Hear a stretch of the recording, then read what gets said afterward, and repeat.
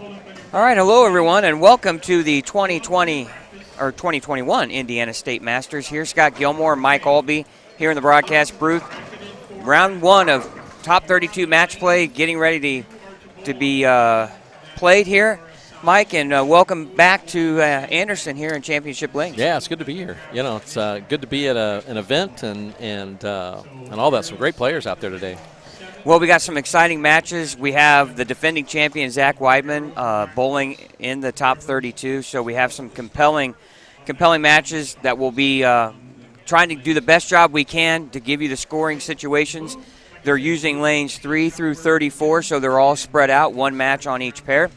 And should be very exciting. On our TV pair on 3 and 4, we've got Shelby New, the Queens champion from 2020, taking on E.J. Tackett. And then right in front of us, Mike, we have Matt Sanders taking on Aaron Jones. Yeah, it's a talented field. It'll be interesting to see who's left at the end here, but a lot of great first-round matches. Yeah, and we're going to send it right off to lanes 3 and 4 as E.J. Tackett starts his match off with a strike.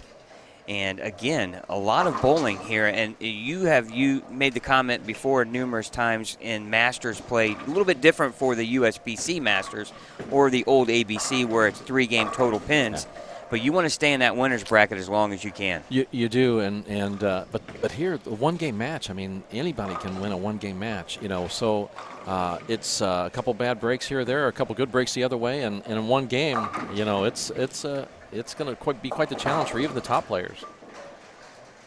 Well, and I was watching Gene Perez, who's on 7 and 8, another one of our TV pairs, taking on Hunter Glaze, who we saw at the Indiana Scratch Classic last year, who made a deep run into the Final Four. Gene didn't have a very good look in practice. He's trying to throw urethane, which really, Mike, the debate is no more left and right. It's urethane resin debate. What's fair, what's not fair? The urethane really looking good all weekend. Yeah, and Jean, I mean, if you watched him throw, I mean, it was one board to the left a little too far, and it's like that, you missed a head pin. So. But if you get it into the right little area there, you can hit the pocket. But it didn't take much to make it look like you missed by a lot. Well, other matches going on here in round number 1 on 9 and 10. Friends from Northwest Indiana, John Verbiage taking on John Riffle. John Verbiage, a champion of this tournament back in, I believe, 2014. And then you have Joey Criswonos and Scotty Kramer on 11 and 12, Noel Vega and Jason Johnson, 19 and 20. On 13 and 14, Dwayne Perry and Ryan Sidney. 21 and 22, Charles Rott and Michael Lunsford. Rick Glaze and John Murphy on 17 and 18, a couple of senior players. Joseph Litton and Scott Schmall on 25 and 26. Sammy Kruchek and Scott Dillion on 15 and 16. Scott Johnson and Cameron Clark on 23 and 24. Kevin McCune and Danny Clark on 27-28. Trent Marner and Bailey Maverick on 31-32. That should be a good match. Both players bowling really well all weekend. Jimmy Cook, the champion of the 2020 Indiana Scratch Classic, taking on young Mark Wilson, and the defending champion Zach Weidman taking on Jeremy Adler on 33 and 34. So again, a lot of action, and Shelby New, Mike, starts off with open against arguably one of the top 2 players in the world. Yeah, I don't think EJ needs any help. I mean, but you get out there a little bit nervous probably, and you know, he starts out with a double. So you know, he's going to go. He knows a one-game match, anything can happen. So he's going to bear down and continue to throw strikes. Matt Sanders with a late trip of the 7. For a strike, and they're going to have to fix the score here. And E.J. Tackett looking to take a huge lead early in this match against Shelby New. Ooh, fast 8. Yeah, it was a pretty good shot. He started it up probably a little too quick, but could have struck for sure. If you're interested, want to chat along with us, Chad is managing our chat room here. Feel free to ask any questions, updates, player information, and Gene Perez just threw a gutter on the right lane. Yeah, he looks very uncomfortable out there with what he's looking at. He just needs to settle back down and you know, and not get too far behind here in these one-game matches. I mean, it's going to be hard, especially when you start out with a couple opens. Remember, Mike, 2 years ago when he won in 2019, he looked dead in the water early on, and then he just he bulldozed everybody. Figured it out. Yeah, he did. And we know he can turn it on, obviously. But, yeah. And here's a big start because he needs a spare. He threw a gutter ball, so at least it's a spare he knows he can pick up. Great shot. Boy, and if you're Hunter Glaze, you're thinking, ooh, I got an opportunity here, and then bam, he comes back with the spare. Yeah, that was a great shot. And hopefully he probably learned something from that as well. Well, Shelby looks very tight over here. You can see her result on the far left of your screen. She just left the 2-4-10 washout. Matt Sanders on 5 and 6 with the front three, and then Erin Jones, steady as she can be, it's strike, spare, strike. Well, that spare's a solid 10, so she threw it right in there and threw a great shot. Third frame, great shot. I'm sure for Shelby, you know, when you're so excited you make top 32, and then you look at the matches and you draw one of the best players in the world. That's a tough task. Yeah, she bowled really well to get in to get this spot, but like you said, when you just sneak in, you get the upper echelon of the field, and not only does that, but you get the upper echelon of the PBA Tour. So, you know, it's very difficult to see that, and you know, it's hard not to pay attention to that.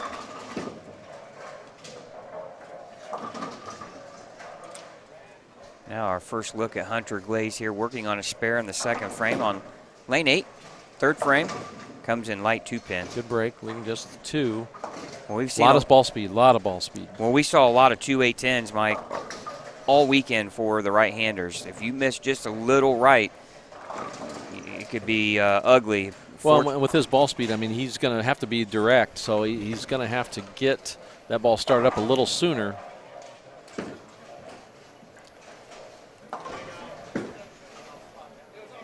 Oh, and you just can't give Gene those kind of opportunities. You cannot miss a pin that's in the middle of the lane. Yeah, it's basically a one-pin match now, but Gene has the strike up. So Hunter throws. He's just got a lot of ball speed, but boy, he's right on line. He's close. It's not far off. Just needs to reload a little bit and start anew right here. Well, John Verbic starting off with the front 4 against John Riffle on 9 and 10. And a beautiful strike there from Pat Sanders, front 4. You give these talented players like EJ and Matt a few openings or just the right ball reaction, and they're going to put a big number up. And Hunter, you saw he tripped the 4 there a little, or off the wall 4-pin, but good ball speed still. A lot of hard straight, but he got the ball started early enough to get that pin to help him off the boards. Now our first look on 13 and 14 with Ryan Sidney and Dwayne Perry. And again, we really don't know the scores, unfortunately, that are much farther down from us. We're right behind 5 and 6, and we just watched Pat Sanders slow roll another 7-pin messenger for the front 5. Ryan got a break there, crossing over. Big smile on his face, a little bit quick at the feet, and just the ball took to the right quick, but got a good break. Oh, and EJ's quickly up 41 on Shelby after 3 frames. And you know, Mike, the one thing that EJ and Matt aren't going to give you too many opportunities. No. And so far they haven't. Yeah. Yeah. Just continue to bear down and throw strikes.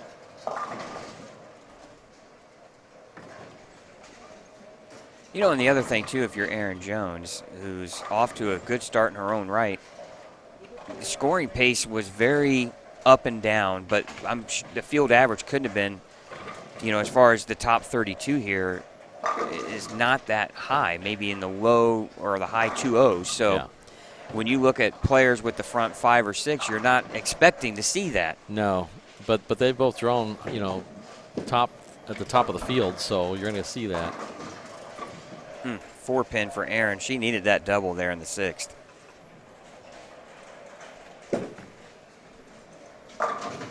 Well, and then you look up and Gene Perez has a 3-bagger. After looking extremely shaky his first 2 shots. Yeah, that was a very good shot he threw on that spare, which told him a lot. I mean, he looked relaxed to do it, and with a lot of pressure after having an open and then throwing a gutter ball, but he came back, you know, very solid and comfortable, and he's thrown nothing but good shots since. Oh, late break on that. That's Dwayne Perry. Yep. Leaving just a 4-pin.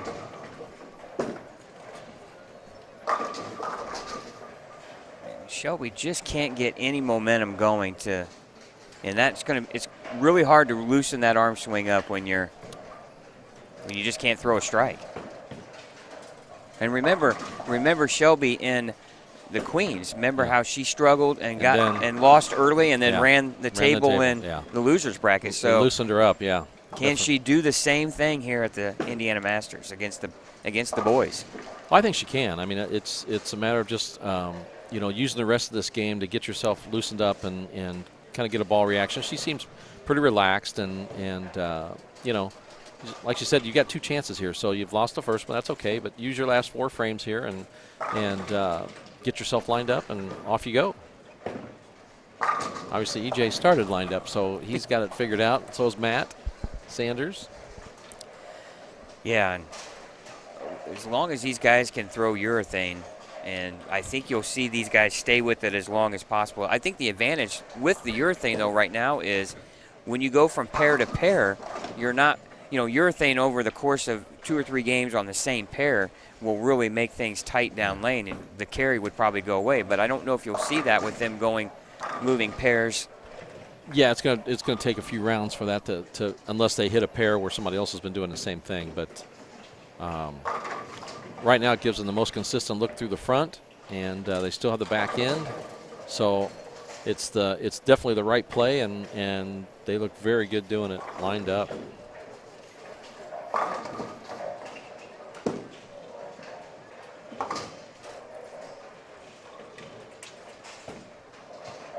Matt Sanders with the spare in the 7th. He had the front 6. And again, like we said, you want to stay in that winner's bracket as long as you can. And I have a feeling we could be seeing a Matt Sanders EJ Tackett match in round number 2. That would be a bad draw for both of them, actually, because you would want that match to be a little later down the line. But yeah, it's the luck of the draw at that point. After qualifying, you get all you can get and see where you fall, and just take it one game at a time. Well, good shot. And as you know, you bowl in pods. Yeah. And when you see on 3 and 4, 5 and 6 is going to be bowling the winners. So you have to think that in both of those players' minds, that's the last bowler they wanted to see. Yeah. And Shelby New looked like she changed equipment, changed balls on that shot, got her first strike, threw it really well. And Aaron Jones she's throwing it well. I mean, yes. Throwing it very well. Could have got a couple of 10 pins out of there early and could be right there with Matt. It's just a bad draw for her as well. Now, Shelby and her are not going to bowl in round number 2 in the losers bracket. They'll probably bowl somebody else. But typically the winners stay in pods, and I'm assuming the winner of the Hunter Glaze Gene Perez match will bowl John Verbic or John Riffle. So, you can kind of get an idea early who you might be bowling based on where you're at on the lanes. And Shelby got lined up, leaves a light 10 pin on that one, but definitely much better than she had been. And that's right there, Mike, is the weakness of Shelby.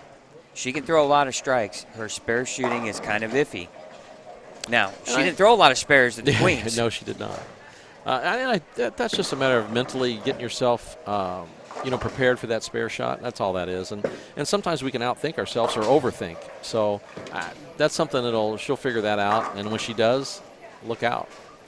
Well, and for EJ, it's kind of a stress-free game 1.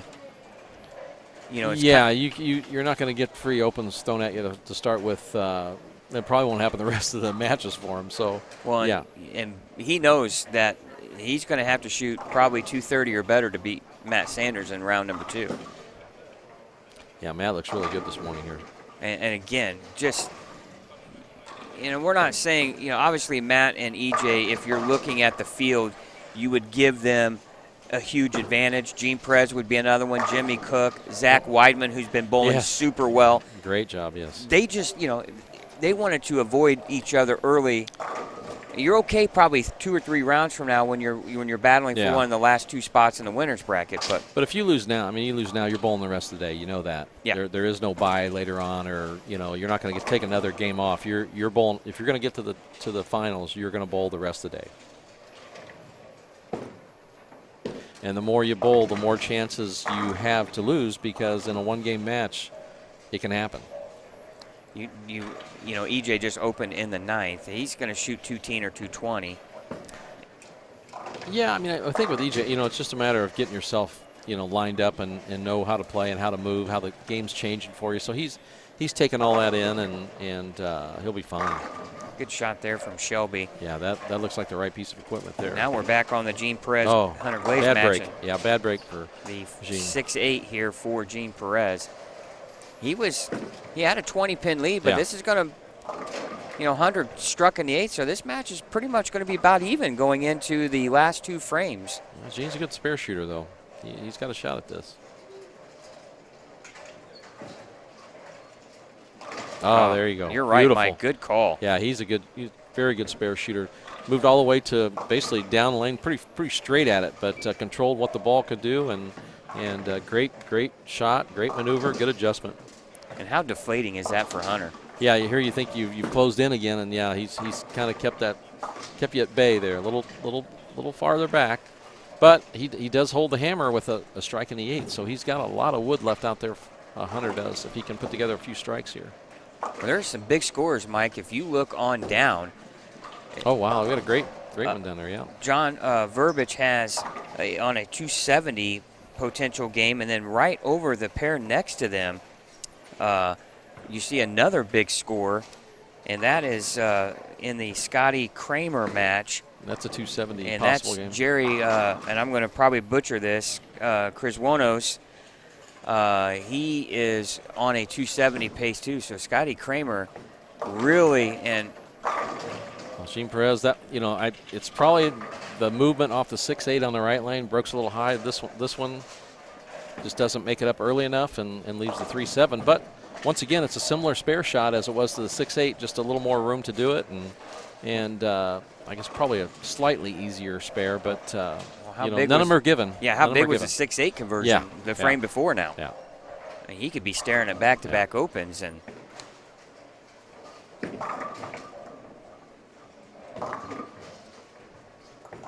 Aaron Jones going to shoot in the 190s and get run over. Unfortunate for her. Too much speed on that one for Gene. Boy, how big was the 6-8? Because, I mean, what's the probability of making that? That's a very low percentage make. Oh yeah. Now here's Hunter. He's got strikes in the 9th and 10th. He can lock out Gene Perez, but he needs to get this one in the 9th to control his destiny.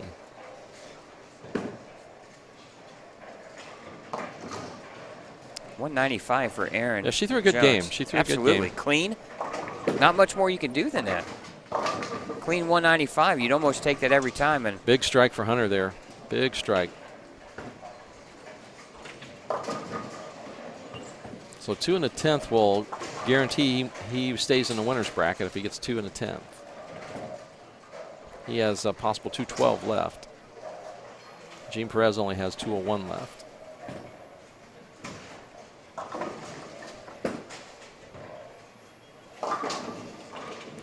Goodness. And Matt Sanders can do no wrong. That's how you like to see the 7 go out. Just whatever it takes to get it out. Take it out. Now a big shot from Hunter. Oh, fast in the bucket. Yeah. And he's changed equipment from earlier in the game. That ball seems to break a little earlier, but he's still got that very strong ball speed. Oh, and how big? I thought that was going to make it up because it seemed to start, but then it just stayed away. How big's the pin count there, Mike, though? Yeah, that hurts. You know, if you get 8 or 9 spare, and then, you could be looking at a tie. And he missed the spare. Yeah. 174. One thing I will notice about Hunter, he doesn't waste any time going up there for, I mean, that's a tough spare conversion. And Gene is going to escape here and be very fortunate. Yeah, look out now. Yeah.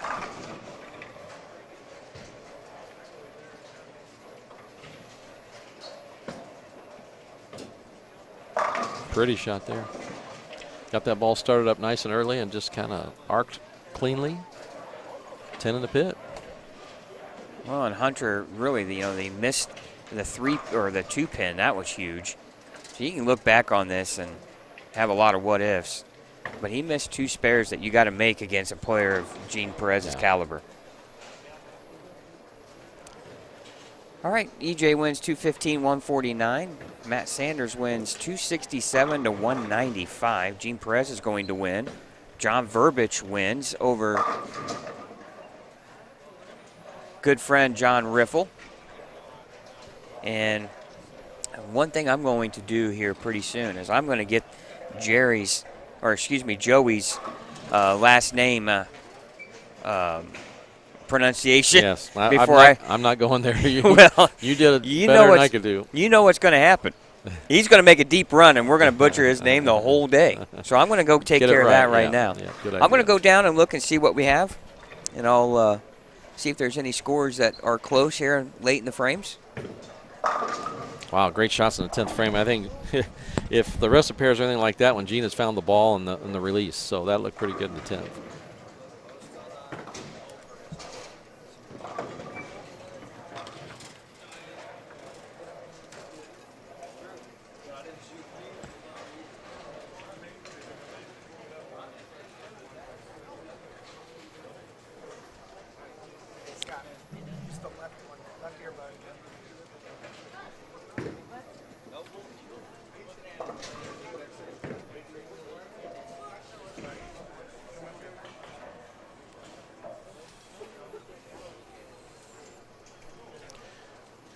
Looks like there are a couple matches still finishing up on the far end.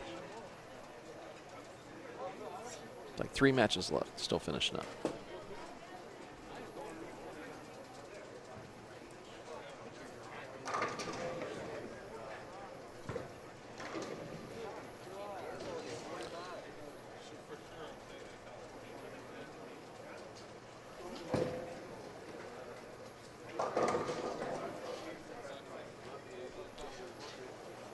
Some great scores on this end. We watched 267, Matt Sanders, 256 down here. There's some great scores. Now remember, everybody, they practiced. They got their practice on this first game, so we'll see how everybody makes the adjustment when they've moved to a new pair.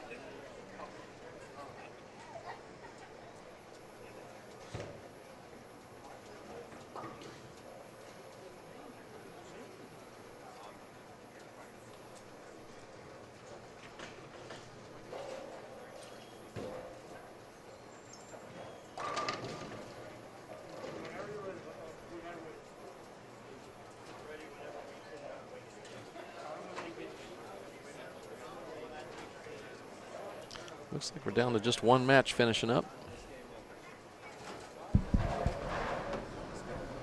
Not too long of a break for the bowlers, but sometimes that break between games can make it difficult to get that first shot with a good release. Yeah, Mike, I'm down here with the Bailey Maverick Trent Marner match on 31 and 32, and Bailey just shot a 189. Trent Marner with 164 in the 8th, spare in the 9th. A good count and mark here in the 10th, and Trent Marner will move on. Here's a shot here. First ball in the 10th on lane 32.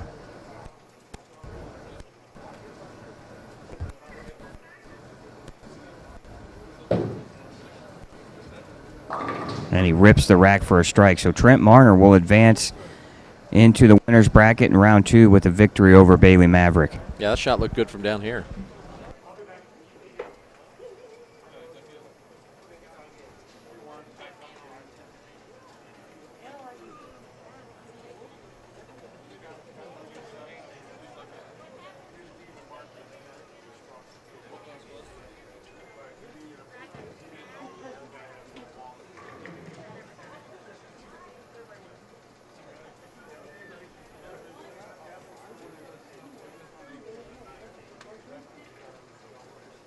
All right, also down here, Mike, defending champion Zach lost to Jeremy Adler 224 to 195. So we're going to have some talented players here in the losers bracket right after game or match number 1.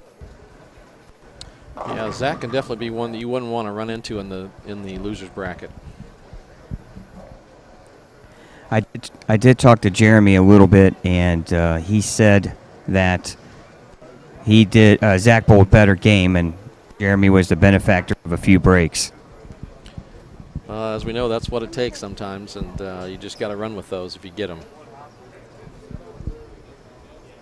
And same way with Zach, I'm sure he's not happy losing that game, but he knows he's got talent and he's got time left. So that's all you can. But now when you get in the losers bracket, you've lost your 1 game leeway there. So now it's everything's sudden death for you. There is no practice the rest of the day. Please put your grade sheets on the end of the table so we can get to them. Well, we were questioning the match that could have been here between Sanders and Tackett. It actually is going to be John Verbic against Matt Sanders. Equally as tough. Yeah, equally as tough. We're here with Matt Sanders right now. Matt, you got off to a great start in match number 1. Fast start, front 6. Now you got John Verbic, a past champion. You're going to stick with the urethane? Most likely. It looks like Gene just bowled on this pair too, so both of us might have to deal with just a little traffic after game 1. So I think I'm going to stick with the purple hammer urethane and have to make an adjustment. I'll do that and hopefully quick enough.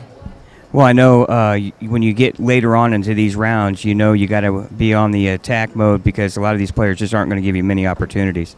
That's for sure. I mean, it's a 1 game match. I mean, it's like I said, you got to figure it out fast, so there's no mistakes. Try not to miss spares, hopefully, and just keep grinding. You just got to win your game. Doesn't matter if it's 150, 250.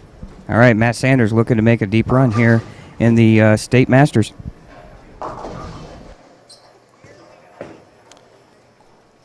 E.J. Tackett starting out his match against Gene Perez with a 3, 4, 6, 7, 10. Makeable 5 count. And I'm sure E.J.'s seen this one before, as much tilt as he can get on the back end, but I'm sure he'll know what to do on this spare. But another tough match for both players. Well, we have a losers bracket match here, Mike, on lanes 3 and 4 between John Riffle and Aaron Jones. EJ missed that one by about 2 inches, so he had a good shot at it. Now, you did hear Matt's comments about Gene throwing urethane the game before, and they're already thinking how much is that going to impact. When's that going to change for me? Yeah. Well, and EJ, in qualifying, he was making a joke with Zach Weidman in his the 1 o'clock squad that he thought in frame 6 he would start seeing a change, and sure enough, his carry started going away. And then when he got down on the high end of the house, he quickly jumped to resin and went way, way left. And so I think he's got the experience of knowing what to do in certain situations. And the confidence, because you can't make those moves unless you believe in what you're doing. So that's a great adjustment, and if you're able to do it. And most of these players can do it, but if you can do it, that's a great tool to have. Oh, Gene Perez with a great shot again. 6, 8, 10, and he makes it. Wow.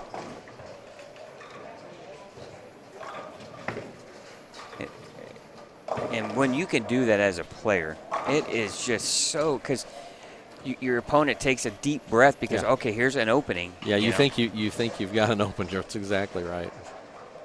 And that's why I tried to never watch. I had enough trouble paying attention to my own self. And John Verbic there missing the head pin left. A lot of speed. And I talked to him about urethane, and his problem is he throws it too firm, and the urethane just will never read. And as you know, Mike, you got a slow roll a urethane ball. Now, will Matt Sanders' urethane affect Gene Perez's Yeah, it would be shot? the same. Would be the same rule of thumb. Yeah. How ironic is it that those two just flip-flop pairs? Yeah, and I think Gene, he's kept the same ball that he finished with over here in the first game. So that ball seems to roll up a little sooner, and he's just gonna have to make a couple adjustments, but he's close. Well, we'll continue to walk around here. I'll be in the booth here with you for a few minutes, and then we'll go around and look at some of the other matches as we have Zach Weidman in the losers bracket.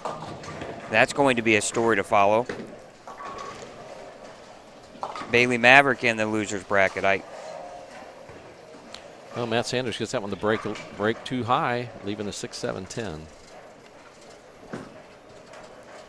EJ in your screen there. And that's just a bad shot. Yeah. A little too quick ball to shot to the right, way too fast. But this will makeable spare for EJ. You know, and that's the thing. You have, okay, you go back-to-back opens here, let's say. Against most players, you would say, oh, you got a huge advantage. But, you know, EJ can brush those off, and Gene Perez knows that. Yeah, he throws the strikes with the best of them. So, yeah, I mean, this will be a lot of speed and try to send that head pin into the 10. Nope.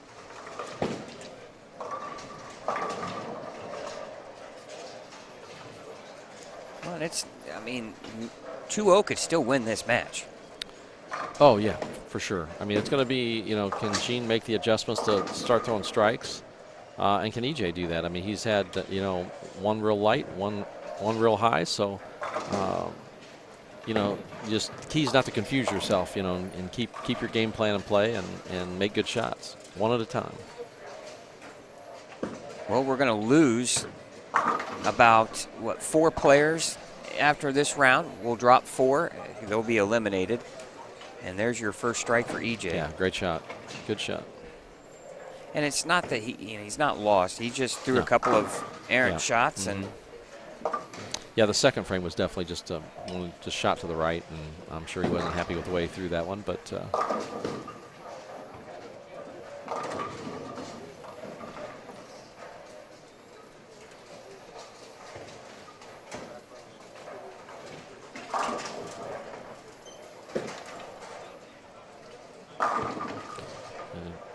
good adjustment for Gene. Made a strike around 13 and 14.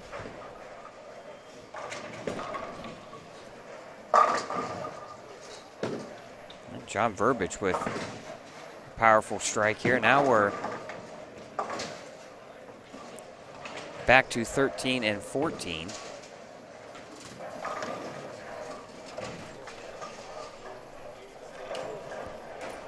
Nice, smooth, good spare. And Joey gave me the pronunciation of his last name, and we're just going to go with Joey K. I totally understand that. And he's totally understands it too. So, anyway. Yeah, he throws the ball very smooth. That was a great spare. Nice and smooth, no doubt. And again, we'll hopefully get some updates on who's where, and so we can give you some scoring.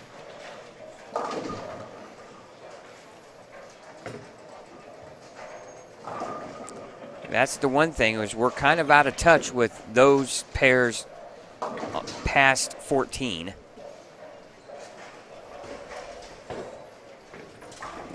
And there's the 4-6-7, or excuse me, 4-6-10 for Gene Perez. And yeah, the ball just started way too quick for him.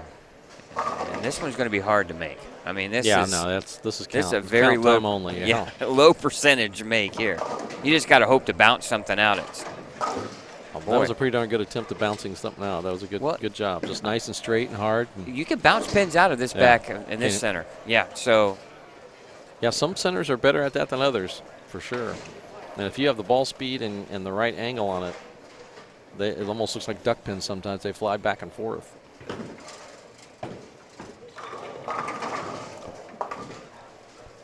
Not quite the drive there. Shelby just opened in the 5th. She had a comfortable lead over Hunter Glaze, and boy, Gene gives you an opening, and terrible break for EJ with a pocket 7-10 here. Yeah, he threw that really good. It's actually that was a kind of light shaker one. I mean, he had that ball coming back great. Just leaving the 7-10. Not much you can say other than a bad break in that one. All right, you're watching the match here on 13 and 14. We're going to be making references on other pairs that are off camera, so bear with us. We're just trying to give you as much information as possible. All right, thanks, Paul.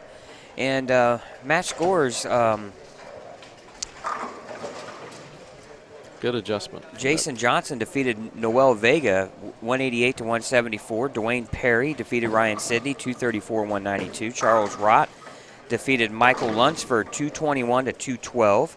John Murphy defeated Rick Glazed 199 to 157. Scott Schmall won over Joseph Litton 181 164. Scott Dillion defeated Sammy Kruchek 204 to 164. Scott Johnson lost to Cameron Clark 176 to 151. And how about this? Kevin McCune defeats Danny Clark 236 to 235. Those are tough to lose. Those are tough to lose. Trent Marner defeats Bailey Maverick 214 189. Jimmy Cook defeated Mark Wilson 220 to 184. And Jeremy Adler defeated our defending champion Zach Weidman 224 to 195. You know, how important it is for the practice time before the first match. Well, we saw a couple of games that were close to 270, they were 250s, and other good games, strings of strikes. And looking in front of us here, from as far as I can see, I see two turkeys, and that's it. I see 3 in a row twice, and there's not even a double on the first 3 matches here. We haven't even seen a double. So a lot of adjustments that need to be made from pair to pair.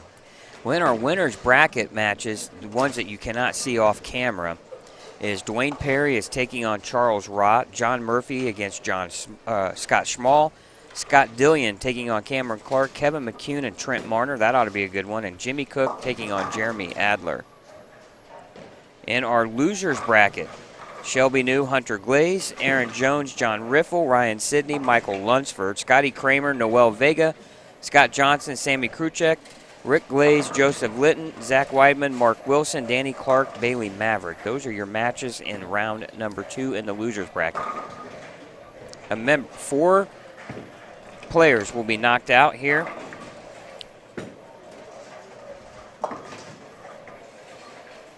Actually, 8, right? Is that right? Yeah, we'll lose 8 players. There's 16 winners and there's 16 losers. So we'll lose 8 players. Correct me there. My apologies.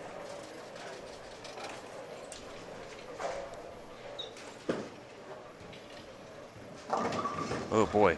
Gene Perez was lucky that wasn't. Yeah, I was surprised that one made it back to the head pin. And lucky to leave just the 3-pin.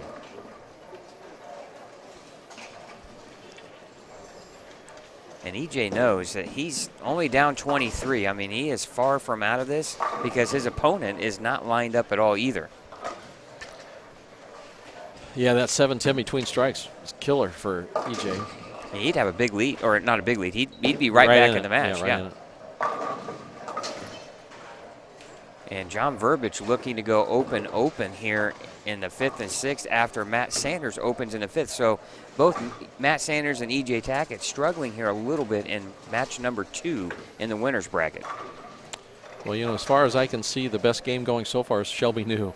So she's figured it out with that. She's using the same equipment she switched to. Shooting 210, can strike out for 230, it looks like. Oh, what a great spare. Great by spare. John Verbic. That's definitely one where you thought you were going to pick up a mark or 2 on, but what a great spare. 410. Oh, my goodness. Are you kidding me? EJ making a great shot off that 710 on that lane. Unbelievable. Yeah, it looked like a 4.79 there for a second, and just a 4.7 now. You gotta wonder, what kind of mojo does Gene Perez have? He just seems to be so fortunate in a way. Well, but that you make your own. You make your own. You get out there and you have that persona of always been able to figure something out and come back and making the shots when you need to.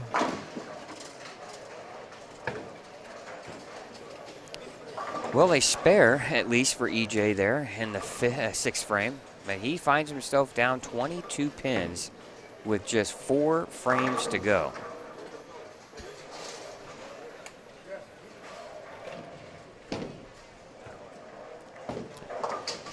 Good try by Erin.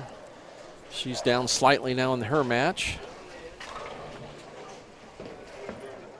Big shot here for Matt Sanders, just off to our right on lane 7. Brooklyn Beautiful. strike and then 10 back. Yeah, beautiful shot there. Yeah.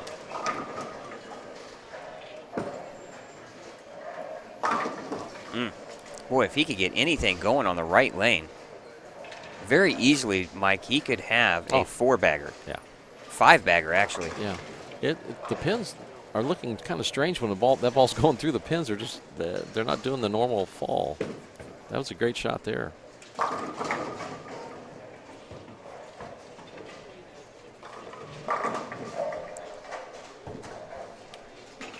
Shelby New continuing her striking ways there. Yeah, she had a turkey and then an open and then 4-bagger now. Oh, Matt Sanders got a Brooklyn, and then John Verbic turns right around for a Brooklyn. Just a 2-pin gain. Flat 7 for Gene.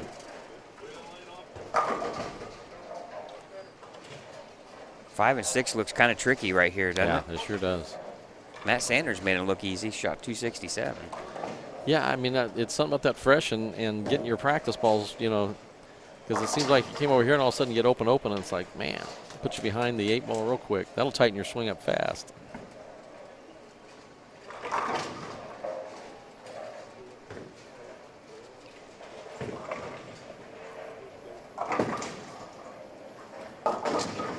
Oh, my goodness. You would have saw that right out of the corner of your screen. That was kind of a scout for the 4-7.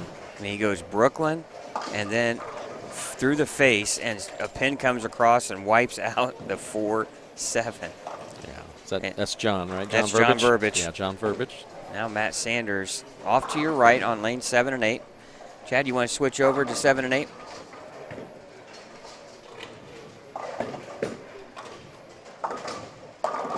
Oh, and then he leaves a high 6-pin. Yeah, I thought it was going to trip it out. Just didn't hip pin didn't get it. The injustices of bowling, right? Yeah, I mean that's exactly why I never tried to watch who I was bowling. I didn't want to see it. Oh my goodness. It was tough enough watching mine sometimes. We're going to get a pretty good look here of Gene Perez on lane 6 as well.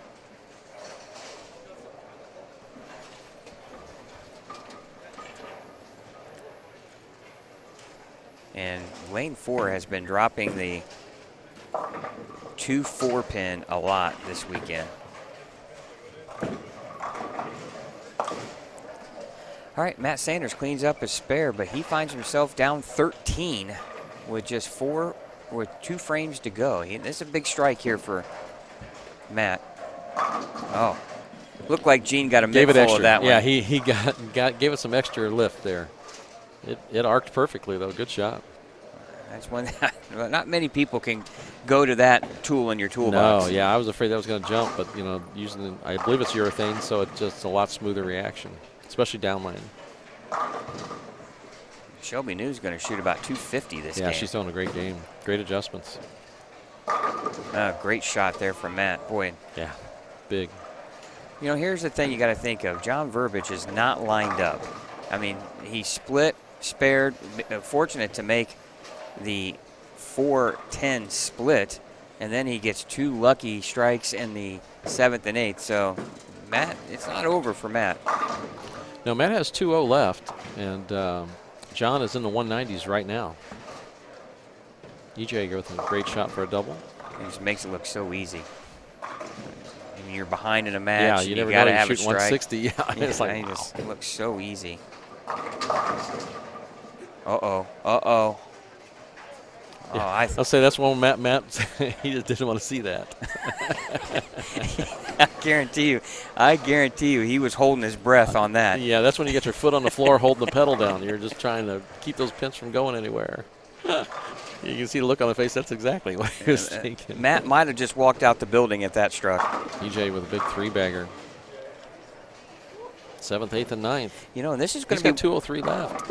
Well, this is going to be one of the instances, Mike, where now Gene is facing some pressure. A lot of times, Gene has put the pressure on his opponent, but now he's staring some pressure right in the face. And that was a good spare we had on lane 8 by John Verbic, because that 4-7 was spread out pretty far, so he did a good job of hitting light on the 4, and it took the 7 without a chop. Well, right now, John can strike out for 204, and he would shut out Matt Sanders. Anything less than 3 strikes, Matt would have a chance in the 10th. Ugh, flat. The ball reaction just isn't that great. Yeah, all I Gene. could see, he blocked my view of it, but all I could see was the 5-pin go flying out of there, but yeah, the 7 just didn't go with it. Now he's got spare and strikes in the 10th. He can shoot 190s, but EJ controls his own destiny. And there is the miss from when you tugged the last 2. Yeah, it's a tough break there for John. Now John Verbic, he's got the washout left, makeable spare. Spare and a strike's 190, but Matt Sanders now has control of his destiny as well. Well, and John Verbic is no slouch. No. He has bowled well in this event a number of years in a row well, and he is always a factor. Great shot. Boy, he almost came across it too far, almost cut it too much. Great shot. Well, that's going to force Counts Matt. big here, though. John Verbic needs to get that strike to shoot 190. So. Well, he's going to force Matt to get the first one in the 10th. Yeah. And hold good count. And Matt's really the last 2 shots or 3 shots on the right lane has been strike, 6-pin. So. You know, it's like any of these players. All they want is an opportunity to win in 10th. You want to have that opportunity. Absolutely. You want a chair, or you want a chance. And in poker, they'd say, give me a chip and a chair. Yeah. And good shot by Gene Perez there. He's got 194 left with a couple more strikes. this next one's big for Gene. Because the next Yes. one will force EJ to get the first one in the 10th. Yep. At least. Yeah. And really, to be honest, the first 2. Well, Matt Sanders is up. He's got 203 left. His opponent, John Verbic, shot 189, so he needs the first one. Well, Matt's and then been there count. before. Can he perform when it counts here in the 10th frame? Must strike.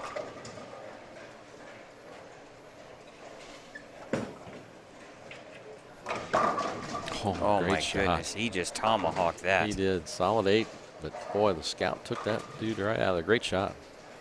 And he's got to be, He's getting that ball start up early, to get it early into the pocket, so got to be careful here on this next one. oh, great shot Beautiful from shot. Gene.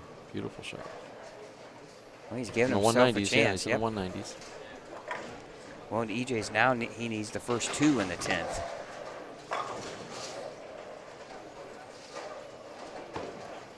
Here's Matt. Count is big here. Yeah, you don't want to go 6 count or No. anything crazy. Good shot. Oh, broke hot. Ooh, what do we have here? Oh, that's That's 189. enough. He needs one. He needs one. He needs 1 pin here. Yeah. Yeah, he got that ball. So the ball's been starting early. I thought that was going to be a good one. It started a little too early, it looks like. But hey, he broke it down, so How he's big won. was that washout for Oh, yeah. John in the 10th frame? Yeah. The pin count. Yeah, that. He gets That's 8 where spare, we're at, 9 yeah. spare, Yeah. and Matt would have had to have that strike. Yeah.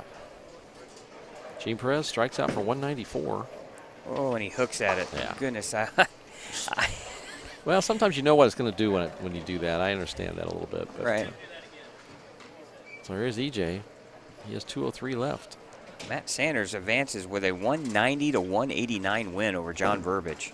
Jay needs this one. Great shot. 6 into the 10. It's just so much fun to watch a top player just execute at that level. So EJ still needs this one to put him in the 2-0s and to win the match. Mike, you've been there before, and obviously you bowled at an extremely high level, but the discipline and the confidence and just the mindset it takes to perform in the 10th frame under just I mean, critical situations. It's really the less thinking you do, the better. Your body knows what to do if you let it do it. It's when sometimes you start watching scoreboards and that, then you try to strike before you let it out of your hands. So, but EJ is pretty comfortable. All these players are really, but he's made some great shots to come back. This is for the win. Oh! Solid 10. those are ones that will rip your heart out right there, because what a great comeback just to have put yourself in position to win. You make another great shot, and you get nothing for it. Oh, what a shot. But you have to remember the 3 shots Gene Perez put in the 10th that got him that win. So, yeah, I wouldn't recommend shooting the 10 pin that way again, but he did get it. But, you know, really what a great match by 2 great players, because they both struggled, they both found it, and they both needed, they both performed. It's just, you know, solid 10 kept EJ from winning that match. Man, Gene Perez, he got 9 lives if I've ever seen Well, a player. but look at the three in the 10th. He threw 3 great shots in 10th without, you know, any of those. I don't know if it turns out this way, you know. Absolutely, you're right. Spot on. And here's another EJ Tackett going to the losers bracket. Here's somebody you definitely don't want to see in the losers bracket. Well, Gene Perez is undefeated with a 194 to 192 win over EJ Tackett. Really, 2 great matches side by side. Yeah, Matt Sanders threw a strike when he needed it, but John Verbich's opponent picked up the washout to make it. Well, I'm sure, obviously, EJ is going to be extremely disappointed. You know, he had the Deservedly pocket, so. Yeah, the pocket 7-10, and then you just absolutely pure a shot in the 10th frame. Yeah, he made nothing but great shots. I mean, it made the good adjustments and made great shots, and that's where in a 1-game match, you know, if this is a 3-game match or a 5-game match, it's a totally different animal. But a 1-game match is 1 shot is huge.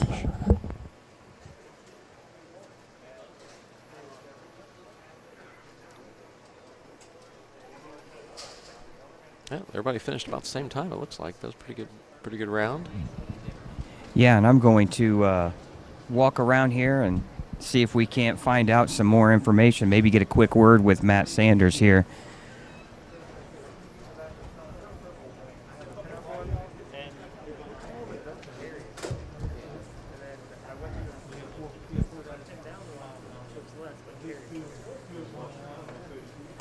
All right, back here in the back concourse here with Matt Sanders. And Matt, man, you're sitting there watching your opponent get a couple of great breaks and needing to perform there in the 10th, and you came through with a 1-pin win. Yeah, I mean, I had a pretty lucky break in there too, so it's nothing I haven't seen before, really. So, I mean, stuff happens. But, I mean, that was just a really ugly match. It was not even fun to be a part of, unfortunately. We did some pretty bad bowling there, so we got pretty lucky to get through with that one. I made an okay shot in the 10th frame to hopefully seal it, and I think that lane just hooked a little more, and I just didn't make the right move. Probably should have done that a lot sooner. Well, as you know, as Survive and Advance, it doesn't really matter. We're not out here for a beauty contest, luckily for you and I, right? Yeah, that's for sure. I mean, yeah, it's just Survive and Advance. Like I said before, I mean, I shot 267 the first game and then shot 190. I mean, it's just beating your opponent. It doesn't matter what the score is, like I said, the first round. So we'll see, get this by and see what happens next round. Yeah, absolutely. You like Mike and I talked at the beginning of this telecast that it's all about staying in the winner's bracket. For sure, yeah. I mean, you want to stay up there, hopefully make it as far as you can without getting a loss. And, I mean, want to get in the winner's finals, really. That's the goal. All right, best of luck. Thank you. Matt Sanders.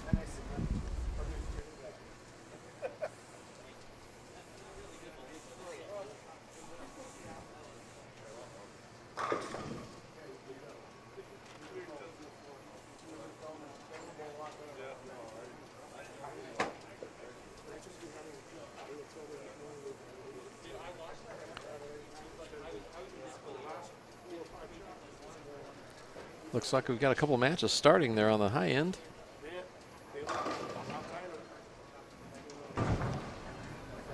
All right, Mike, I'm going to try to get a quick word here with Zach Weidman. And Zach, you're packing your stuff. Obviously not the results you were looking for today. Yeah, I didn't have a lot of carry go my way, a lot of carry go other people's ways, but that's part of this tournament, being 1 game. All it takes is a couple bad breaks for you and a couple good breaks for the other person, and can't really make it up in just 1 game. But you hoping to stay on the low end of the house? I know each end of the house was different. Any impact? not really. So last year at the in this tournament, I didn't really bowl on the high end much. So I had a decent look. I just didn't have a lot of carry, like I said. So I don't know if that was because of the high end or not.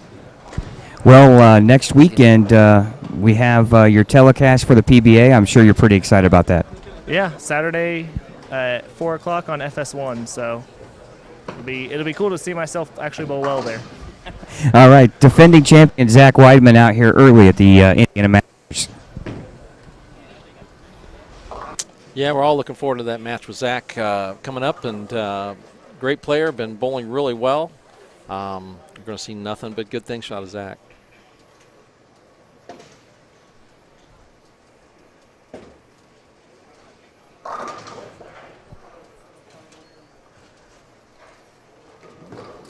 So it looks like the winner's bracket has taken this game off. Gets the bye, so all the matches we see out there right now, somebody's going home. All right, Mike, I'm here with Trent Marner, who is still alive in the winner's bracket. And Trent, you bowled really well yesterday, only took one squad to advance into your guaranteed top 16 spot, and you're parlaying that into another deep run here at the Masters. Yeah, feel I got pretty lucky this last match. My opponent caught some bad breaks, and I made a couple of good shots when I needed to advance. So here we go to get another round in. Now, you've kind of stuck with your game plan, throwing resin a little bit deeper than some of the other left-handers who have stuck with urethane. You see that staying true the rest of this day? Yeah, I'm gonna. I tried switching balls early and going outside, and it just 2 over under. So I moved back in my little safety zone, and so if I miss a little bit, it's not going to be quite as deadly as what it could be if I was playing outside. So just more of a little safety shot, but yet it's still got a good enough angle to carry. All right, best of luck. Thank you. All right, Trent Marner looking to add a state title to his resume, and I know, knowing Trent, he puts a high priority on the Indiana Masters.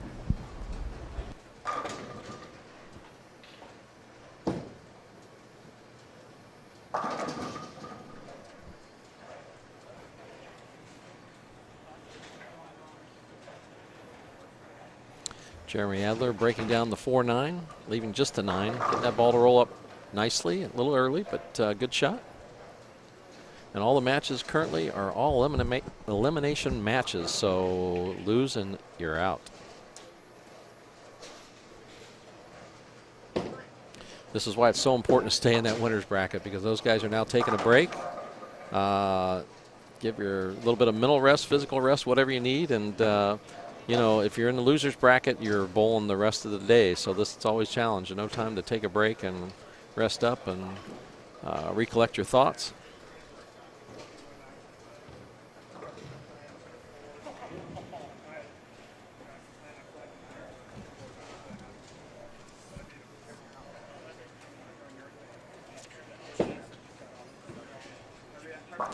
Noel Vega up here on lane 6.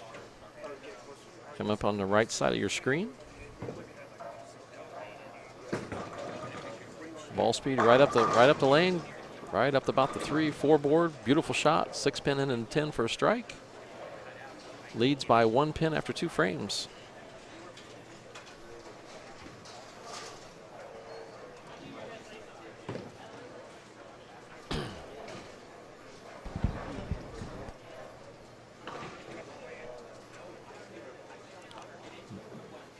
Noel in the 3rd frame, going for a double. His opponent Adler. Now Adler's playing deeper inside, much deeper. Noel's kind of going right up the lane, up around the 3-4 board.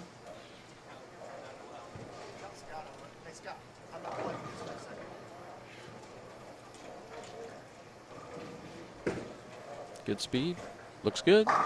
Great shot, great double, perfect.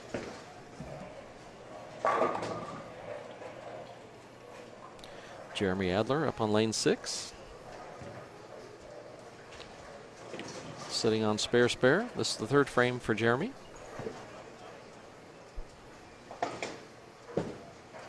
And he's playing a totally different part of the lane. He's playing more of the inside route.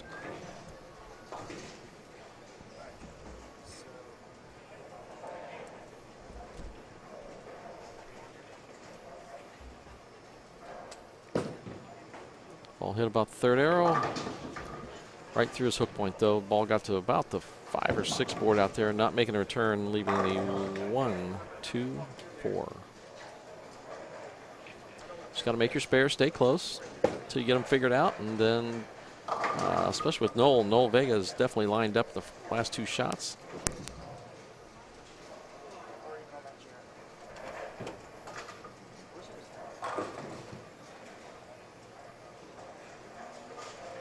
We're at Championship Lanes here in Anderson. Dave Small, the proprietor, doing a wonderful job around the state and even in Michigan as well.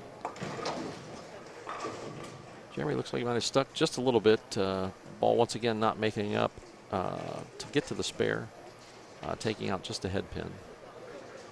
Jeremy sitting on 44 1/3 now.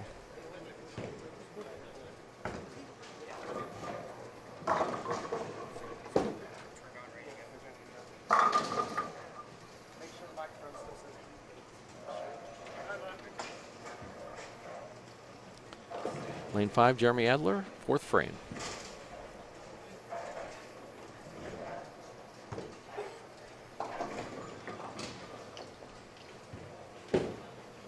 Much better shot, much better shot. Beautiful. Kept that right in play. Good ball, good shot. Similar spot, just didn't get it past his hook point.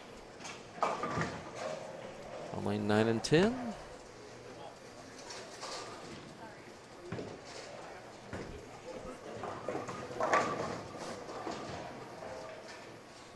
Looks like ball speed is very critical today, let alone where you place the ball in the lane, but it's very easy to keep it too firm and right through your hook point here if you're not careful. And then you leave all sorts of designs down there. Very challenging condition today, especially pair to pair.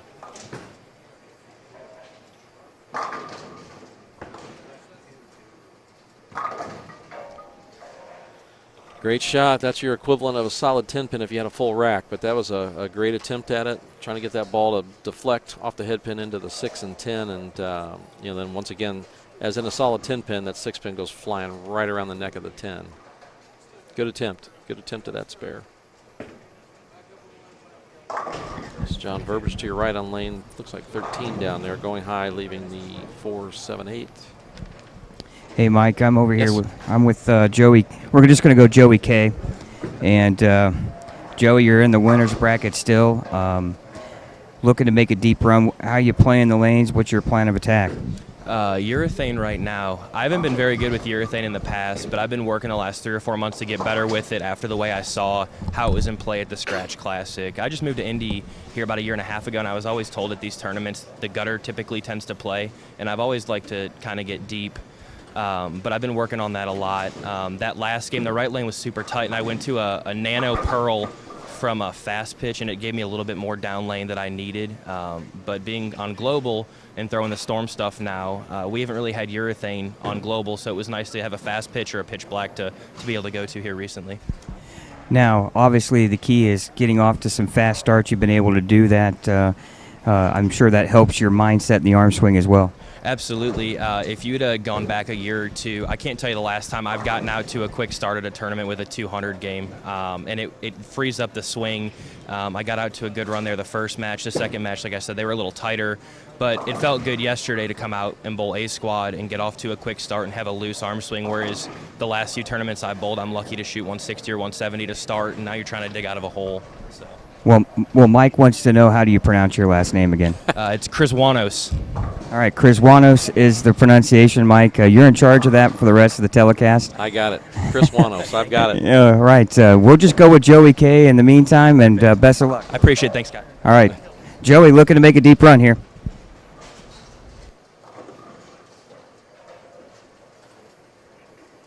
Yeah, the way Joey's thrown the ball so far, I think we're going to need that pronunciation all the way through, because he's made some great shots so far.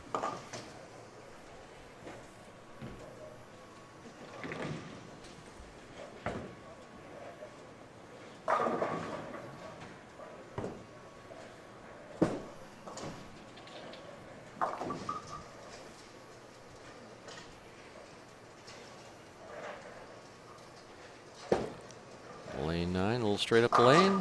Good shot. Roll is 10. Oh, sure enough. Great shot. Great shot. Good angle. Good speed.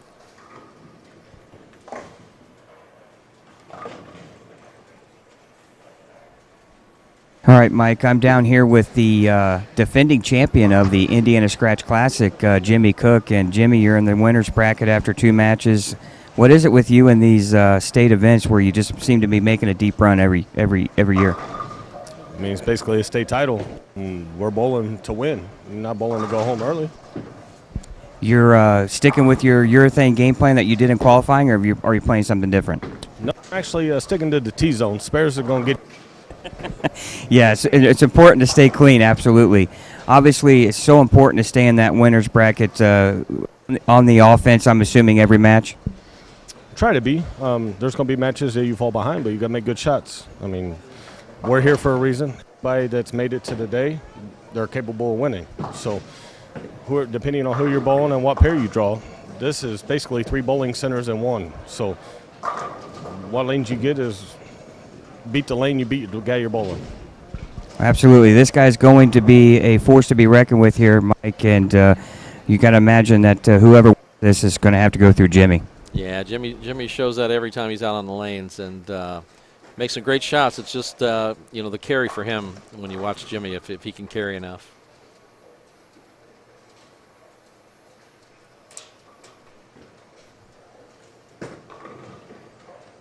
Yeah, we're on lanes 13 and 14. It's John Verbic up on 13.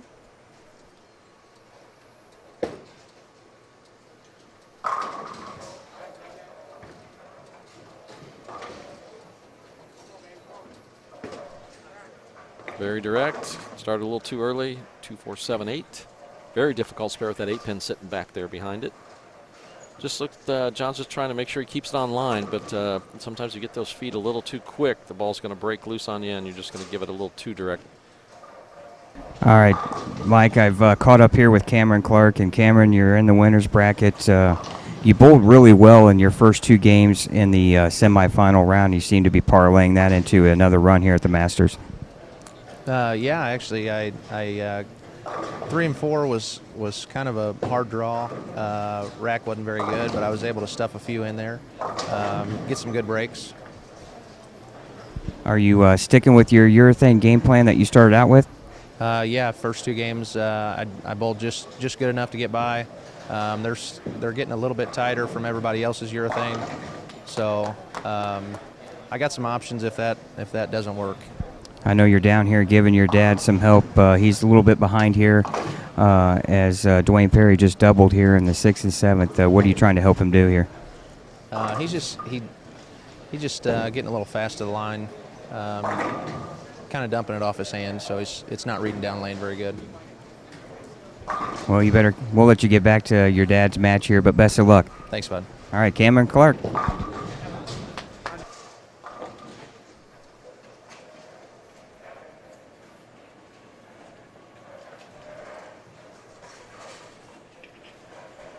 Okay, we're on lanes 13 and 14.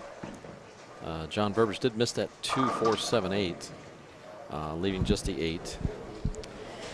Hey, Mike, I'm going to give you a little update here. I'm Yes. down on 21 and 22. It's E.J. Tackett and Scott Johnson match.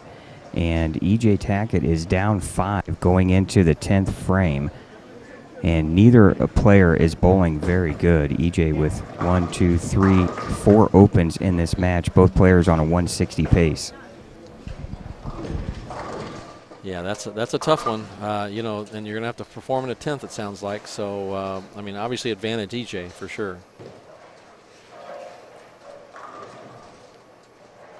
Well, Scott Johnson can strike out to eliminate or shut out EJ. He gets the first one in the 10th, so right now he's going to force EJ to double. The next one here in the 10th would eliminate EJ, which would be a big shock here.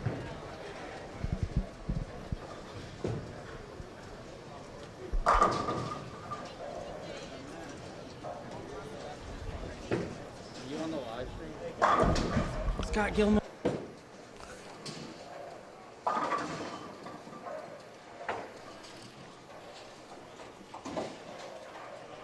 Scott apparently found a friend down there. Yeah, I'm with a longtime friend here, Ryan Sidney, and yeah, Ryan, tell us how your matches went here. terrible. I'm not going to lie to you. You know, I can't play the gutter very well, even though I'm left-handed. So, you know, I did my best, though. I had fun. Well, I know you drove up here from Indiana. Are you still near the Louisville area, or did you move up north? Yeah, I live in Evansville now, so I'm about 2 hours from Louisville. So, I mean, wasn't a bad drive, straight up. Well, it's good seeing you. I wish you would have bowled better, but I'm sure you'll be back. Yeah, definitely. Thank you. All right, Ryan Sidney, a talented player here in Evansville. Well, made the match play, so that's important there to tell you made some great shots because it's a demanding condition out there, especially pair to pair. Well, here's a update in the E.J. Tackett Scott Johnson match, and Scott Johnson just chopped the 3 off the 6 for a 165. E.J. will now need to double to advance in the losers bracket. Who would have thought that, Mike?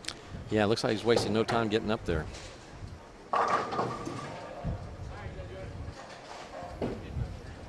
Look clean from here. 10 back. And he's actually lofting the ball a little bit more than we've seen. You got to wonder if the fronts are starting to burn up a little bit here.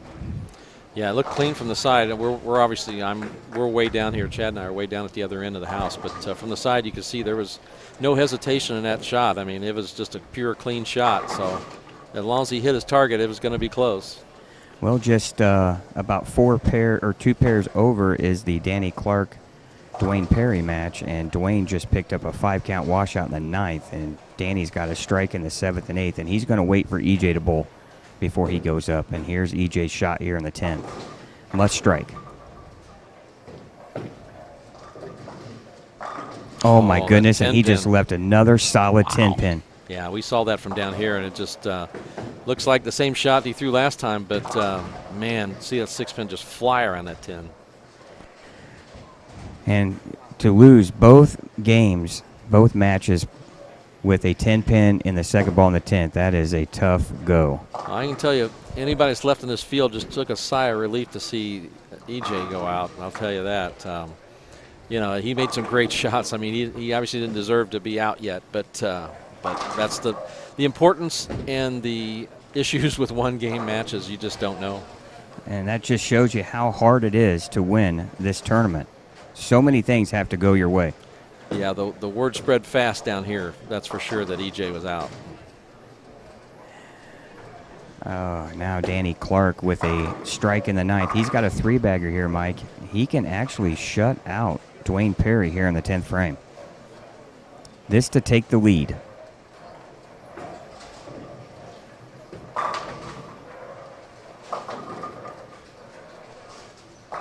Oh, 10 back for Danny. And he just takes the lead in the match, and now, with a good count and spare, can win. A lot of great performances in the 10th frame so far today. Well, he can strike out for 214. Dwayne Perry, the most he can do is 200 on the nose. So he's got to get a good count here on this first ball. Taking his time, slowing the heart rate down, taking a couple of deep breaths.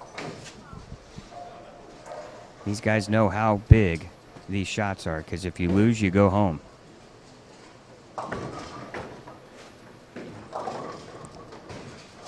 Ten back. Danny Clark advanced over Dwayne Perry.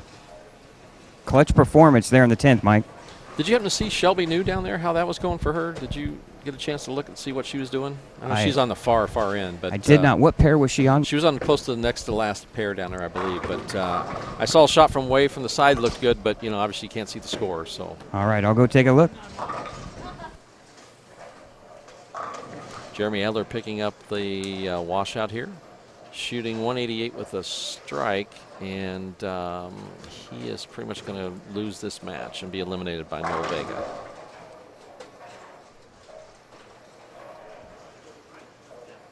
All right, Mike, I've caught up with Shelby down here on lanes 33 and 34, and she just loves it when I walk up with a microphone. But she did advance over Scott Dillion 188 to 145, and Shelby, this kind of reminds me of the Queens. You lose the first match, and now all of a sudden you're making a run here in the losers bracket. I like to put myself in those situations, make myself work for it, but I don't know why I do that.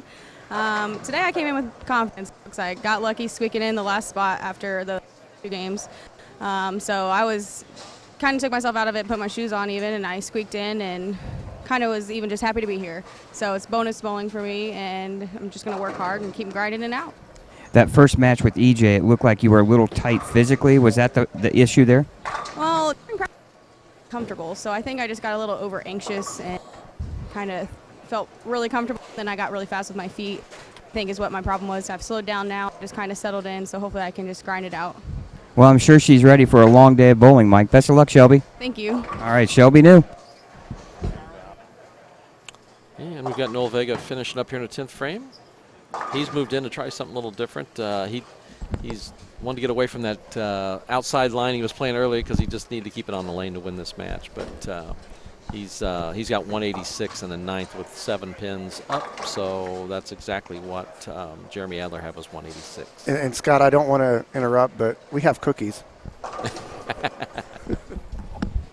Well, you know, the cookies here are pretty amazing, and they're trying to fatten Mike up. I don't know why. I'm already there in the fat part, so we don't have to worry about that. But, yeah, Dave Small and his staff here treat everyone well, and it's a great facility to be in, and championship lanes here in Anderson. So thank you to Dave Small and all the stuff he does.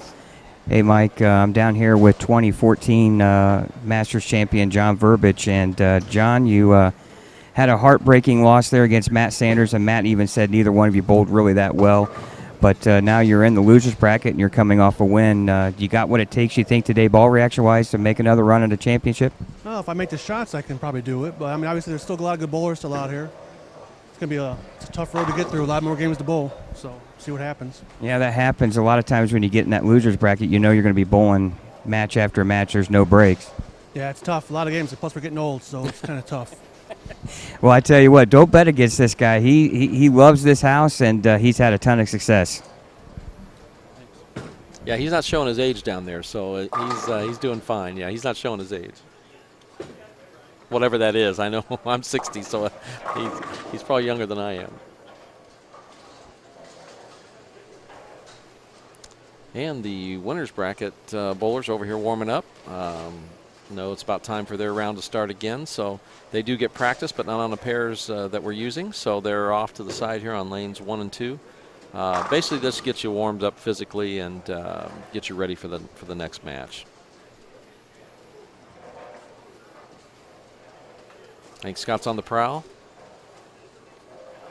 Yeah, I'm going to sneak down here with longtime friend, college bowling teammate Jeremy Adler from Columbus. And Jeremy, qualifying, you were just steady Eddie and really never seemed to bowl too bad. You kept the ball in play and just run into a couple of tough breaks here against Noel.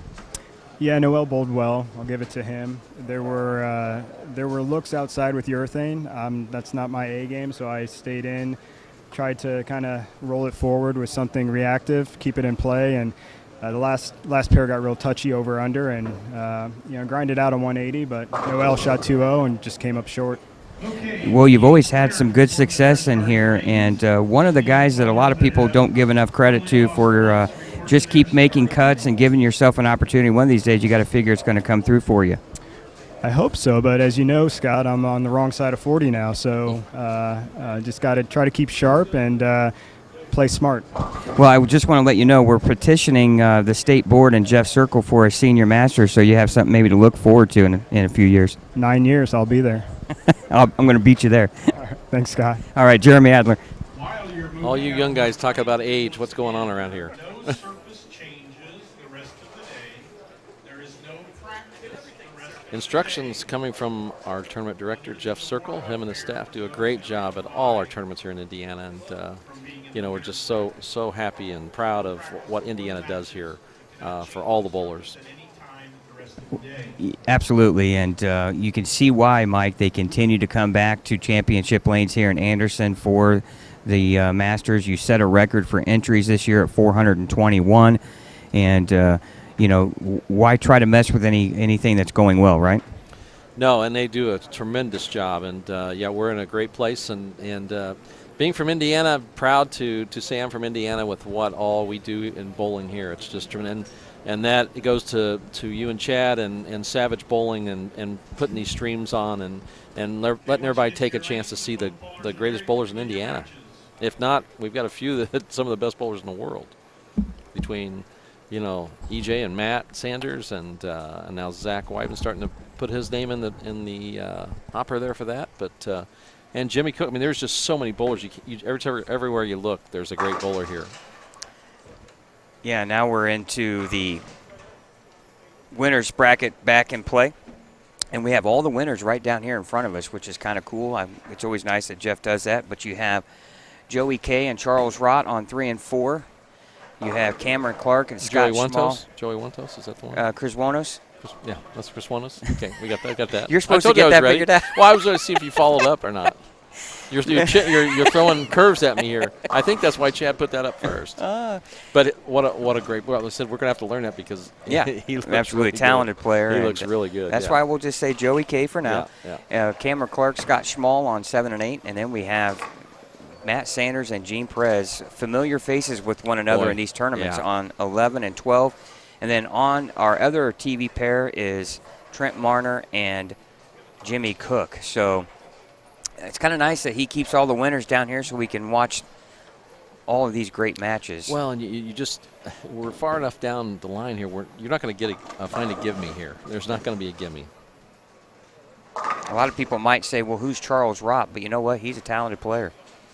Well, obviously to get this far, he's got it figured out, and he's made shots all weekend, and to still be here, you might get lucky here or there, but you're not going to get lucky if you're this far. Absolutely. And Charles now with a 4-pin. I'm still amazed at EJ Tackett being out, just because the 2 shots that he needed. I think any of us would have taken those shots, and just both of them solid 10s, and in very difficult games. I mean, the games weren't very good. I mean, the scores weren't very good on those pairs, and he just labeled shots in the 10th frame, and out he goes. It's just he made some great shots. And more power to the people that were able to win against him. I mean, they obviously made good shots as well. Here, first look at Joey Kay here on the right lane with the 3-6-10 spare. Not an easy one. Smooth delivery. Just ball started up a little too quick for him, leaving the 3-6-10.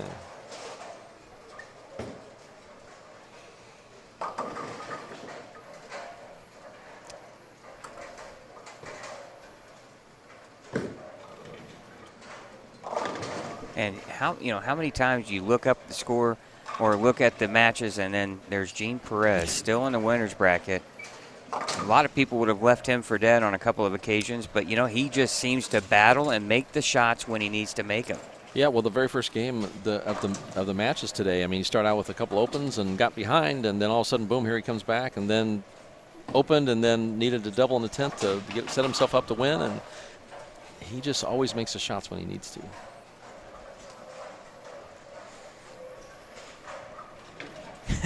You're pointing to those cookies, aren't you? I was trying to let you know they're here. Set them right in front of you. It didn't take Chad long to dive in on those, did it? I watch my figure. I just watch it get bigger. That's the thing. I'm with you on that. Great shot. Beautiful. Beautiful. And we're going to take a quick look in here on 11 and 12 with the Sanders-Perez match. And think about this.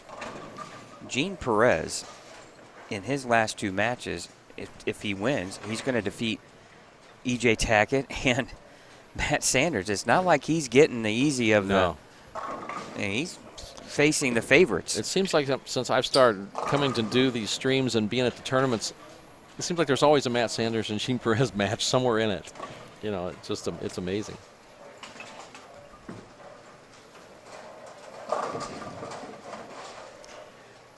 And we're seeing some players we haven't seen on this end, so I assume there's a little bit of difference down here that they're going to have to figure it out.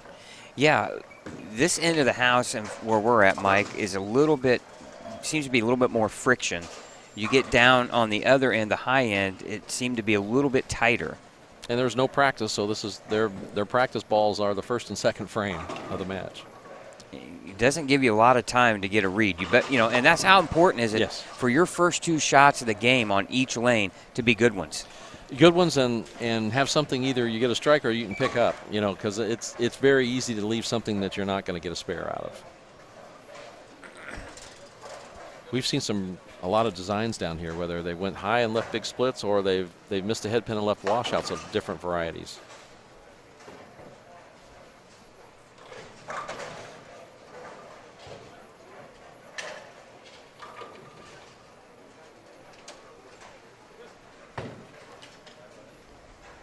A lot of guys that are familiar with bowling one another. Jimmy Cook, Trent Marner. We got obviously Gene and Matt. They're familiar with one another. It looks like Shelby New is bowling John Riffle in the losers bracket. Kevin McCune is bowling Noel Vega. Scott Johnson is bowling John Verbich. And think about this, of course John wins, and then, if E.J. Tackett would have carried that second shot, John Verbich is staring E.J. Tackett in the face in the losers bracket. So,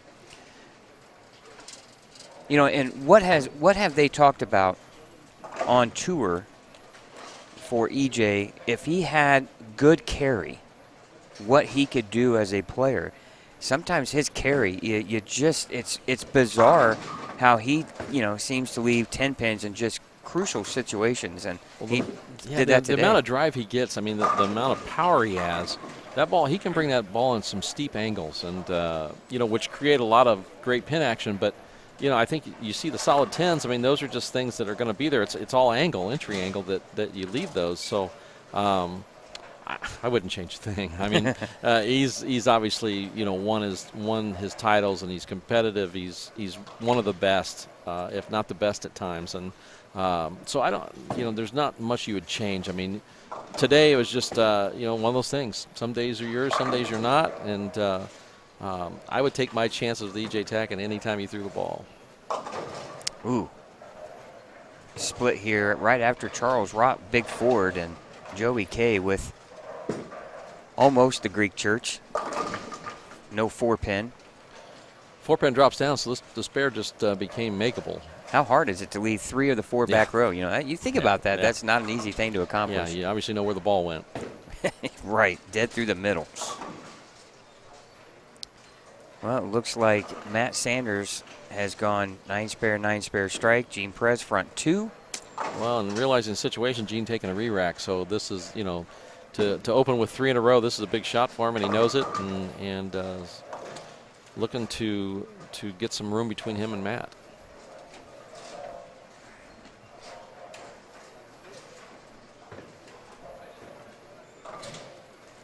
Now we're going to get a look at Gene on lane 12. It doesn't matter what year or what center, this guy is a threat to win every time he laces him up.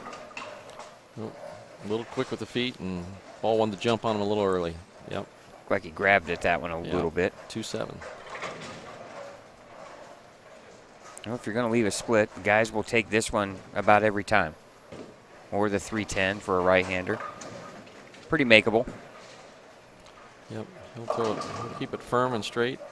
Hopefully take that ball, take them both out. Beautiful.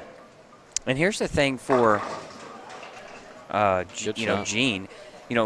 Matt and some of the other players that are throwing urethane, they'll go to resin. Gene is pretty much, that's where he's used it. Yeah. He's going to live or die by it.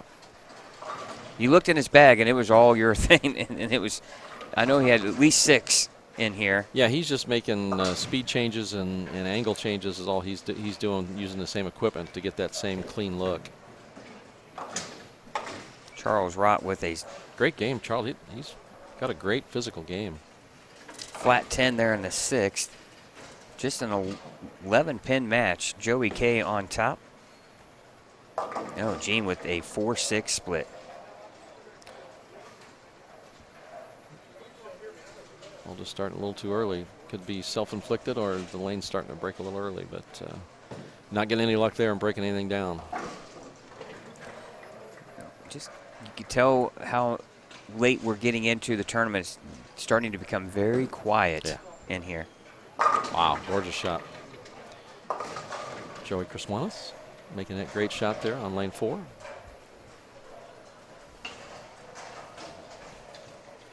Can you imagine the SATs and all those things he had to fill in? Oh. See, now you're talking about stuff I don't know. I never took the SATs. Well, you were making millions of dollars bowling. I don't know so. about that, but yeah, I was headed elsewhere than college. It was on tour. Well, you know, and you got to figure. I know you're feel very blessed with your career, fortunate, but very fortunate. But you also bowled in the prime of the PBA. Yeah, very fortunate as you look back on it. Yeah, I mean the 80s, and you know, I started in '79, so 80s were, as far as money and the amount of people that watched it, and the things you got to do and go do, and tournaments, and yeah, it definitely was very fortunate through the mid '90s. You know. But you know, today with Bolero and the PBA, and they're in this challenging times that we live in, they're doing a pretty darn good job of keeping it on TV, and you know, when many bowling centers around the country can't even open. So you know, it's challenging times, and they've kind of met the challenge so far. Well, and Dave Small, the proprietor here at Championship Lanes, he knows all about that, as his center in Michigan has been shut down for an extended period of time. I believe they've just now been able to be reopened. Yeah, they have opened. And my brother-in-law in California, his center hasn't opened since March, so last March. So there are, you know, challenges that Indiana has been fortunate to have different degrees of being open, but you know, yeah, we feel very fortunate here to be able to be here today. I mean, you know, really, we're a lot of around the country are just trying to stay alive and stay open. All right, taking a quick look around here. So far, still in a 9-pin match right now. Actually, excuse me, it's a 21-pin match on Charles Rott, Joey K. On 3 and 4, Scott Schmall looks like he's ahead by just 4 over Cameron Clark. Matt Sanders threw a 3-bagger after Gene Perez opened in the 4th, and now Gene with looks like a 3-pin. It looks like he's not getting out of it as cleanly as he was. You know, and here's the thing. You know, when you're facing back-to-back matches, EJ and Matt Sanders, you know at some point, I got to bowl a good game. You're just not going to be able to squeak by typically with a 180 or 190. And especially each round you get farther and farther down. So now you're hitting more and more people, or more and more bowlers who have an idea of how to make those moves out there and not get themselves in trouble. But yeah, you feel like if you get through another one, wow.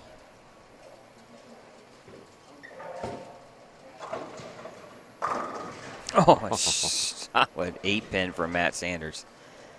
Now we're going to come back here.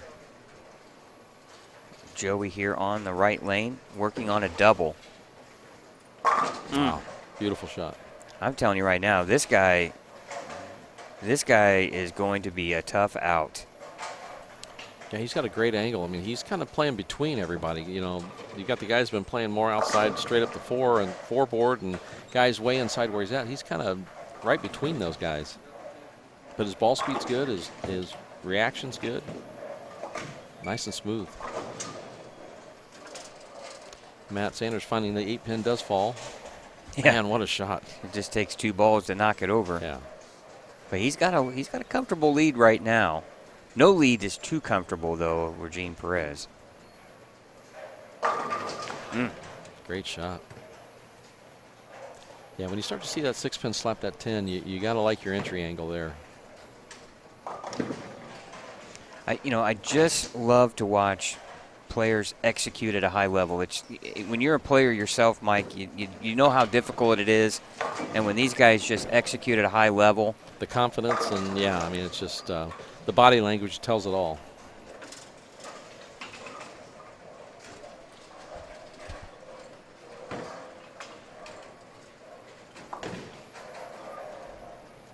Great shot on 2-8 there.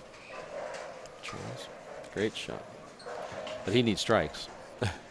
Yeah, he's running out of time. He's running out of time, and when your opponent has a 4-bagger. But still, anytime you're in the top, when you've won your first 2 matches, you're going to out-survive quite a big chunk of the field. Yeah. Obviously, you're going to have 8, you're going to have 12, maybe even as many as 16 players already gone before you're eliminated, if that's the case after your losers bracket match. So, when you win your first 2 matches, you're guaranteed to finish at the halfway mark of match play. So,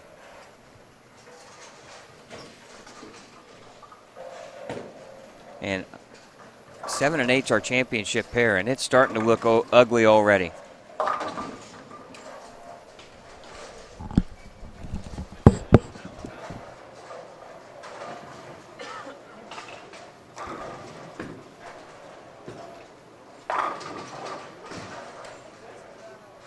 $170 there for Charles. 170.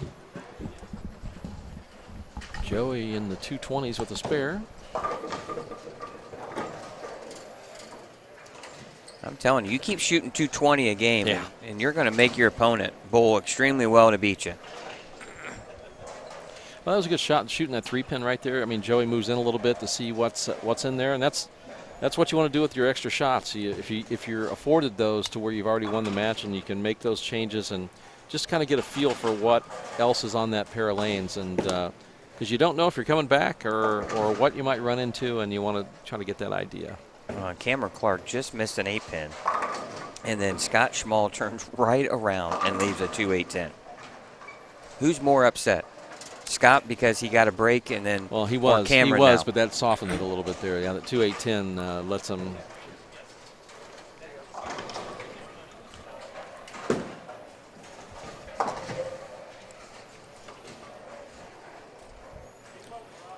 Matt Sanders almost left that 8-pin again, but he got it out for a strike. So, and matter of fact, as we were talking about how many players would Charles Rott survive over, it's actually he'll be in the top 12 regardless. So 20 players will be eliminated when you win your first 2 matches. Oh, Matt. Whoa, that's a big break. Tripping out that 4. And that's what it takes, Mike, is you have to get when you make a bad shot, you got to be able to break up those splits or give something for yourself to make that's not too stressful. Now, Matt, if with a spare, he's still in the 220s. It looks like Gene is really about on a 190 pace. Yeah, Maybe he's 2-0. got 2 teen left. He's got 2 teen left of strikes. Well, he's still right there in it. He's going to need help, though. That's for sure. Well, you know what? He finishes the match first, which could be good for him. You strike out in the 9th and 10th, and you make those shots become a little more important when you know what you need. When you force your opponent, no mark is a gimme. Yeah, not today. Well, it looks like. I'll tell you, no, you just can't. There's nowhere safe to play just to get 9. Yes. I mean, we've seen so many 5s and 6s. Well, and Jimmy Cook looks like he's got a string of strikes down there against Trent Marner. Oh, Brooklyn strike.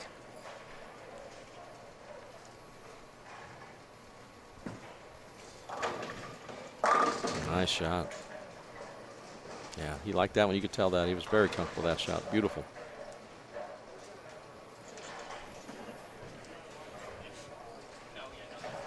My wife just sent me a text, said it's very heavy snow. Unfortunately for her, she's at home clearing the driveway as I'm working really hard out here, right? Sitting on my rear end. I was wrong on Gene. He has 220s left here in the 10th. Yeah, he's got 223 left with 2 more strikes. Wow, it's not. So then it becomes very important for Matt Sanders. And by the way, what were you saying about you weren't going home anyway to do the Yeah. Well, I've never, I'll be honest with you, I've never found a shovel that fit my hands yet. And they're all just kind of really uncomfortable. If it's not saltable, I'm not sure I'm going to do it. But no, I did shovel this morning, though. That's why I'm afraid to get out of this chair, because I'm not sure I can stand up. Oh, that's got a hook. Ooh, oh, fortunate to get the 10 break. out. Yeah. Neither player trying to take control of this match here on 7 and 8. Here's a big shot for Gene Perez. Oh, yeah. He did not get out of that good. And Got around it early. Yeah, and he was helping that one. And there's one of those 6 counts that kills you. Oh. He's in the 2-0s.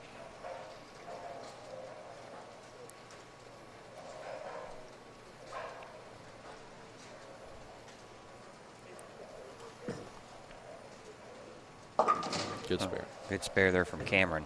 And here you're thinking, Gene Perez is going to potentially lose with a 2-0 game. And right now, both Cameron and Scott would take that right away. Absolutely are on pace to shoot maybe 160, 170. And it's just,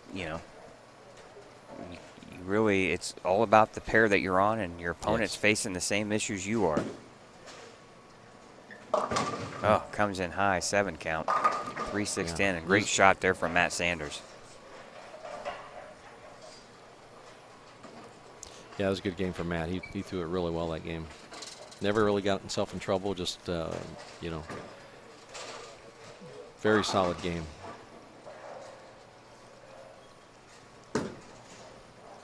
Oh, Scotty. Leaves the 2 or the 3 pin, takes just the 6-10, and now he's looking at a 176. He's not out of it though. You know, you double here, and you force Cameron Clark to good count and to throw the first 2 as well though. Because Scott could go 176. He'd force him to double, correct? He'd force Cameron Clark to double here. Yeah.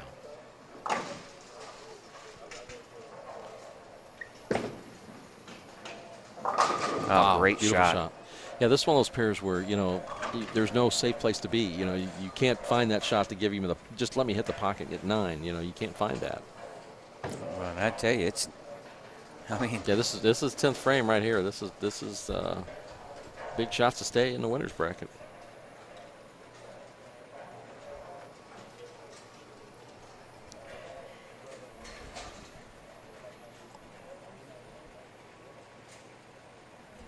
Be interested to find out what was going on with the Shelby New John Riffle match. Here's a big shot. That's got to go Brooklyn. Oh, and it does. Yeah, that's one of those where you don't want to be watching when you're sitting on the bench. Oh my goodness, no.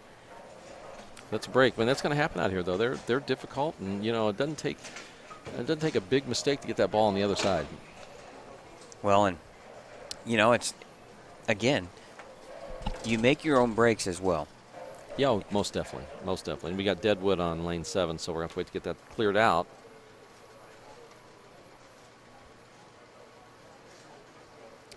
I'm going to say he's got to wait for that to be cleared out. Yeah. And, you know, this is a big shot. The count here is very important on what forces to be done on the other side. Well, anything less than 9, Cameron can go up and go spare strike, or strike spare, excuse me. Mm-hmm. No, regardless, Cameron's got to get the first one. Yeah. Good count here will force Cameron to get the second one. So you have to be careful that you don't want to have very easy to go 6 or 7 count on this. Very easy. Well, especially the last shot was, you know, going away Brooklyn. So, you know, I don't know how comfortable you are making this next shot. Well, here he goes. We'll wasting find out. No time. Yeah.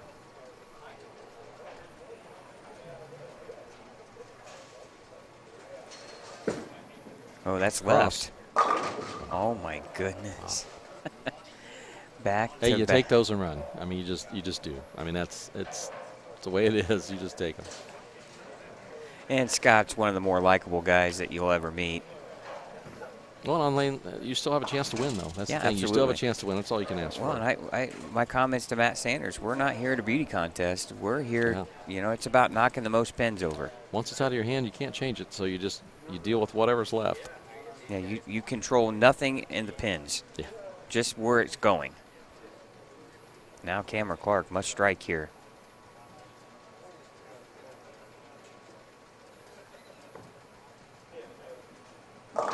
Oh, and he comes in light. That's a tough one. That's a tough one. Well, and the single pin spare. Yeah, that hurts. You know. You know, you missed the 8 pin. Yeah. And you make that, and you know it's a different. He wins the game. Yeah, that's a tough game for either side of the post on yeah, that one. absolutely. Well, Scott Schmall will survive and advance over Cameron Clark. He'll remain in the winner's bracket, and I believe they might have another break.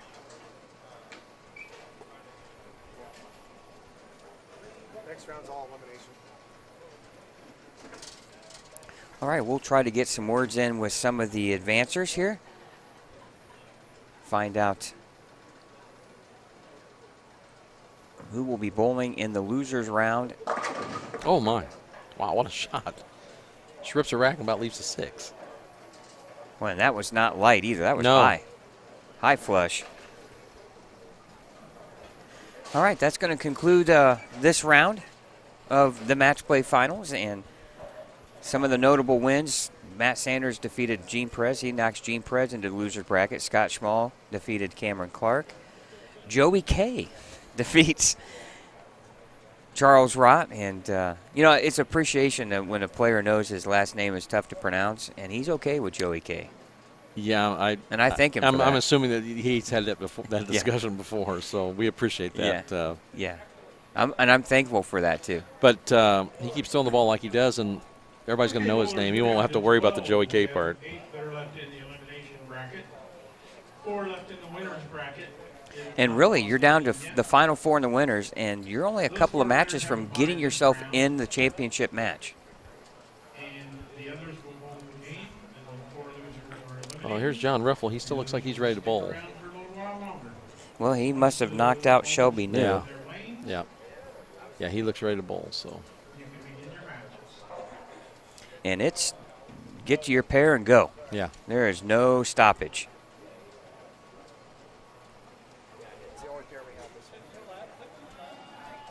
Well, we're going to have Charles Rott and John Riffle. And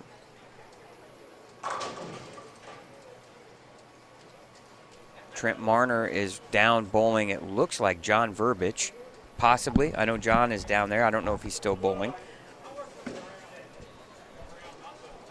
Charles Rott and John Riffle wasting no time getting going.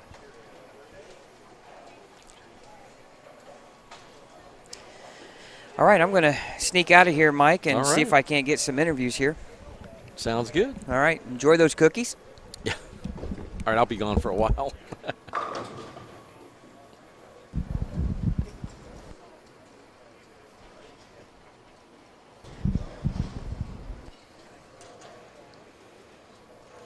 John Riffle with his first shot on 14 of this match.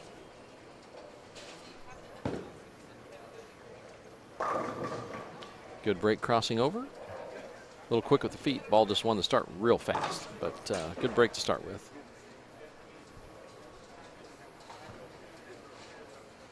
Hey, I'm going to bother Matt Sanders for a few more minutes, Mike. And Matt, you ran into a familiar foe there in the last round, and Gene Perez, and you were able to strike a few more times than he was. Yeah, I mean, Gene has been bowling really good here lately, so it's good to get through that for sure. So I think one round at a time. Was there 2 rounds left, I think, to get to the championship? So take a little break here in the bye and hopefully get it going next round. And that's what you got to do. 2 more matches, and you're guaranteed into the title match. Trying not to look too far ahead here, right? No, for sure. I mean, just like that, I mean, there's going to be more great bowlers ahead of me, so I got to stay focused. I know, I mean, that pairs seem to hook a lot more. I mean, we're all going to keep switching pairs. Things can change just really fast, so I just got to stay ahead of it. How's the urethane looking? Still that nice reaction, or are you questioning whether or not you might have to go to resin bowl at some point? So far, I'm going to stick with it. I have a couple backups I have in mind, but I'm going to try to ride it out as long as I can. We'll see how that goes. All right, Matt Sanders looking to put a Masters title on that resume.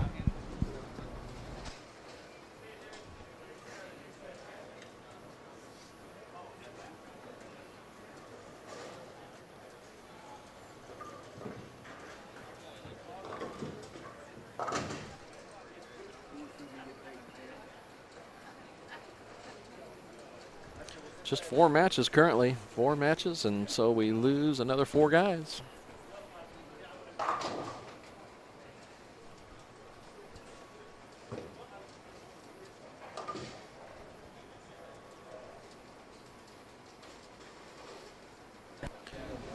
All right, we have Jason Johnson and Cameron Clark on 21-22. Trent Martyr, John Verbich, a battle of left-handers on 25 and 6.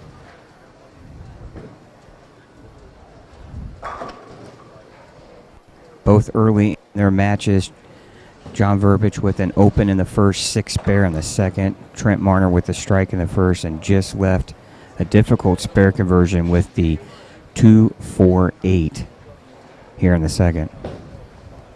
Yeah, watching from the side, I mean, I don't see a whole lot of people, whole lot of bowlers lined up. You know, that's how difficult it is moving from pair to pair here. Another great match, Mike, is going to be the Gene Perez Kevin Kevin McCune match. That should be a good one to watch.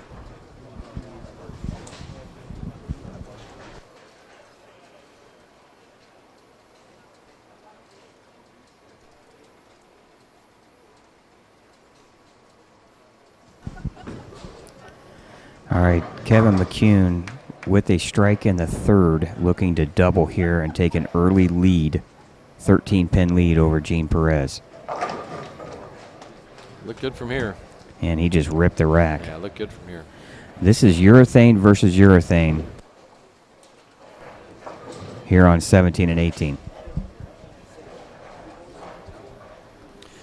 Do you find, Scott, that the urethane's taking over? I mean, is it just here, or do you find that more across the board everywhere? I think anytime you go to a pattern that has a lot of friction, either outside or down lane, a lot of these guys will get urethane just because they know what it's going to do. It's very predictable. And Gene Perez with a solid 7-pin after having a strike in the third. Yeah, body language told me that didn't work out as well as it looked. As you know, Mike, the key with urethane, though, is will it remain or will it hold up its hitting power? EJ even found, as some of the squads went on, that he lost his carry. It would be he'd leave a little flat or a wrap, and then that's when he would go left, as Gene Perez just missed the 7-pin to open in the fourth, and that's when he would switch to resin and move way in. But as I'm watching guys right now, I see no one playing left of 15 or 20 or right of 15 and 20. What's the feeling? I mean, I only saw one two-hander today, so I mean, was there not that many that were in the tournament? I mean, with 421 entries, I assume we had quite a few, but I just didn't see any success. There were a few two-handers this weekend. I know Bailey Maverick had some luck. He was in the match play portion. But yeah, you're right. Not as many as you might think, because there are some really talented two-handers in this state.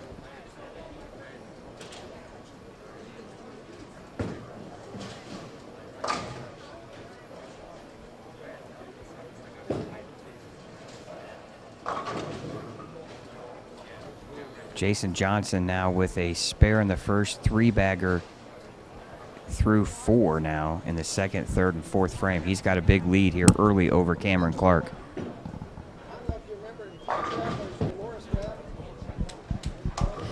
Now Kevin McCune with a strike in the fifth, and he's got a 23, actually, he's got a 35-pin lead here in the fourth. And he can make that 45 here with a strike in the sixth.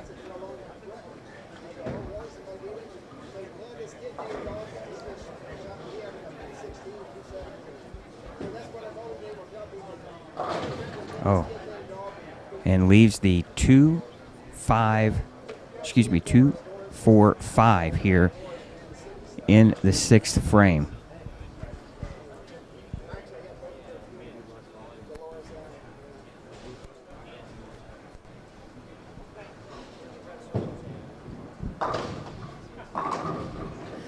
Now we're going to take another look here at Trent Marner here on lane 25, fifth frame, working on an open. He's behind now against John Verbic, who doubled in the third and fourth frames. And he just left a 3-6-7 here in the fifth. He's looking at back-to-back opens here.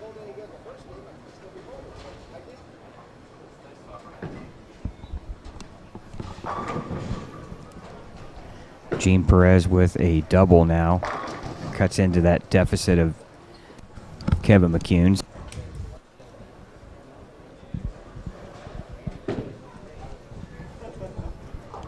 Oh, and a great spare conversion there from Trent Marner in the fifth.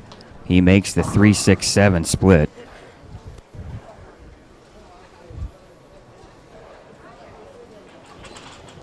Now we're going right back to Gene Perez, Kevin McCune. Kevin with 117 in the fifth, Mike. And Gene Perez with a strike here in the 7th would have 95 in the 5th.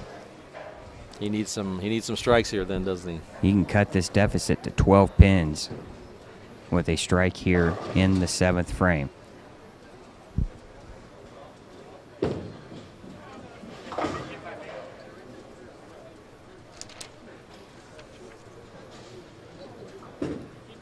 Oh, and it goes in the gutter. He just threw a gutter ball here in the 7th frame. So the quick feet just missed it. How did, I mean, looking from the side, it didn't look that bad of a shot. I don't think he had quick feet. I think he just missed left. Just missed. He's trying to play the twig 1-2 board, and well, now he did throw one earlier. The first match of the day, he did throw one. That's right. Remember, because that's when it kind of kicked for him, because he threw that gutter ball, but then he made a great shot coming back, and then kind of broke him loose a little bit there. Well, that ball was in the gutter quick. Oh. I mean, it was only 15, 20 feet down the lane. It was in the gutter, and he spares. I mean, that shows you the player Gene is. I mean, when you throw one in the gutter and you come back and make a clean shot to pick it up, that's a great mental game, great physical game, and we already knew that anyway. But that great look. But Kevin McCune, he's not gonna. I don't think he's gonna let you back in. Well, Mike, the bloodlines run pretty thick there in the McCune family. His dad, Eugene, no slouch when it comes to bowling. Not at all. Or grandfather, who's a Hall of Famer. Yes, Don. Well, and he just struck there in the 7th. Now the lead is right back up to 32. Imagine that. If he throws the second ball at the first ball, it's just a 12-pin match, and all the pressure goes right back to Kevin. And now Kevin with a 32-pin lead through 6. Yeah, there was nothing standing on that last shot. There was nothing. That ball's going to knock them all down. Great shot. Now 8th frame right here. Can increase the lead to 42. Wow. Great look. Great look.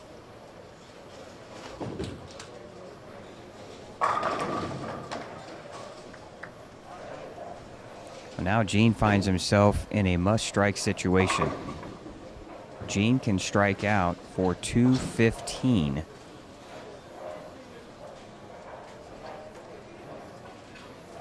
Kevin on a 230 pace. 7-pin? Strike. No strike.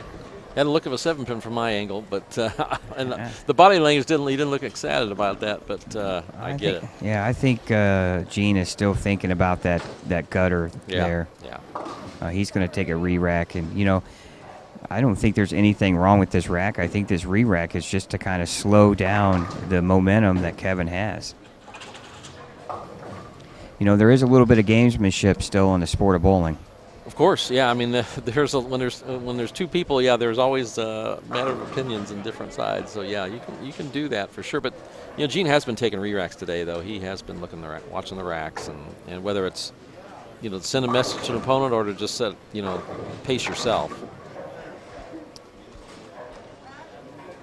That also shows you how important this shot is to him.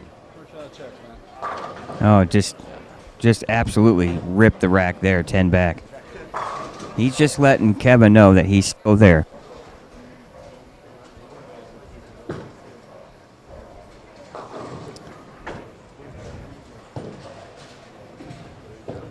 Now I'm looking at other matches down here, Mike. Cameron Clark has cut the deficit of Jason Johnson's down to 19. Cameron does have a strike in the 7th. Jason looking at a spare here, 7-pin in the 7th. So Cameron back in this match, and looking over here at Trent Marner, John Verbic, and Trent strikes in the 6th and 7th. And right now, Trent finds himself right back in this match against John Verbic.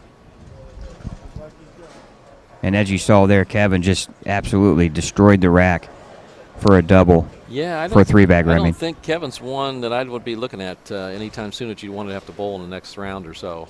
He looks pretty good down there. Well, he's just firing urethane right up the outside part of the lane. And what was his dad good at? Yeah, Eugene could keep the speed up and go up the lane with the best of them for sure. And that's just knocked out Gene Perez.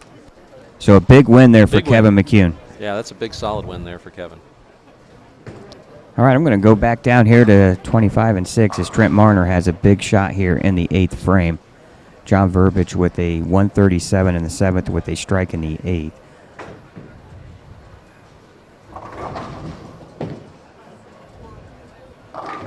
Oh my goodness, he almost left a light pocket 6-7. Oh, the 7 was there. I could see the 6 from here, but it was like, wow. I mean, that ball just ripped the rack, and I don't know how the 6-pin stood.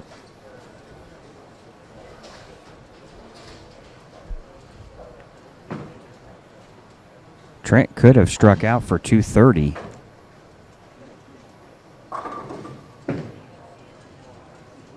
Still has 212 out here. John Verbic is on a 2-0 pace. So still a lot to be decided here going into the 9th and 10th frames down here.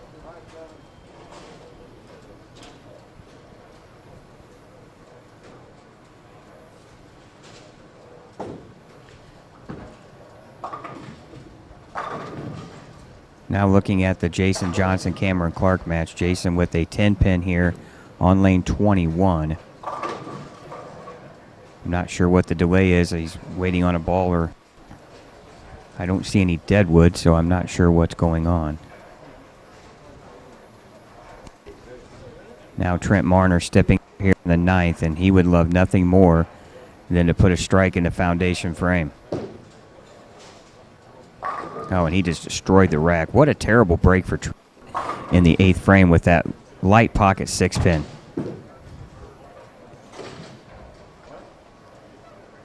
All right, Mike, we got some matches that are going to be decided by who can bowl the best in the 10th frame here. Yeah, it's fun. I mean, like I said, you're behind. I'm watching from way down south here on the low end, but it's a good angle for me because I can see how clean they make the shots, whether there's hesitation at the bottom or so. It's a very cool location to kind of see what the shot looks like and then hear what it actually does. All right, here's Cameron in the 8th, working on a strike. Can cut the deficit to 9. Oh, and he just absolutely pured that one. Yeah, he ran that one out. Body language would tell you that it was going to be good, and it was. Oh, John Verbic goes through the face and lucky to leave just a 2-4-7. But that's going to put Trent in a position where he cannot be shut out in the frame no matter what John Verbic does.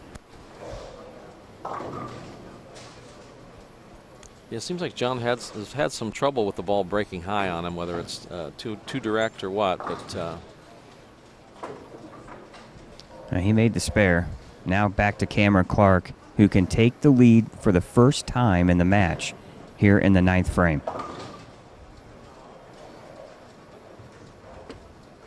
It's got a hook. Oh, and it did. And he just destroyed back-to-back shots. Impressive display of bowling there by Cameron Clark. yeah, great shot.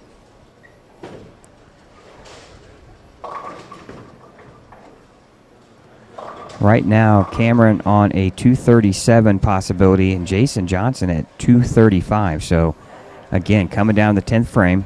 Jason now here in the 9th.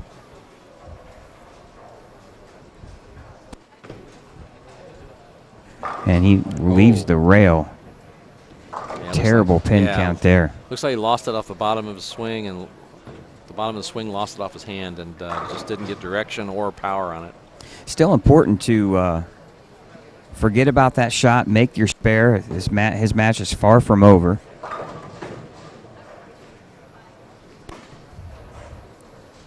But not an easy spare to make here, especially on this pattern.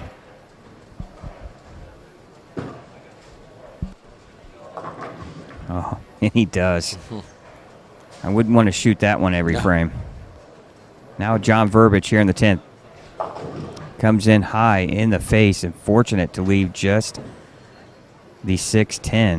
Yeah, that looked pretty high from here.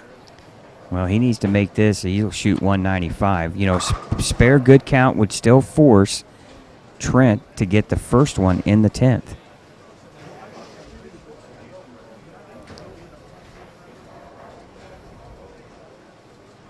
Not sure how the Charles Rott John Riffle match turned out. It looks like Charles is going to come away with the win on this one. It looks like looks like he's in the 200s. Well, we're going to be down to 4 in the losers bracket and 4 in the winners bracket. And John Riffle looks like he was in the 150s. It looks like from here. Okay. Well, again, here's a situation, Mike, where we've had before. The pin count is critical. Jason Johnson got the first strike in the 10th. This one would force Cameron Clark to throw the first one in the 10th. Oh, and he leaves the 10 pin.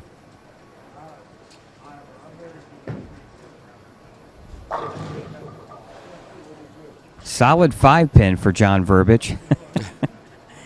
That one had a little extra ball speed on it, Mike. He was gonna make sure he wasn't gonna get 5 or 6 on that shot.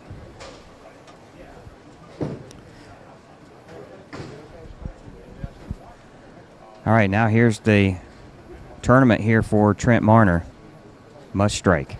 10th frame, right lane.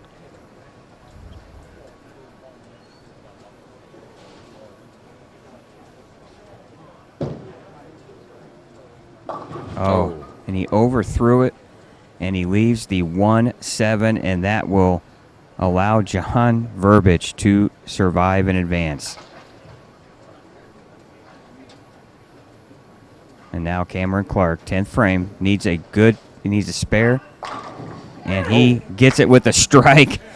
All I saw was a solid 9 sitting there, and then it went out. So I assume the scout took that dude out. It hammered it. Yeah. Yeah, it looked like a great shot from here. Well, remember, he missed a 9. Well, he missed a 9 pin in the two-game semifinal round. Yeah, and you could tell that he didn't want to shoot at another one, and the head pin came flying back and just tomahawked the 9 out. So Cameron Clark will advance, as well as John Verbic. So our losers bracket round has concluded here pretty much, and some familiar faces moving on here at the Masters.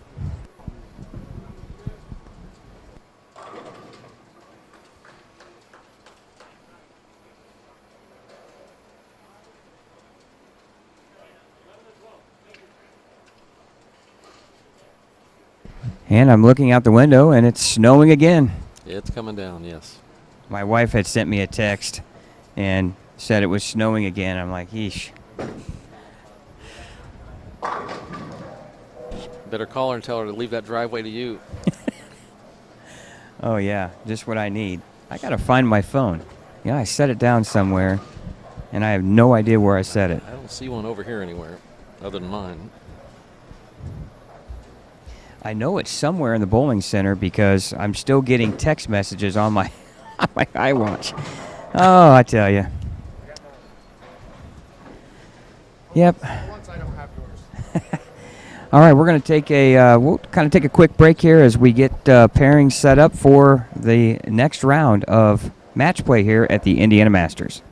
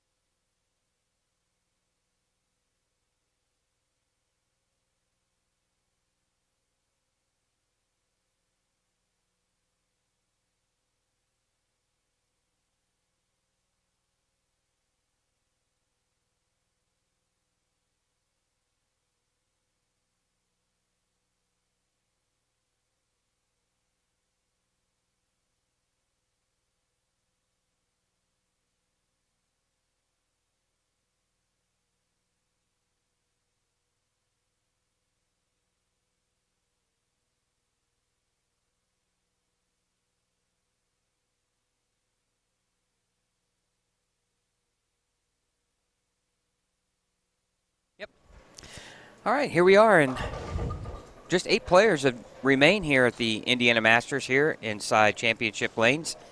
Anderson, Indiana, the location. Want to thank our sponsors here. Motive Bowling, Mike Alby's Arrowhead Bowl out of Lafayette, Big Four Sox, and Pinhead's Bowling Center in Fishers. And also want to thank the Anderson-Madison County Visitors Bureau, as along with the Indiana State USBC, for their contributions to make this broadcast possible. Scott Gilmore, Mike Albee in the broadcast booth, and we just partaked in a lovely chocolate chip cookie Chad's there. Cookies. Yeah, Chad's cookies. Yeah. We get them cold. Chad gets them right out of the oven. And he's never turned one down before, Mike. All right, now that's lunch. Yeah. I wouldn't recommend doing that for lunch every day, though. No, that would not be good, but I've tried it many times. So, oh, Matt Sanders with a crossover there for a strike. Oh, he's bowling Joey K, and that ought to be a good match. Mm-hmm. Oh, we got our updated matches here. Matt Sanders and Joey Kerswonos and Scott Schmall, Jimmy Cook in your winner's bracket. And Charles Rott, Kevin McCune, John Verbiage, Cameron Clark in the loser's bracket.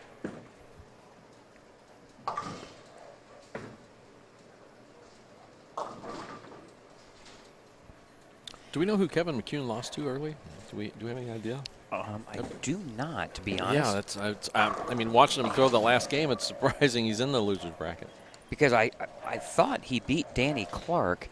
However, you know, one thing, I don't know if they update the team app with individual matches or not. I'll find out.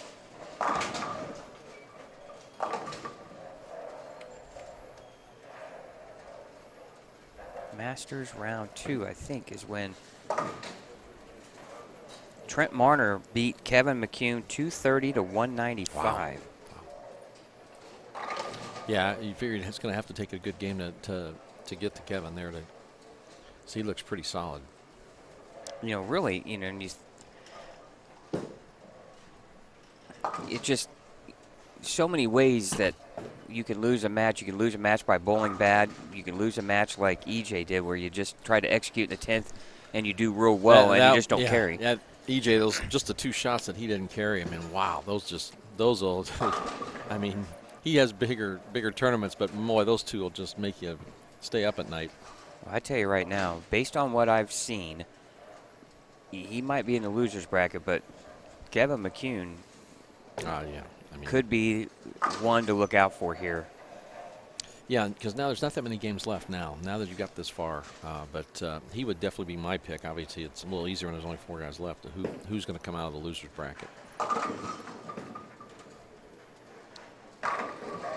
Now you're getting a look at the man known as Joey K here on lane 15. He's taking on Matt Sanders in the winner's bracket.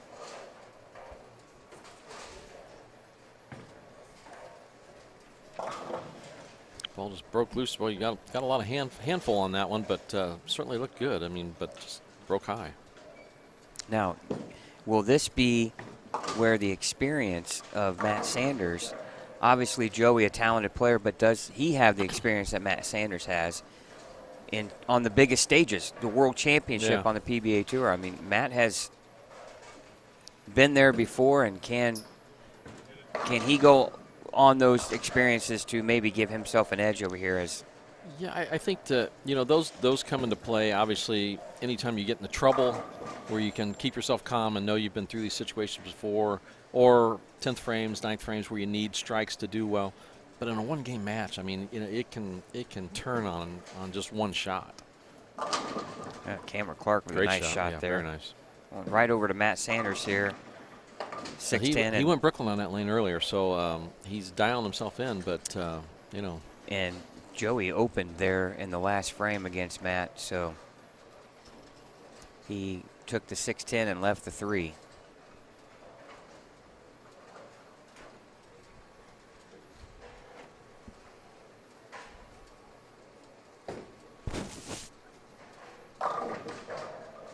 A lot of games since they were oiled, so things are starting to make some changes. And this is no slight to Scott Schmall, who's a talented player from the northwest region of the state, but not one of the most well-known names. You have to figure, though, mentally that Jimmy Cook was probably relieved to see him rather than Matt Sanders or. Yeah, I mean, but you know, you got to be careful when you're doing these things to look at who you're bowling against. Right. This last thing, there's enough pressure to do personally what you need to do.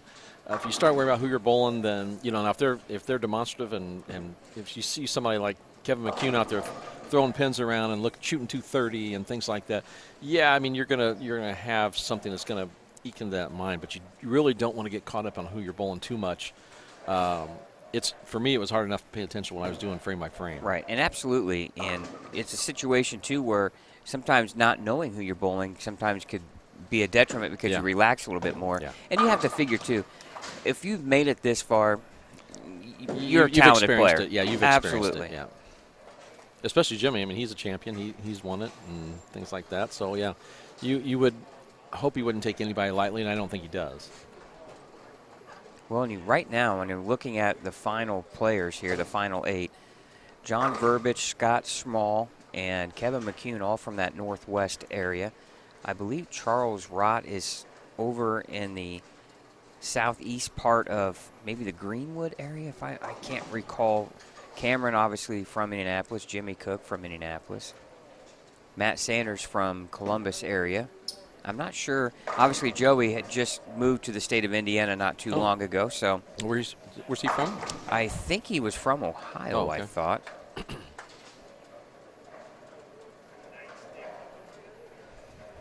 Well, looking at Joey's shot, I know that ball came in light. It was a 2-8-10, but the 2-8 got knocked out late. So a good break there.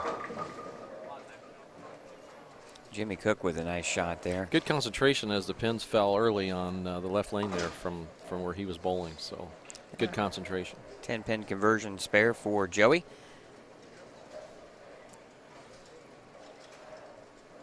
We can see relatively 3 of the matches scores pretty easily. We get down to the Sanders-Criswanos match, and it's kind of hard to see down there. Yeah, it truly would be a guess at this point. I wish my eyes were that good. Binoculars, there you go. That's what we need from now on. Hey, good call. I never thought about that. It might help some. That would be a good idea. The angle's a little steep, but it might work. Now, if I could only had a pair of binoculars. You don't have that in the car? Come on. In that travel emergency kit. I was gonna say, yeah, along with the flares and everything else. All right. Oh, that needs to hook. Oh, it did. Overhooked. Wow.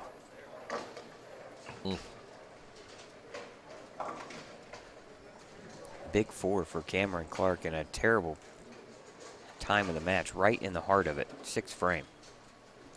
Yeah, that was to stay even. And again, he's coming from the higher end of the house to the low end, and it's just a little more friction here.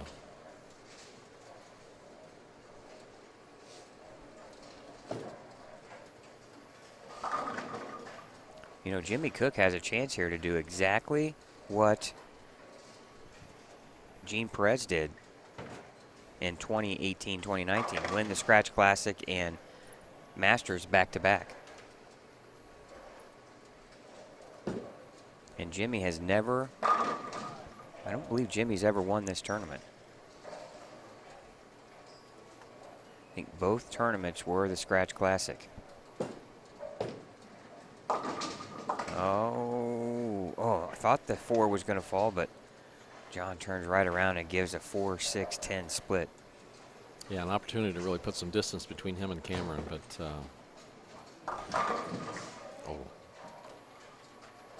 great shot by Kevin McCune there. Solid 10. Oh, and really, that's a couple pins count there. That'll hurt. Yeah, 2 is 4 there in that situation. I think at this point in the match, you just have to try to make sure you get 2 pins, right? Yeah. And I'm not saying that John was trying to make the spare, obviously, but. No, but he still had, but by 7. Kevin McCune with a solid. Yeah, that was a great shot.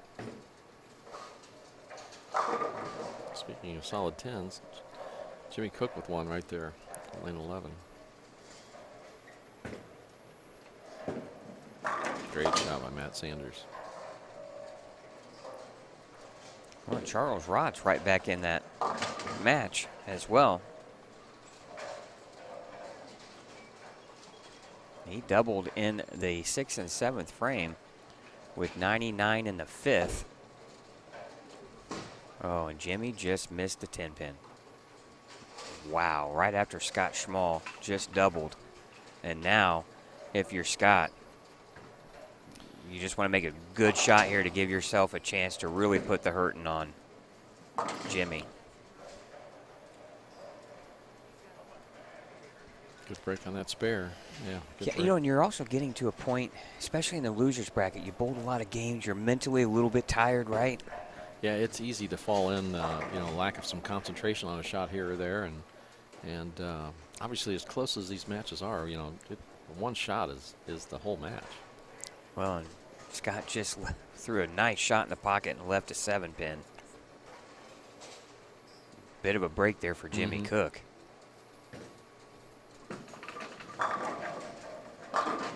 Wow, we're seeing some solid 10s here all of a sudden. Ball's making it, but just not quite. So it's a little bit of an angle issue, but you know, it's hard to start trying to dial a way to carry those 10 pins out on this condition because you're liable to lose the whole pocket if you move too much. And that's what you don't want to do. Yeah. It's so hard to. Especially when you're only within a mark of each other. It's tough to make that guess. Oh, great shot great there shot, from yeah. Kevin.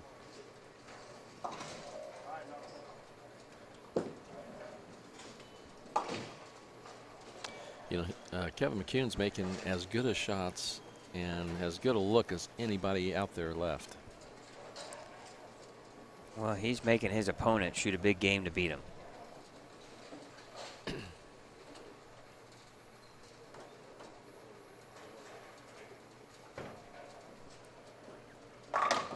Pretty shot by Matt Sanders.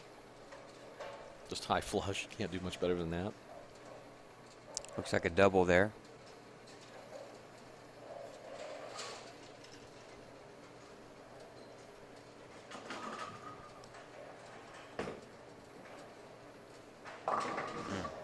Oh, okay. You know, it's one of those where the pin rolls around and takes the middle one out, makes your spare a lot harder. Beautiful shot by Cameron there. Great shot. Solid 10 on the other lane, so he had 2 great shots there. That was the 8th frame for him. Here's a big shot in the match here for Charles Rott. Double. Getting late in the game. And he missed right. Oh, and he washed out.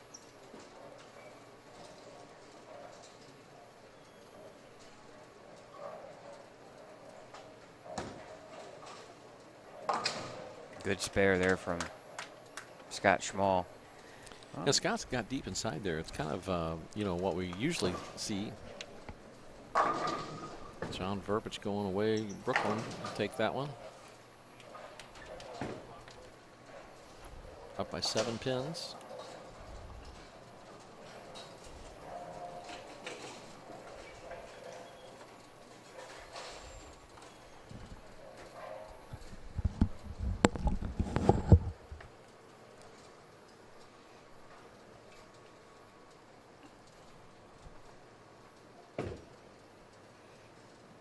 Jimmy Cook with a good strike. Off to the right of your screen there.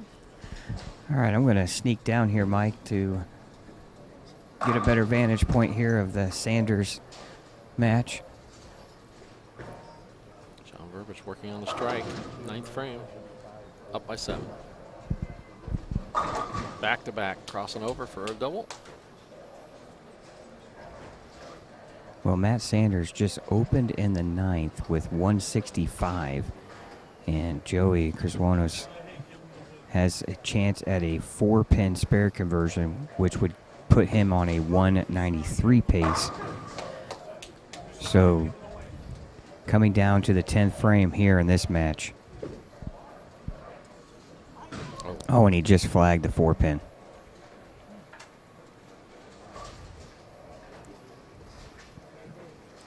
Jimmy Cook here with a chance to shoot 215. Scott Schmall with 213 out there. It's Cameron Clark to strike will keep him within 7. 210.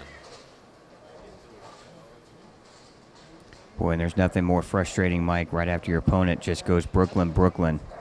Yeah, no, that's a tough one. Yeah, he gave it just a little too much room, but makeable. And another 4-pin here for Joey K. And Matt Sanders is just going to have to get a good count on his first ball in the 10th to survive to the winners' final match of the winners bracket. Kevin McCune down here, just he's in the 230s. He's going to win this one. You know, if you're one of these guys in the winners bracket, one of these guys, either Joey or Jimmy, could possibly have to face Kevin. How would you like that? Yeah, it's going to be inevitable, I think, because Kevin continues to make great shots and shooting 236 with a spare. Jimmy here with a 195 game, and now Scott Schmall just needs to mark in the 10th to advance to the winners bracket final.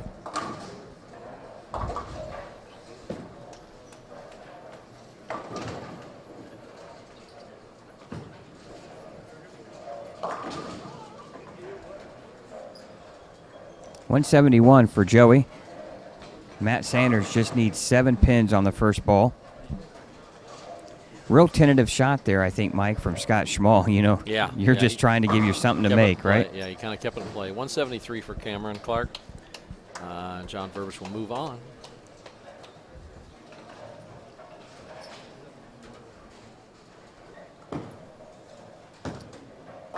Well, Matt will advance, and so will Scott Schmall into the. So your winners bracket final is going to be Matt Sanders and Scott Schmall.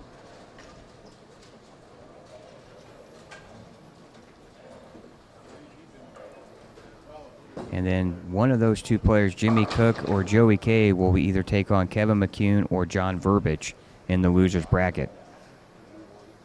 John Verbic was his 3rd strike in a row. First ball in the 10th now. He can strike out for 222.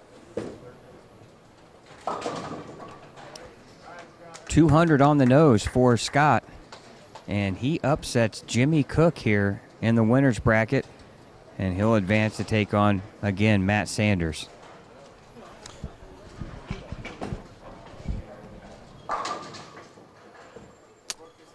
Four in a row for John Verbic.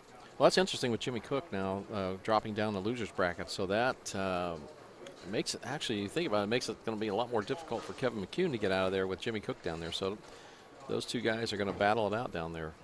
But John Verbic is still left. Good shot. Good finish. 222, John Verbic. Good tournament for Cameron Clark. Made a good run at it today.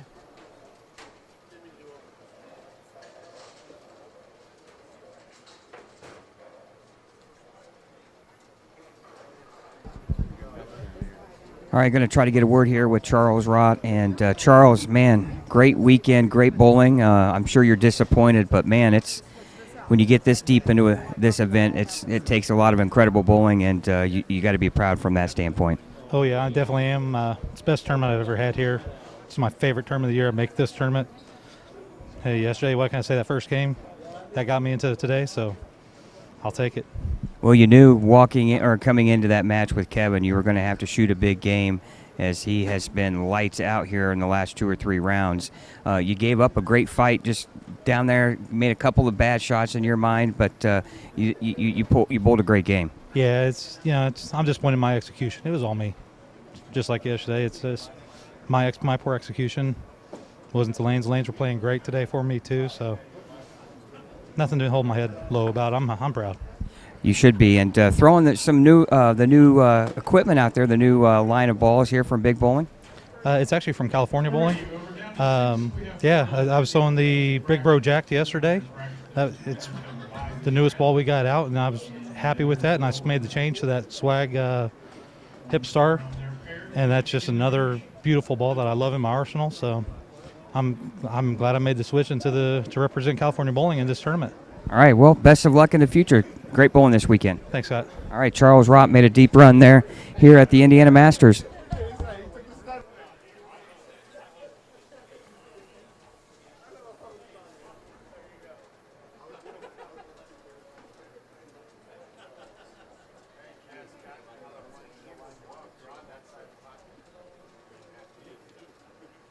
What a match on 3 and 4.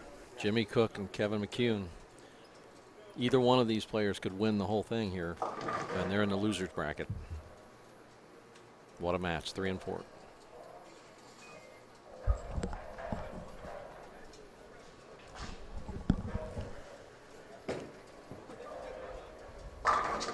Beautiful shot by Jimmy Cook.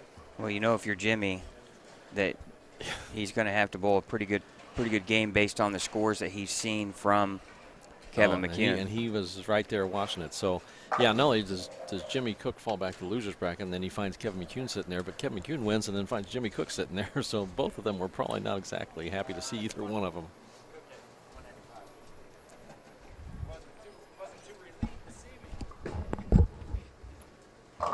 Oh, that ball did not make the turn.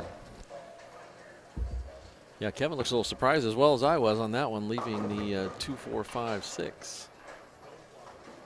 Or I'm sorry, 2, 4, 5, 7.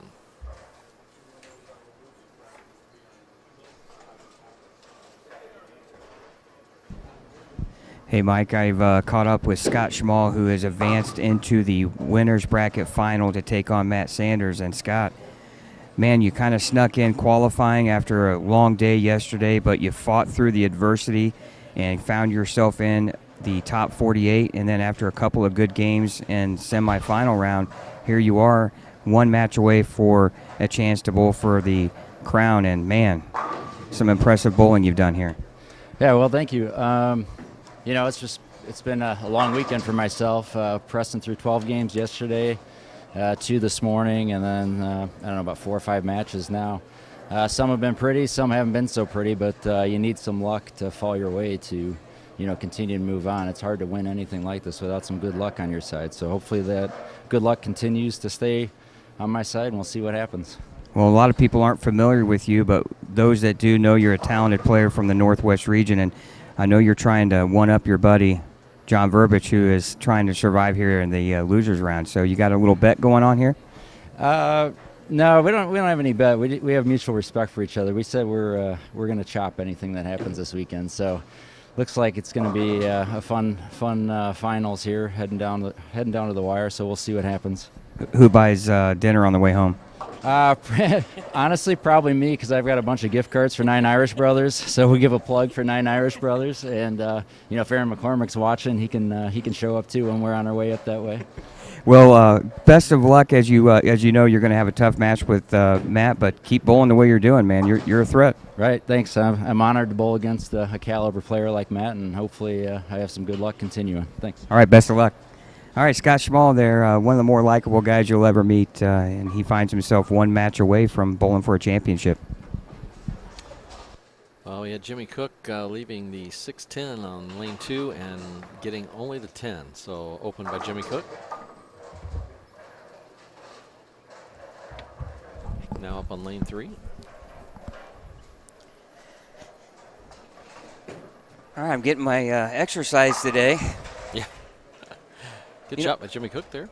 You know, we haven't done that in the past, you know, talk to the players, but it's kind of interesting to get their perspective on what they're facing and how they're feeling and so far everybody you've talked to today are pretty comfortable doing it. You know, sometimes bowlers just want to get down there and concentrate, but yeah, it's been great today because you were able to get good insight from them and they were willing to do so.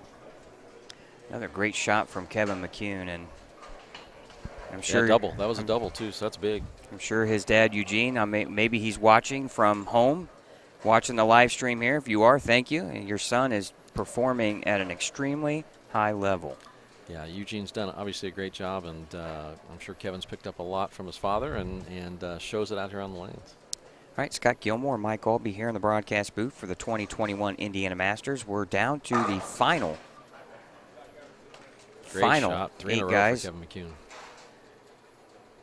Actually, we're down to the final 6. We got 4 in the losers bracket, 2 in the winners. John Verbic and Joey K. Criswonos bowling on 11 and 12, and Jimmy Cook, Kevin McCune on 3 and 4. Well, John Verbic was on a double, just leaving the 2-4-7, but Jeremy Criswonos has got the first 3 frames open. Oof. Big break there. That keeps Jimmy in the match. We got urethane versus urethane here on 3 and 4.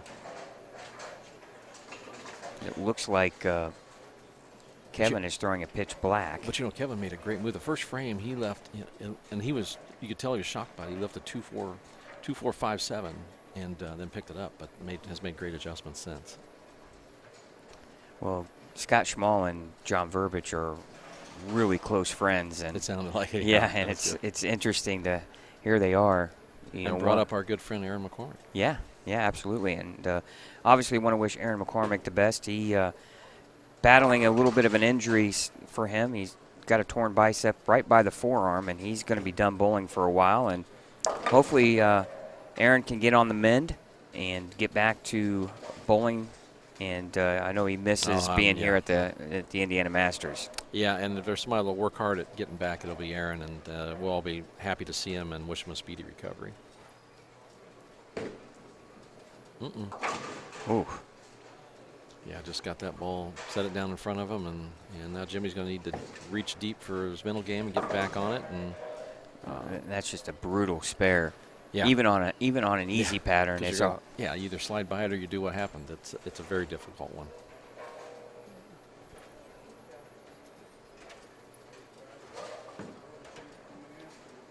Gorgeous shot.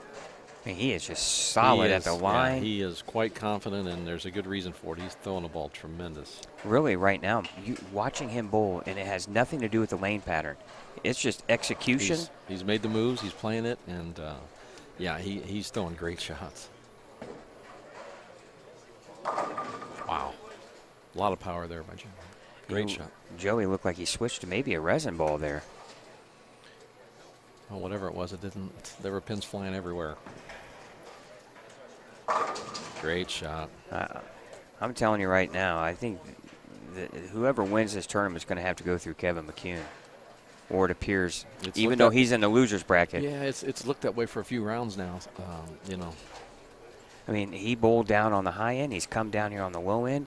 His shot hasn't changed. But he's just all about business. I mean, you can tell he's concentrating. He's making. You come up light, makes the adjustment, boom, he's back in. Oh, great shot by Jimmy. Yeah, Jimmy he's run to a buzzsaw. Yeah, he's run to a buzzsaw. And he knows he can't miss, and he doesn't seem to have the same ball reaction that. Well, you know, it's difficult to being in the winner's bracket all the time, and all of a sudden you lose, and you know you lose your game, and all of a sudden now you're thrown immediately into the loser's bracket, and you're back on the offense or defense again, and it's a challenge to these. The Masters format is very challengeable. You know, and I'll say this about Kevin McCune. He's a lot like his dad, as you know. He's got some tricks up his sleeve where he can do a lot of things with the hand. He can circle it. He can slow hook it. He can throw it hard. And Eugene was always good at doing that as well. Well, I think, your thing kind of plays into that. I mean, you have to be more aware of your hand positions and what you can do with a ball, more so than with reactive. You know, because you've got so many more options that the ball will let you do. Well, right now, this match is pretty well over. And, you know, if you're Kevin McCune, it's not so, you know, you're not complaining about having a stress-free match with just 3 to go to get into the championship.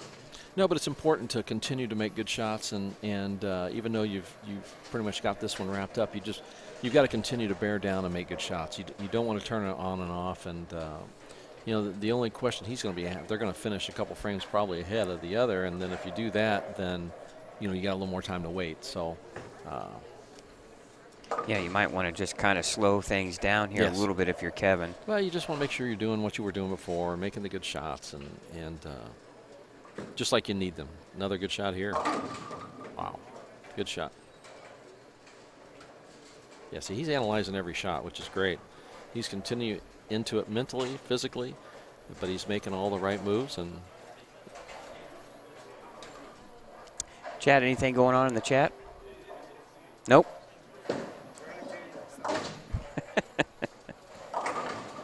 We appreciate your time today watching the broadcast of the 2021 Indiana Masters here from Championship Lanes in Anderson, Indiana. I want to thank the staff here at Championship Lanes, Angie Collop and proprietor Dave Small and the staff here, Cammie Devine and all those that help out here, and they do a wonderful job hosting this tournament year in and year out. We also want to thank Jeff Circle and the Indiana State USBC board for all of their dedication and time and effort and energy. That there's a lot that goes on to putting an event like this on, not just what goes on Saturday and Sunday. You know, Chad and myself, we were in this bowling center 18 hours yesterday, and you know, Jeff Circle and their staff are here enormous amounts of Jeff hours said he was over here a till 2 weekend. this morning. Yeah, they were figuring out scoring, getting all of their prep work done for today, and you're right back here at 8 o'clock or 8:30. You're not getting a ton of rest. Yeah, and I don't think you're going to get rich doing it either, so I think you need to pretty much Jimmy Cook almost leaving a 5-7-10, and then something comes out of nowhere and takes out the 5 and 10. What do we have going on over here? We've got a match over here, don't we? Joey's come back with a double spare strike, so and John Verbic is still clean with a double. Those first two opens are setting the tone in that match over there for Joey. Yeah, we'd love to hear from the people out there. If they got any questions or something, we'd be glad to help them. And absolutely, and, we appreciate them tuning in. And it's a great day to be hunkered down in the house watching bowling. Yeah, it's an January Indiana weather, isn't it? Well, I know the PBA has a telecast today for their Players Championship, and you know, we appreciate you tuning in to the Indiana Masters as well, as we're here live from Championship Lanes. As Matt Sanders and Scott Schmall wait a few more minutes before they get their match on. Interesting, too, it's a good thing that the McCune-Cook match is over, because now you got Scott and Matt over here warming up. If this was critical, would they be able to get – you really wouldn't want them throwing practice shots that close, would you? Yeah, they'd have to, which I'm sure they would, you know, to stay back and take opportunities when they got them. But Jimmy just couldn't get anything going after the fourth frame. No. Yeah, and he's had a great tournament all day. I mean, he was definitely one of the contenders and one of the bowlers who had a shot at winning this thing. But, you know, as we found out, you know, sometimes somebody makes a better shot or gets a better break, and one-game matches, it happens.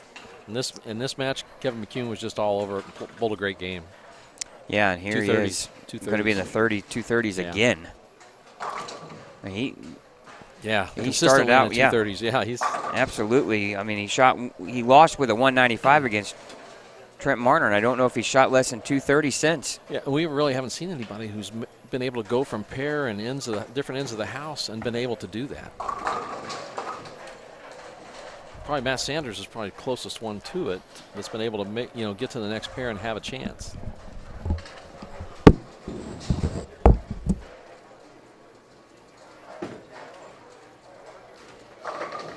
Oh, John Verge missed the single pin down there to tighten up this match. Hey, Mike, I caught up here with Kevin McCune, and Kevin, you're like a steam engine on a rail right now, just running over everything in your path. Tell us what you're doing and just the solid execution today. I haven't really done much different from what I did in qualifying. I'm trying to use 5 as like the gutter, so I'm trying to really just roll urethane and just let the ball do most of the work. Because if you get too handy with it, it's going to go too much on the back end. And especially with if you try to throw reactive, it's really over-under. So I had brought 4 urethane balls, and I hardly ever throw urethane. Because last year I ran into the same issue.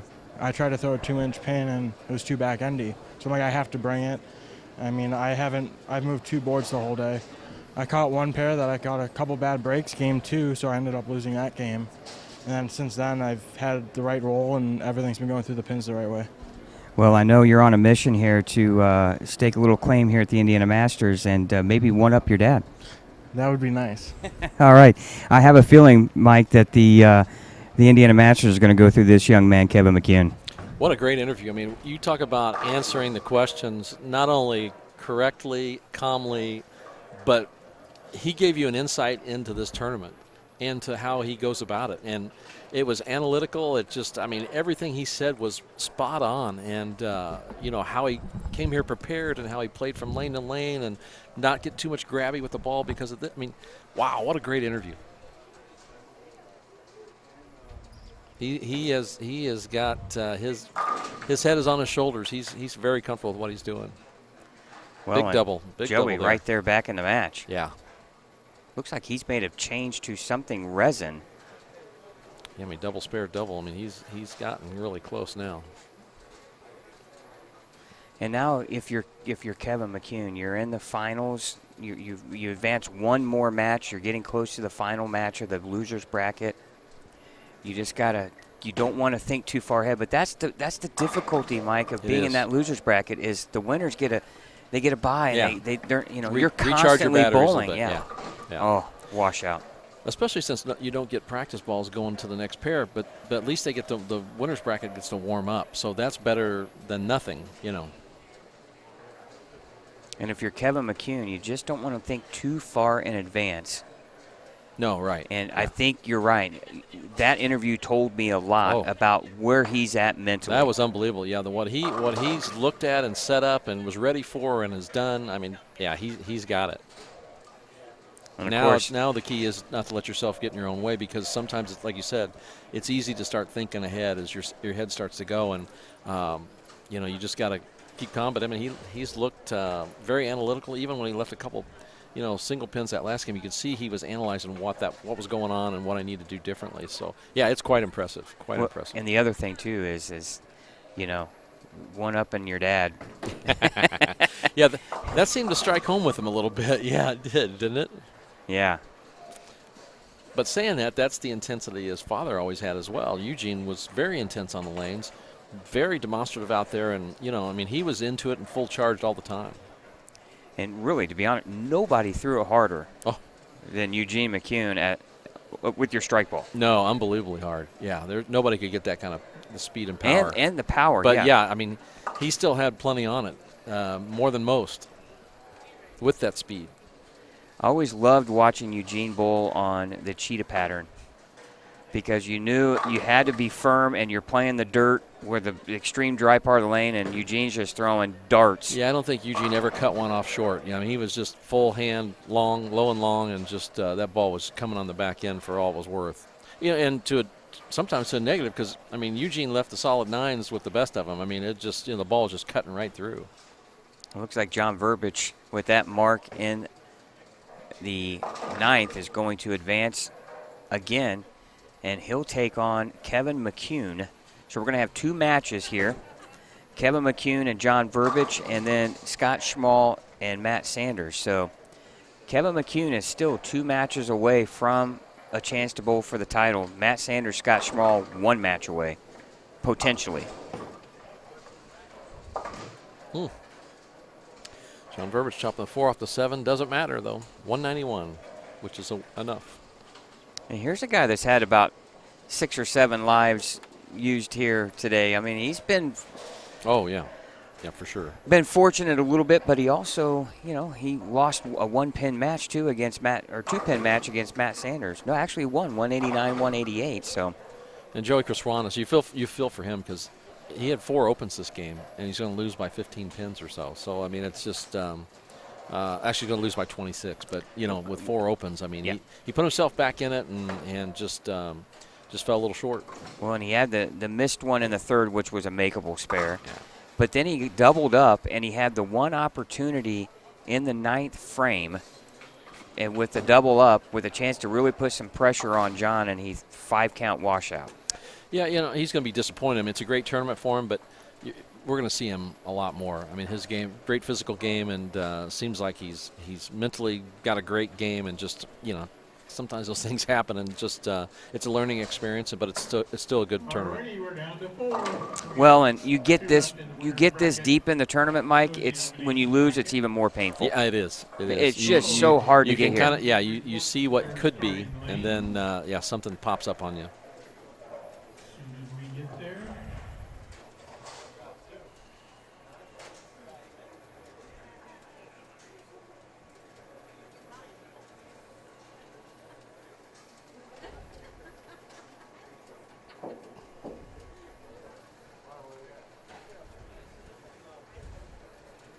As soon as you get to your starting lanes, both people are there, you can begin.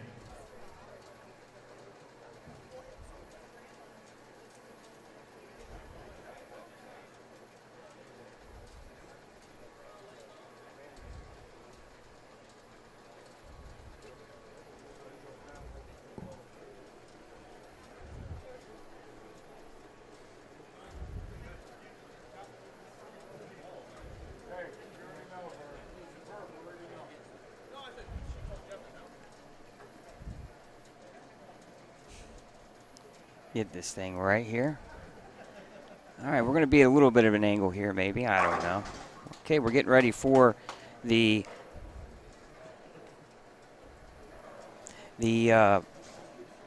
final 4 players. We're going to go Facebook Live here. All right, Scott Gilmore, Mike Albee here in the broadcast booth here at the Indiana Masters from Championship Lanes in Lafayette, or in Anderson, Indiana. I'm from Lafayette. He's got a bowling center in Lafayette, but we're in Anderson. Yeah. And we're down to the final 4. We got the winner's bracket match between Scott Schmall and Matt Sanders, and then now we have Kevin McCune, Eugene's son, against John Verbich in the loser's bracket. So, Mike, it's been an exciting day of bowling so far, and we're this close to the finals. We've had a great field. We've seen a little bit of everything. We saw E.J. Tackett, one of the top 1 or 2 in the world, leave 2 solid 10s in 2 separate matches and lose and get knocked out early. Kevin McCune has he's headed to the top. So, and Matt Sanders has been nothing but solid all day. Well, and you also had Shelby New lose her first match against E.J. Tackett, and then she won 2 or 3 matches in the loser bracket, and she's showing the men that she's a force to be reckoned with, too. She is. She can win this thing. She could win this thing easily. Just, like anything else, the Masters, 1-game matches, you got to get some breaks along the way. We appreciate you also watching live on Savage Bowling TV on YouTube, and we thank you for your time. We want to thank our sponsors, Motive Bowling, Pinheads Bowling Center in Fishers, Arrowhead Bowling, or Mike Albee's Arrowhead Bowl in Indianapolis, Big 4 Sox, and Anderson Madison County Visitors Bureau. So, again, we thank you for watching. If you're watching Facebook Live, go on over to YouTube at Savage Bowling TV and click on the Match Play Finals here on our page, and you'll be able to watch this guy, Hall of Famer Mike Albee, and myself. See, what you do, folks, is you surround yourself with good people to make you look better. So, but we've had a fun day here, Mike. Been a blast. Really, again, the Masters is not disappointing. No, it's not. I mean, there's been some good scores, tough scores, great shots. I mean, a little bit of everything today. It's been good. All right, we're going to leave up here on Facebook Live. We thank you for tuning in. And, again, we're down to our final 4 bowlers. And, obviously, right now we're on, it looks like, 9 and 10? Mm-hmm. Is that correct? And 13 and 14, yep. 13 and 14. And the final game will be on 7 and 8. Scott Schmall and Matt Sanders, whoever wins that, they find themselves right in this championship match. And you're going to have to beat them twice. Yeah, that's going to be hard because Matt Sanders has been solid. Every pair he's went to, he seems to have been close and at least lined up to start with. And that has been the biggest problem out here. But now Kevin McCune has done the same thing. Now, can Kevin keep it going? Because he hasn't shot less than 230 in about 4 rounds. And he's out with a double to start. So, yeah, I mean, if you had to predict, which is knock on wood, it'd be kind of easy with only 4 people left. But yeah, I mean, Kevin McCune looks like he's headed to the title match. But there's a long way to go. Yeah, there's a lot of bowling left. And as you know, Mike, as well as anyone, some little things could pop up that just totally get in your way. Carry goes bad, a bad break. The pins fall weird sometimes, especially when the pattern is we've difficult. all been there when it happens. And in a 1-game match, it's even magnified. So All right, Scott Schmall here with a strike. Now looking at a 2-pin spare here in the third. And right now you're at the point, too, where you just have to fill frames. Don't give your opponent too much. Yeah, you can't. You can't give that. We've seen it so many times where, an open here or there, and it just it gives them so much more, confidence that they can win this match. And we're not pulling for anyone in particular, No. but and this is nothing against Scott or John, but doesn't this seem like we're heading towards a Matt Sanders, Kevin McCune crash course? Well, and the reason why I say that is, you watch from pair to pair. We've been here, most of the day now watching each game when they start new, and these are the two guys that have consistently been able to move from pair to pair and be lined up. Where it seems like everybody else has had the first two frames are practice balls basically, so they're letting those balls have to be their guides. So, but Matt and Kevin McCune have both been able to make the adjustments first frame. And now here's Matt Sanders with the 7-pin conversion. He's only up 9 pins after 3, so Scott's right there with him, And we'll give you a little bit of a look in here to what we're seeing. Yes, that's another camera stand. We got them all over the place. We'll try to get this one tucked in here. This is Matt Sanders here. Double 9 spare.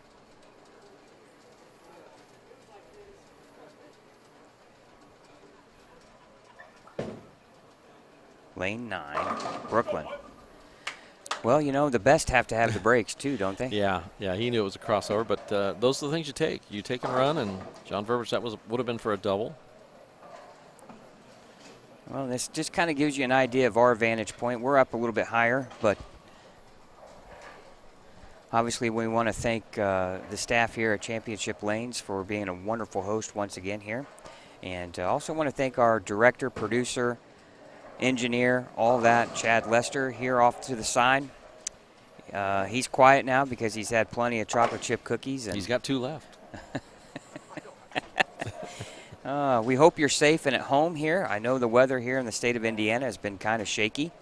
A lot of snow, a lot of slush. And we hope you're at home safe and sound and enjoying the broadcast here on Savage Bowling TV. Good spare. Good spare. 2-8 by Scott. All right, we're going to bring it back here in the booth. And again, Mike, in your mind, at the end of the day, when whoever wins this, what's going to have to happen? Well, I think that they're going to need to make their spares, because even though a couple guys are throwing some strikes, we've seen too many times the spares cost them in the end. And as we know, the shot making in their 10th frame is hugely important, because a lot of these matches have come down to that last shot. And we just saw, Kevin McCune roll that 10-pin out again for his 4.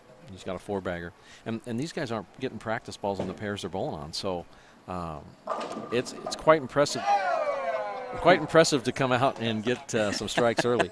That looked like duck pins. That pin went back and forth twice, I think. Scott Schmall just threw one light in the pocket and almost left the 5-7.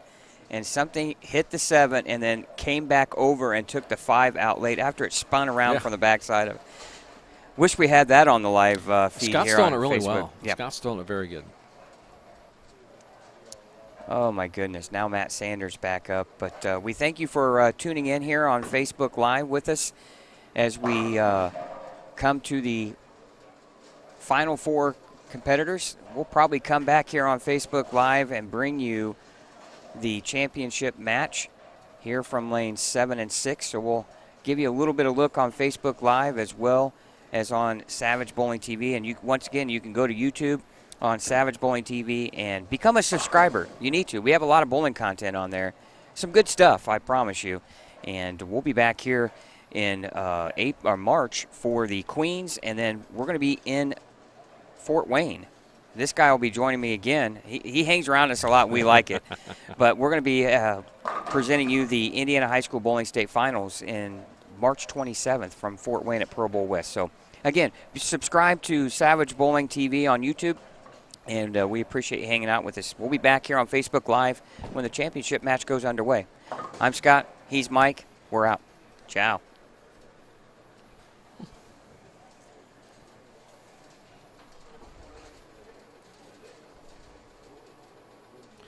front five. Holy smokes, what a great start.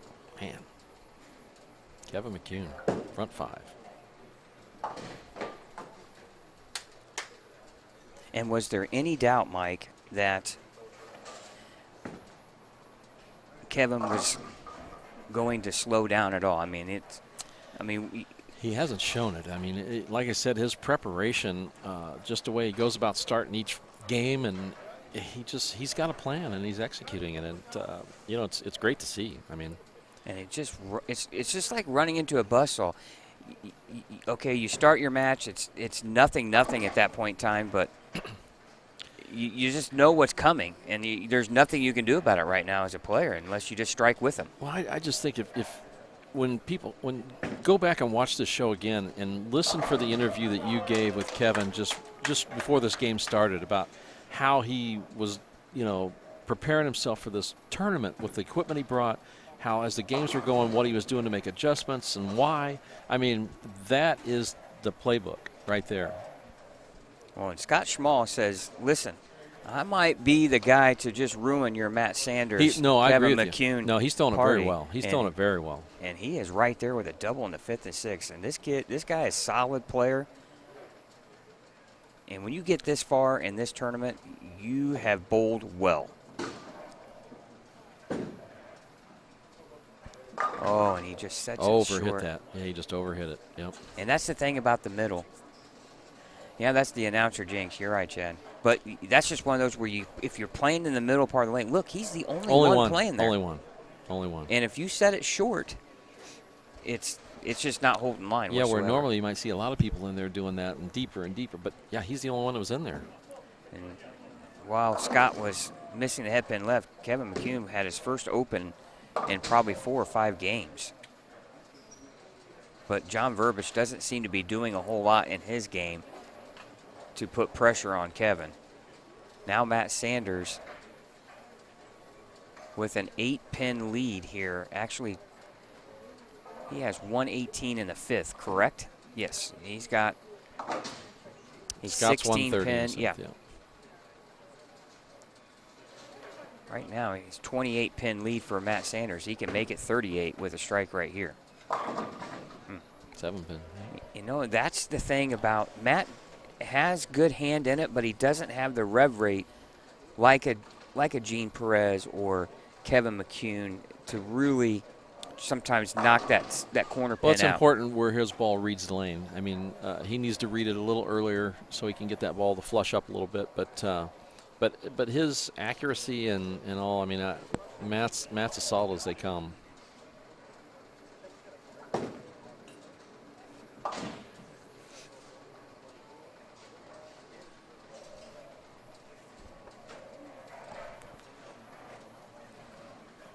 Well, and, you know, unfortunately with the COVID this year, they didn't allow spectators to come today, and it's a shame because normally this place is packed with people watching, but that's why it's nice to have the live stream going. We try to bring you all the action we can possibly bring, and we hope you are enjoying it. Ooh, fortunate to leave just 3-pin. Not a good ball reaction, it looks like, for John on that pair. No, he's worked very hard to get where he's at and making spares and making the most of his shots, and he's done a great job all day staying close. And there's the 3, 5, 6 for Matt Sanders, and no easy spare here. He's got 154 in the 7th. Scott with looks like 130 in the 7th, so 24-pin lead here for Matt. And if you're Matt, you're just trying to fill frames and force Scott to throw strikes. Good spare shooter, Matt is. Yep. Yeah, last thing you want to do is just help your opponent out, to let him have any hope of confidence to get back into it. But Scott will need to start making shots here.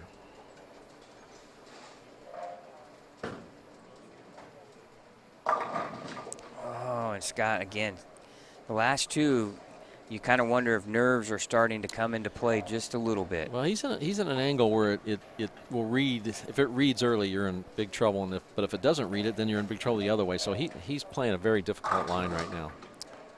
And that's a testament to his skill Yes. level and how And he's he's bowled bowling. today. Yeah, no, Absolutely. that's exactly right. Yeah. And even if he loses this game, he's still around. He's got another one to go if he loses this one. Yeah, he's not out. Nope. But the task is beating Matt Sanders or Scott twice. That's no easy task.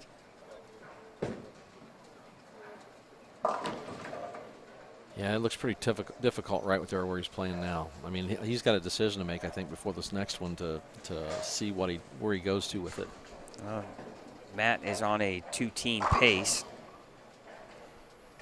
Another great shot by Kevin McCune. Scott's on a 190 if he strikes out. Whoa! And that is some terrible, terrible timing for that to happen. Yeah, that's that was very close to interfering with the shot. I don't know if he let go of it yet. Yeah, I couldn't tell exactly. It was close. What would the ruling be on that? I mean, is that unfortunate? Just unfortunate set of circumstances. I'm not sure on the the USBC level and that. When I was on tour, that you could ask for the shot to be over.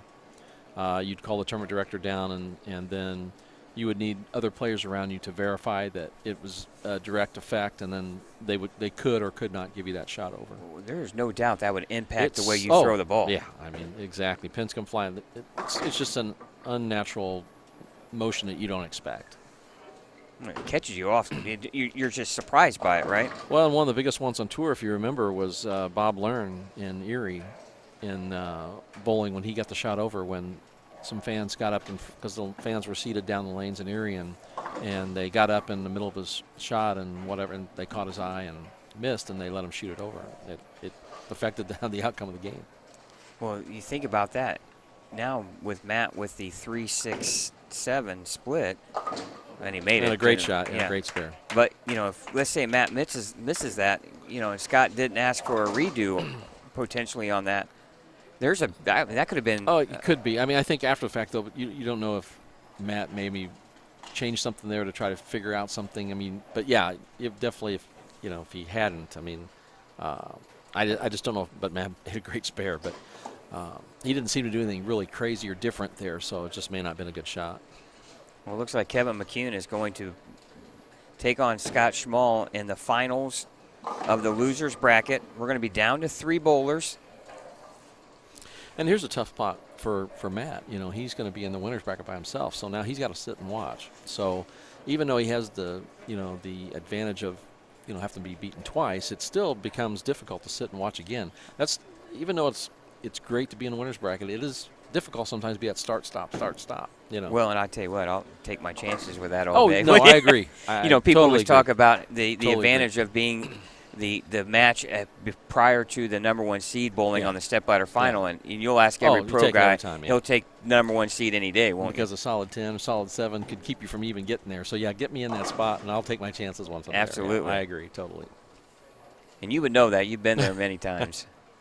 And it's worked out all different times differently. So yeah. Have you looked into what your record is as a number 1 seed on TV? I think I was close to 50-50. I never really looked at it exactly, but I think it's close to 50-50. Earl Anthony, I mean, he had more seconds than first, and he had, 40 firsts or whatever it was. Phenomenal. But, yeah, if you have a winning percentage on TV, it's good to do that. And it's just hard. I mean, it's just different conditions, different people, different bowlers, good breaks, bad breaks, you name it. All right, again, want to thank our sponsors, Penheads Bowling Center in Fishers, Indiana, Big Four Sox, Motive Bowling, Mike Alby's Arrowhead Bowl out of Lafayette, and also the Indiana State USBC. And want to thank our match play final round sponsor, the Anderson-Madison County Visitors Bureau. Visit AndersonMadisonCounty.com. Want to thank those sponsors for their contributions to make this broadcast possible. Scott Gilmore, Mike Alby here in the booth on Savage Bowling TV for the 2020 Indiana Masters Match Play Finals here from Championship Lanes in Anderson, Indiana, on a really crummy, cold, snowy, wet day, right? To say the least, yeah. Yeah. What other adjectives do you want, right? Yeah, it's going all over the board. But it might be bad outside, but the bowling is fantastic inside, and we thank you for watching today. And we look forward to bringing you the championship match here shortly, and the trophy and check presentation, and obviously Mike Alby's interview with the winner. And then after that, we're going to load up and make that trek back home, and hopefully the roads aren't too bad for everyone leaving here this evening. All right, I believe we're going to have a match, the finals, on 5 and 6. And then I believe the championship match on 7 and 8. It's either that or 3 and 4, but they shut the TV monitors off. I'm assuming it's going to be 5 and 6. Yep. And I don't know if Chad wants to turn one of these cameras around. We can.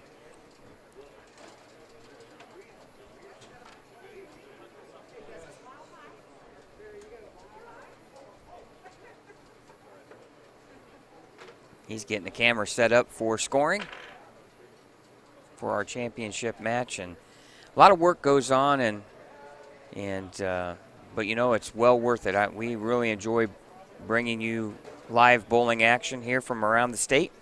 Again, we'll be back here in championship lanes in March for the state queens, and as you know, Mike, nothing was more exciting than the new sisters bowling for the championship last year. Yeah, it was a great event. Great scoring. I mean, it was unbelievable. Great tournament.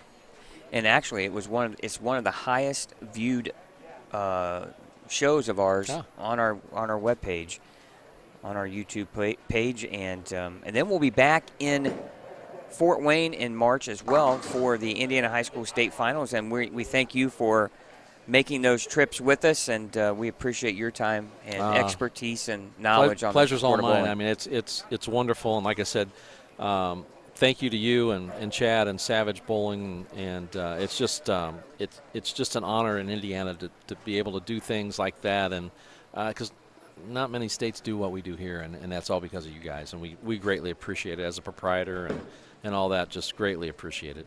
Oh, and not what you want to do for Kevin here to start your match out. Well, the first shot, I mean, you could see the difficulty of that inside line. I mean, and it looks like from pair to pair, it's even more difficult. So, you know, I'm not sure if you can give that many frames up to Kevin. Now Kevin McCune here. Winner will go on to advance to face Matt Sanders for the championship. And what's amazing, Mike, is every pair Kevin goes to, he has the same ball reaction. Yeah, the only person close to that is Matt Sanders. I mean, on the left. I mean, he seems to have an idea when he goes to a pair that what's going to happen. But yeah, Kevin has nobody else has seen, that I've seen so far that we've seen has had that look. But it's several things. It's the equipment he's chosen. It's the way he's throwing it. It's his knowledge of what's going on. It's all Kevin at this point.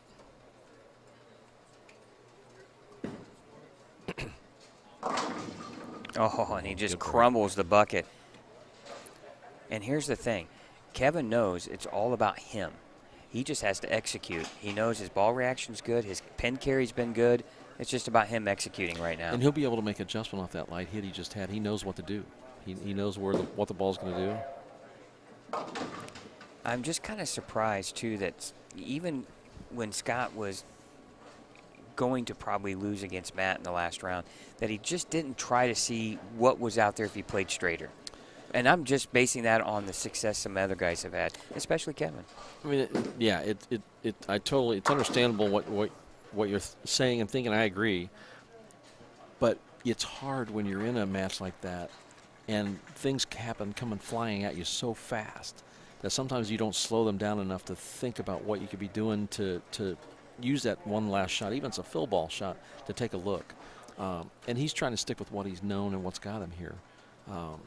And he has a urethane ball for spares, so he could, you know, if he wanted to see, especially at the end of the last match, just see what it looked like. Yeah, it's hard to go away from what you've been doing that's been working. But boy, the ball's just breaking too early for him in there. It's just, and then when he forces it out, it doesn't recover. And that's I guess this house is known for the fronts breaking down and the back ends getting tighter. and that's what makes it tricky. Now, if Kevin has the same look, let's say Kevin wins this game. Good spare. And he goes on to the champion. If he has the same look as he did on 7 and 8, Matt Sanders is going to have his hands full. Oh, I agree. Even at 2 matches, I mean, you know. But the one thing, Scott, here, I think no matter what the outcome of this match is, I still want to see him, if it doesn't work out for him, I want to see him late in the match make that move anyway. So that in your memory bank, and you know the next time you run into the situation that maybe you go to that change or you try that. I mean, even if would turn around and Kevin would struggle, you still want to use the time you have, because you can't simulate this. You know. You know, and there's so many other things going on. You're physically and mentally exhausted at this point. When I've had some deep runs in this tournament on 5 or 6 occasions, and when you get to this point of the tournament, you're mentally and physically exhausted. Because I never had the luxury of winning the winners bracket. I had to end up going through the losers bracket at some point, and he moved. Big move. He just jumped. Big move. Oh, he went to urethane, I believe. Yeah, it was a good move. You know, and glad to see him do that, because that's what you got to do. I mean, you have to just go out and try something different. And that ball hit hard too. Yeah. Solid 9-pin. And it did what it was supposed to. It waited, it held, it hooked on the back. I mean, it did everything but strike. I mean, but it was a great shot.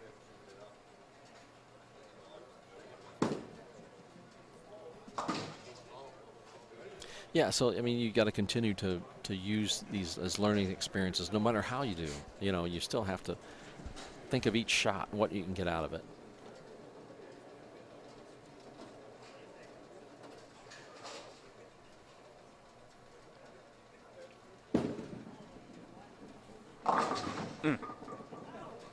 I think he could probably move a little farther right. See, that's the thing. I mean, he's been playing the other way for so long that, you know, all of a sudden you make the move, and so it's going to take you a little bit to get lined in. Well, Kevin with the front 4 doesn't give you much time to do that. No. And he knew he had to strike a lot. Yeah. In order to. Mm-hmm.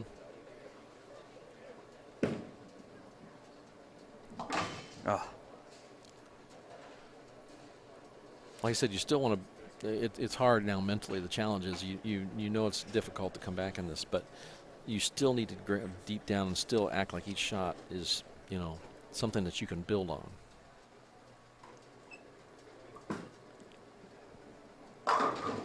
Good shot. Solid 10 there for Kevin.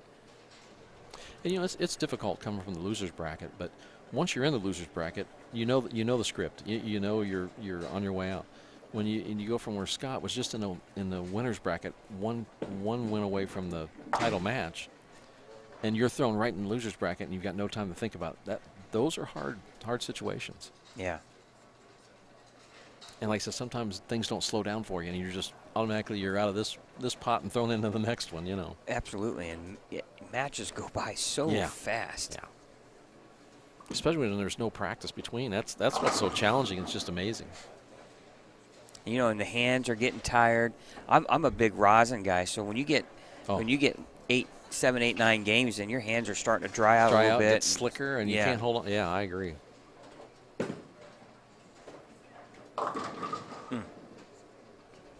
This is where Kevin's ball speed and probably more end-over-end roll, you know, helps him get more of a smoother down lane reaction, where it looks like Scott's getting a little more off the side of the ball, and the ball's reading the back end at a much steeper angle. I think Scott's still figuring it out too in there. You know, he's still trying to dial into what he's looking at here, so it's different than what he was doing. So I think he's still learning it. You know what I mean? Yeah, and you know, I'll be honest, Scott looks tired.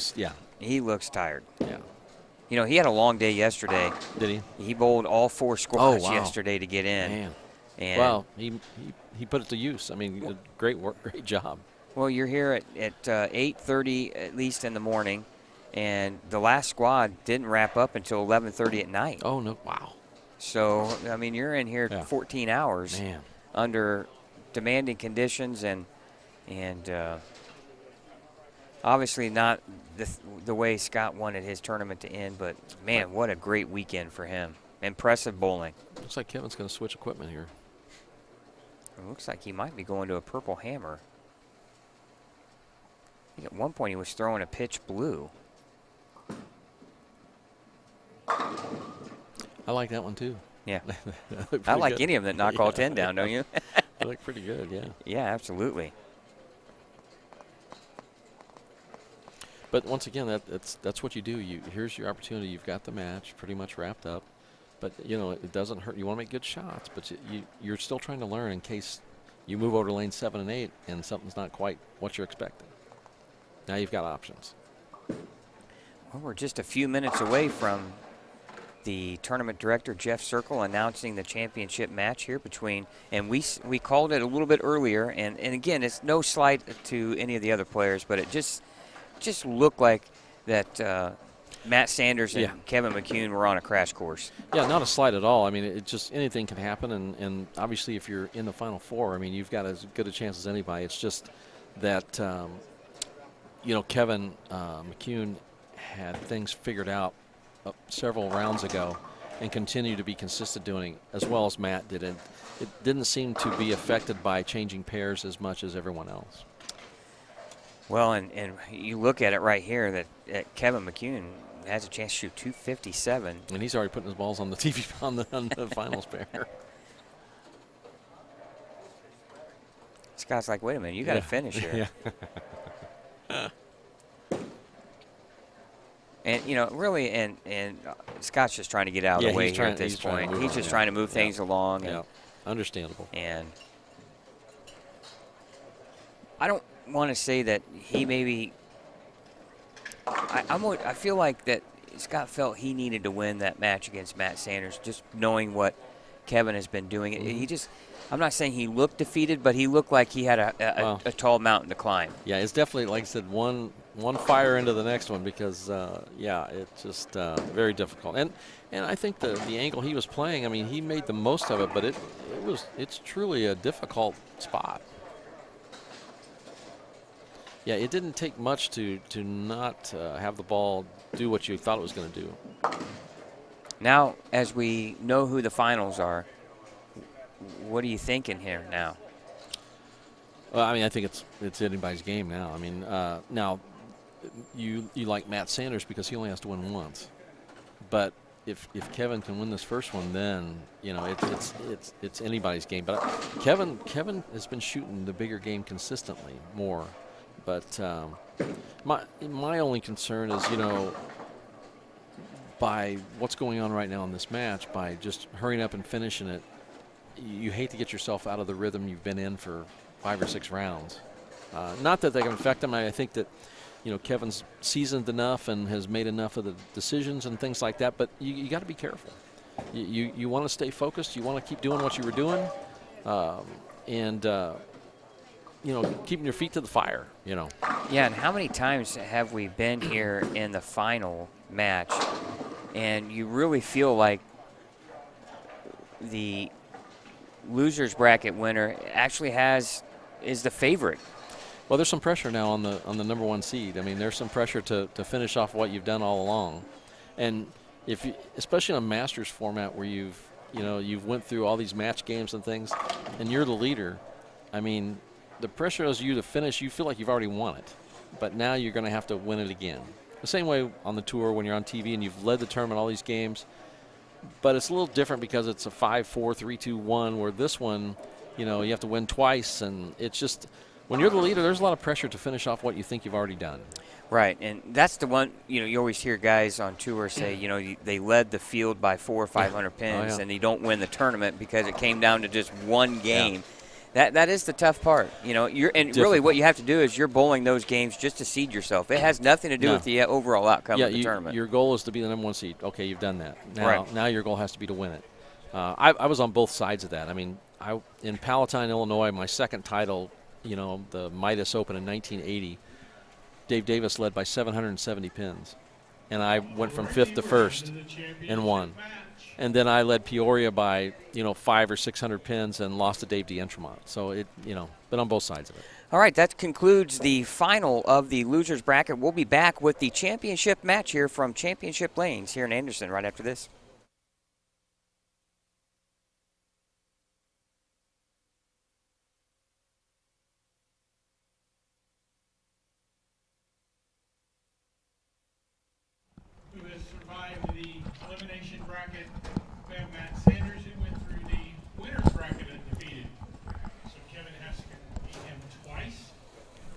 wins the first game, the tournament's over.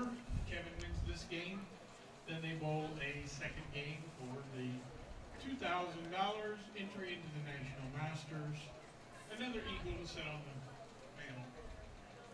So, good luck to you guys. Hello, everyone, and welcome to Championship Lanes here in Anderson, Indiana for the 2021 Indiana Masters. And, Mike, after a long day of bowling, we're down to our final two competitors. The winner of the winner's bracket, Matt Sanders, will take on Kevin McCune, and this should be one heck of a match. And Kevin's going to have to beat Matt twice in order to claim the championship. Yeah, I mean, if you had to look several rounds ago, these were the two that were on a course to win it, or to, meet each other, and here they are.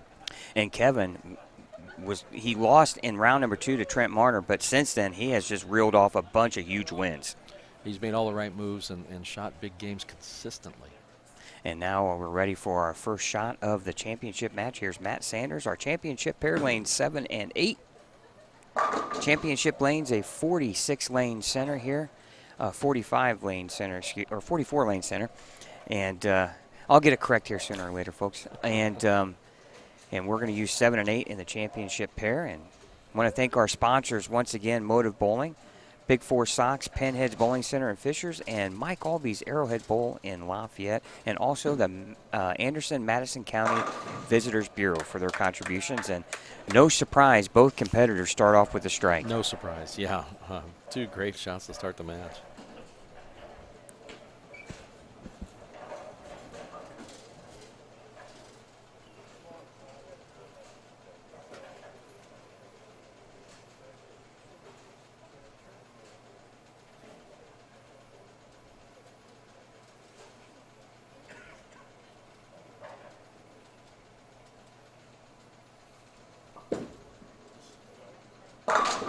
Beautiful shots. What a way to start.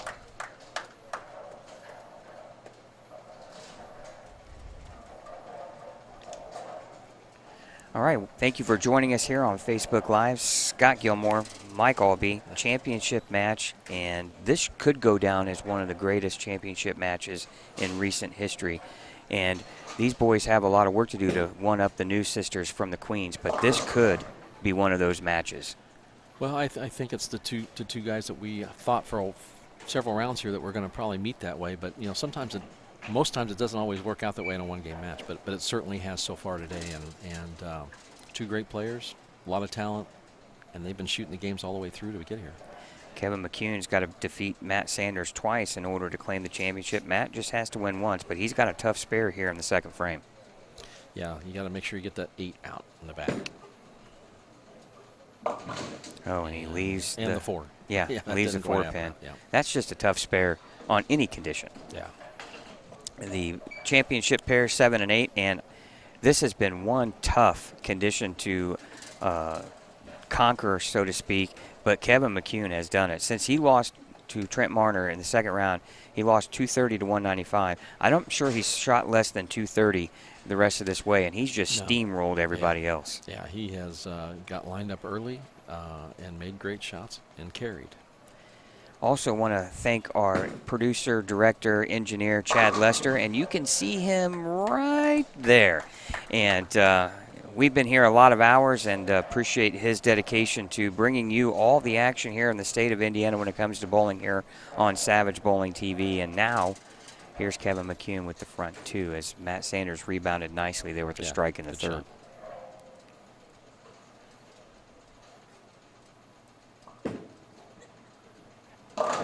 Oh, in the bucket. A lot of speed.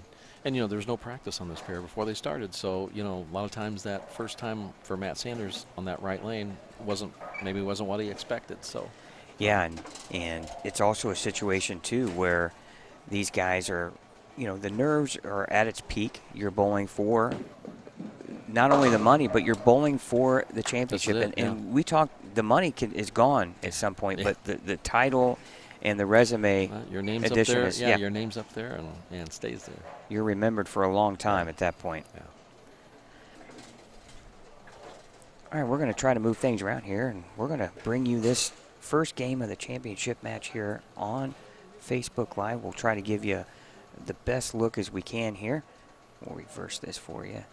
And here's Kevin McCune. Great pin action there. We'll get our shot here for you on Facebook Live. We appreciate you watching on Facebook Live, but we also appreciate you watching on Savage Bowling TV.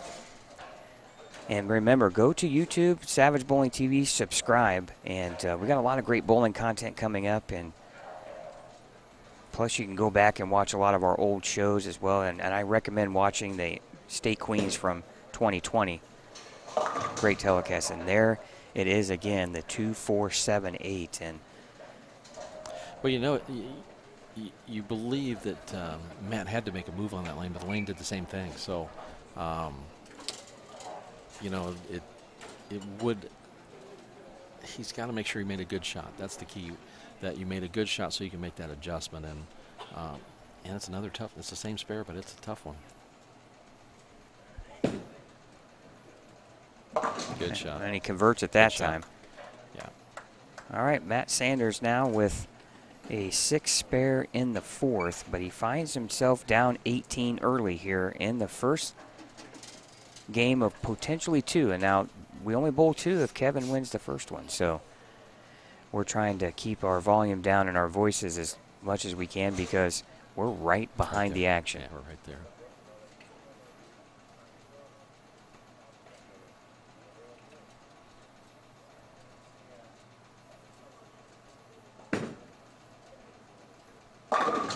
Oh, great shot from Good Matt. shot, yeah. Solid 8-pin. Yeah, that was a good shot. You saw the ball start up fairly early. Boy, it flushed up nicely. Wouldn't count on the 8-pin. Don't want to leave the 8. It was a great shot, though. The key's going to be if Matt can get that right lane under control. Not only for this game, but if he has to go another one, he's going to need that right lane.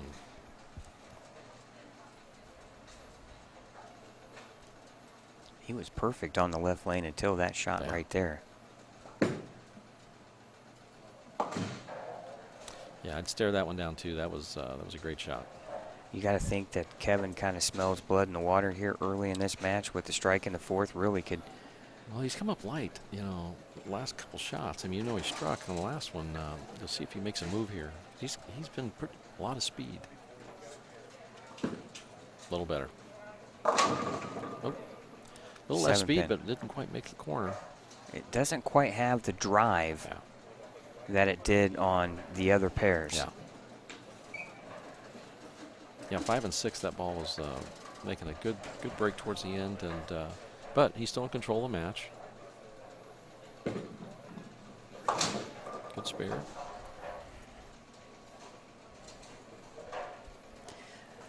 Again, we want to thank you for watching on Savage Bowling TV and watching on Facebook Live. The title match here between Kevin McCune and Matt Sanders here from Championship Lanes at the 2021 Indiana Masters.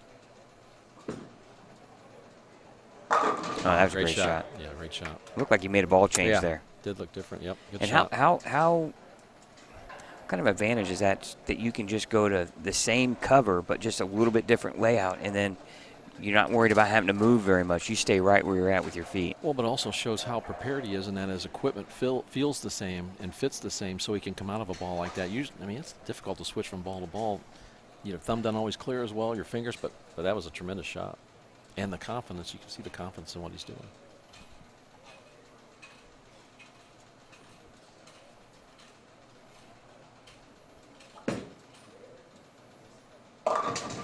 And he's really struggling Well, with that the ball's right just lane. breaking loose early, real early. And that can happen so easily here. The fronts can start drying out and back end is tight, and you're trying to control the fronts, and the ball just hooks. Yeah. He's going to continue to make his spares and try to stay close in this one to try to have a chance at this one. But you got to get this right lane under control in case you have to do another one. Great spare. Good spare. Not a spare you want to be shooting at a lot, and he's had to shoot the 2-4-7-8 more than he'd like, and he's 1 for 2 on it. Now he's 1 for 1 on the 2-4-7. Well, being that was the 3rd time on that lane, you think you got to believe that it's not the adjustments he's made. He's not sure what's happening there. It's because he would have, knowing Matt, I mean, he's already lined up. He would have lined that back up and been back in the pocket, but something's not happening that he's counting on.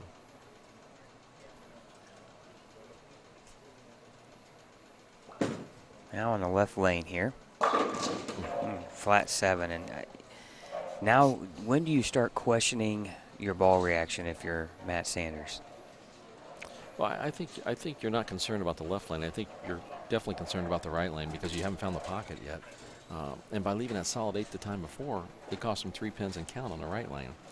So all these shots are loosening up Kevin a little more. So, but he knows he's got the other game, but he doesn't want to use it for sure. So you got to get dialed in here pretty quickly. And how frustrated are you if you're Matt Sanders? You get all this way to the final match, and all you're asking as a player, just give me a good ball reaction. That's all you really want, right? Because then it's down to execution.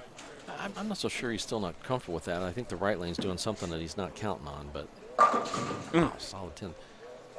And see, Kevin's got a couple of, hits that didn't go, so he's kind of waiting there for Matt. But you figure it's a 3-frame race here. Yeah, 23-pin lead here with the spare in the 7th for Kevin McCune. And that's what you want to do. You just, if you're Kevin, if I fill frames, at some point in time, Matt's going to have to throw a double. He's got to strike, yeah. To get back in this match, so.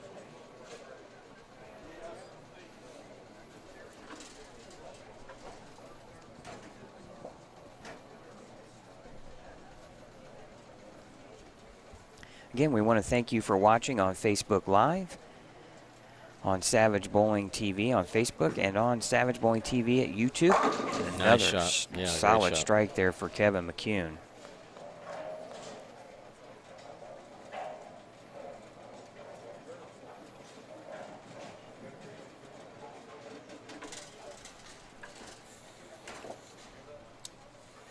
Well, this is going to be a big shot here. This is going to tell the story, isn't it? Yeah, a version of the 2-4-7 3 times in a row. So you got to think that this shot right here is going to determine whether or not we bowl 2 games. Because it's go time now if you're Matt. More speed. Good Great shot. Good shot. Oh. Well, now we're in the 9th where, if he wants any chance here, this 9th frame is going to be the one he needs to have. And he's made good shots on the left lane. We've seen him hit the pocket.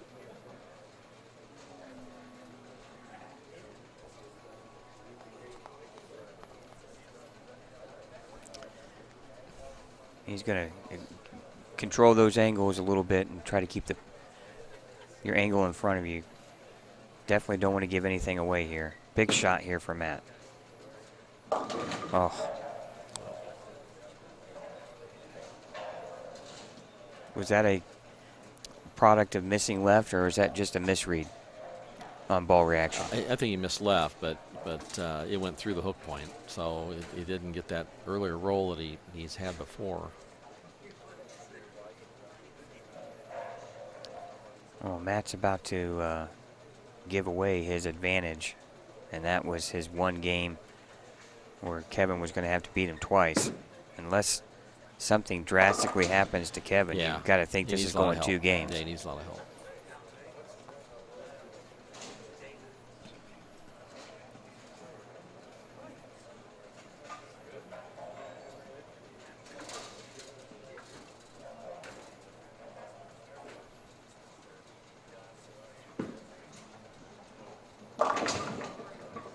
And if you're Matt Sanders, are you preparing to try to figure out something here at the end of this game, and knowing that you're going to go a second game, is he thinking what he's going to do this next game? Yeah, he's trying to get line back up and process everything he's seen and done so far. Well, in this game, Kevin hasn't run away and hid from him, so he has that he hasn't seen Kevin shoot the 230s like he has been. So for both of them, they've seen a little something different. Kevin's kind of showing that he's a little bit human right here. He's still got a mark in order to shut out Matt here. So this is not over yet. 10th frame, left lane. Working on a spare. Oof. Well, I mean, it is a title match. I mean, there's more nerves there. There's more things like that. But it certainly seems like they're getting a little bit different reaction than what they're counting on or expecting. Well, with that 7 count, anything less than a spare here, Matt's got a chance to win this game. That'll take care of that. Well, I know one thing. That ball gets down there in a hurry, doesn't it? Yeah, it's got a license plate on it, doesn't it? If we try to throw something like that, you got to replace my arm, I think. I need traction, yeah, I'd be out. Nobody ever really. What guys on tour in your day threw a spare shot that hard? His father, Eugene McCune. Yeah, I mean, it's phenomenal. It's just like watching a videotape of his dad shoot spares, you know. All right, we're going to go 2 games here for the championship.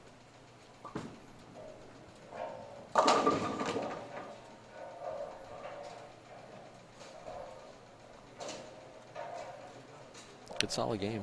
Good solid game. He moved farther left, it looked like. And that was a good ball reaction. It did. I wonder if he'll try to make that move on a lot of speed the left too. lane. Yeah. A lot of speed.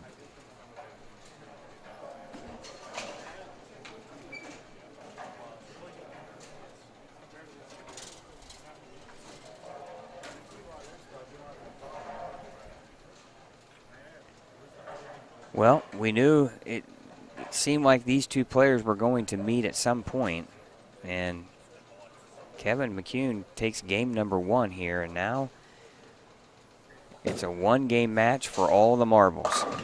Well, the ball wants to just jump when it gets in a little, yeah. Well, I mean, I think it's going to take good shots by Matt. Matt and Kevin both. They're both going to need to make good shots, because if they don't, it shows up on the other end of the lane. All right, welcome back to the broadcast booth here. Scott Gilmore, Mike Albee. I'm adjusting our Facebook Live camera, who's right off to that side over there. And here, we're going into game number 2, Mike, of the final match. And the advantage that Matt had is gone. Who's got the advantage, and what do you see that Matt needs to do here? Well, I think Kevin has the advantage because Matt has trouble with the right-hand lane. And if Matt can hit the right-hand lane, then he's got a chance. If he's just bowling on one lane, I think, because Kevin's pretty comfortable on both, even though he has to make good shots. Who's got more of the pressure? Is it the young kid, Kevin McCune, or is it the seasoned veteran, Matt Sanders? I think it's Matt right now, just because he's not as comfortable in the lanes as Kevin is. All right, 1 game to decide all the marbles here, and although that'll loosen you up right there. Kevin starts out with a Brooklyn strike, and if you're Matt Sanders, that's the last thing you want to see is Kevin throw a bad shot and get a break out of it. But well, it is the title match, so it changes a lot of things. It changes people's thinking. It changes people's body language, their everything. So you got to just go back to what you're doing, thinking about your shot, and that's it. Well, now here's Matt Sanders. This is a big shot right here.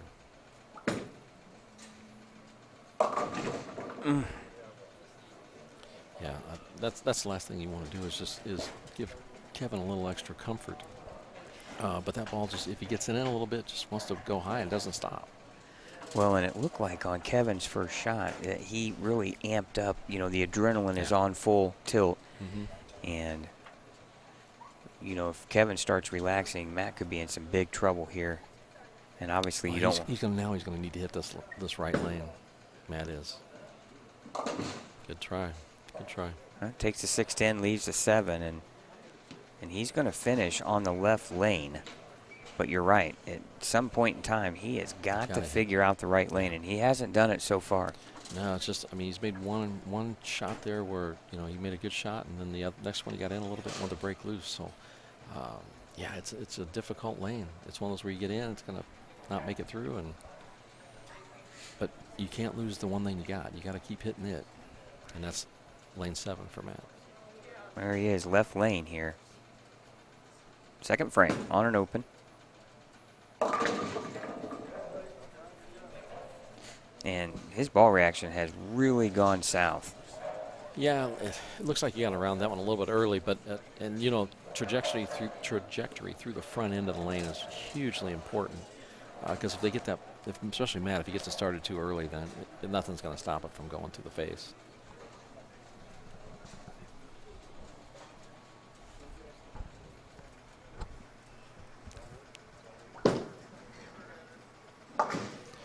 Good spare. Now here's a shot because, Kevin, now he's on that Brooklyn strike, but, he can get some more room distance between him and Matt. And the more he does that, the more relaxed he's going to get.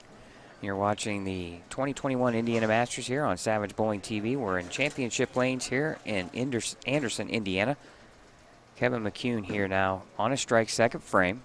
Beautiful shot. Yeah, want to thank our sponsors here, Big Four Socks, Mike Alby's Arrowhead Bowl in Lafayette, Pinheads Bowling Center in Fishers, and Motive Bowling and Anderson, Madison County Visitors Bureau for their contributions to make this broadcast possible. You're watching here on Facebook Live as well as Savage Bowling TV, and we appreciate you taking your time out here on a Sunday. Weather's not great outside, but it's nice in here, and the bowling has been fantastic. Beautiful. And what does that tell Matt Sanders right there? Yeah, that Kevin doesn't have trouble on either lane. So, there's the time is running out for Matt. He needs to get one started here on this lane to send a message, but not only to Kevin, but himself, that he's got it figured out. And from watching him, it doesn't look like there's anywhere else to go. I mean, he's got to play in this area and just make great shots.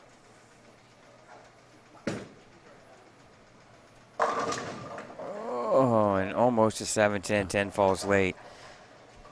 Just not the reaction Matt wants to see, though. No, he's got to get in just a little bit, and then he's just not getting the ball to make the turn on the back. But what I've seen today, this condition is very difficult. It's very hard. Matt and Kevin both have made it look a little easier than it is. But and I find that's what's so great about this match is these two have really bowled so well. It's unbelievable.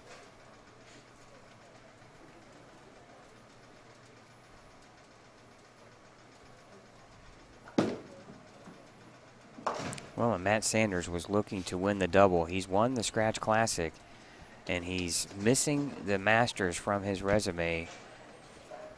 Remember, he was a singles high school bowling state champion for Evansville, and he knocked off E.J. Tackett to win that. So he's won some big events here in the state of Indiana, and he really wanted to add this tournament to his resume. Well, he's still got time, but he's going to need to start soon. Well, and your opponent has the front three, and Kevin looks pretty comfortable. You haven't thrown a strike yet. Big shot right here, fourth frame.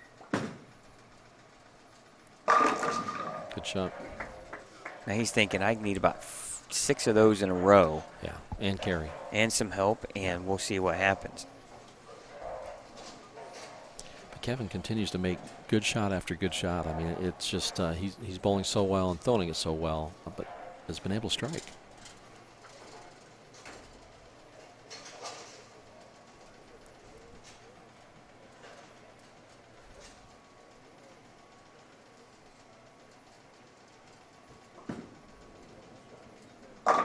Oh, power, what rips shot. the rack.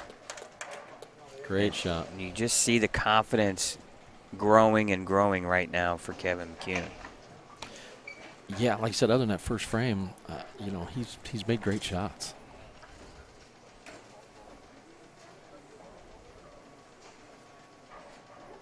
Oh, he has been absolutely dynamite since that second round loss to Trent Marner. And he's been on a mission.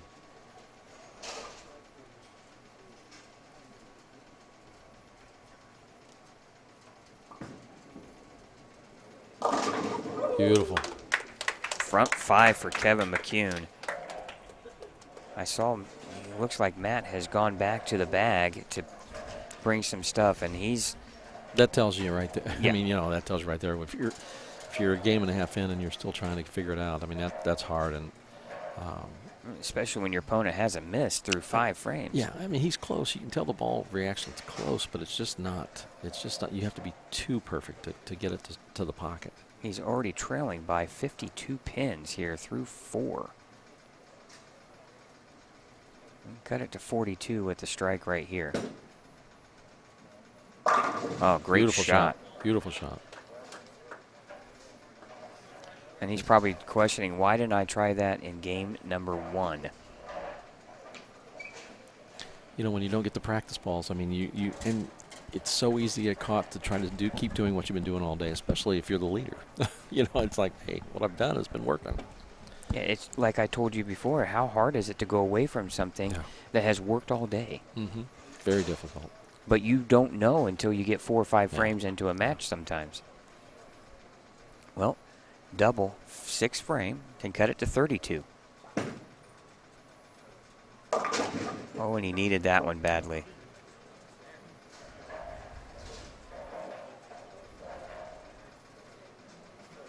I was almost going to wonder if he was going to try that ball change on the left lane. Obviously, he didn't have the confidence, or he thought he had the left lane kind of in control somewhat.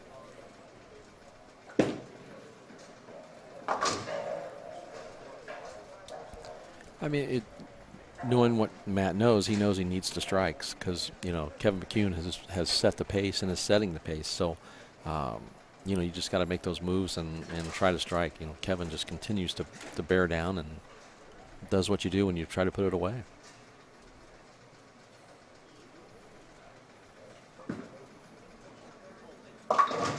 Oh, uh-oh.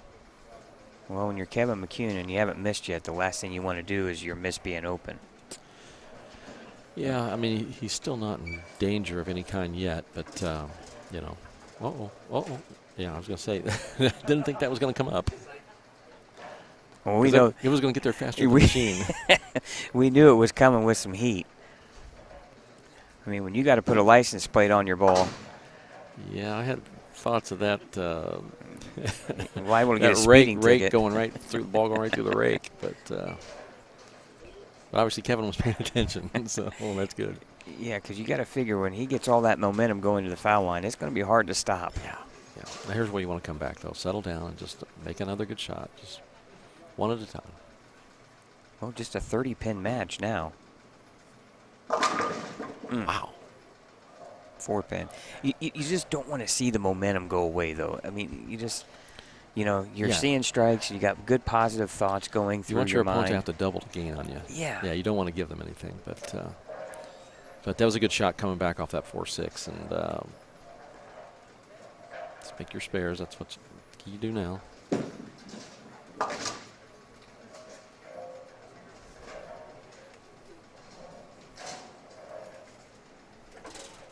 Let's see if that ball will work again here on that right-hand lane.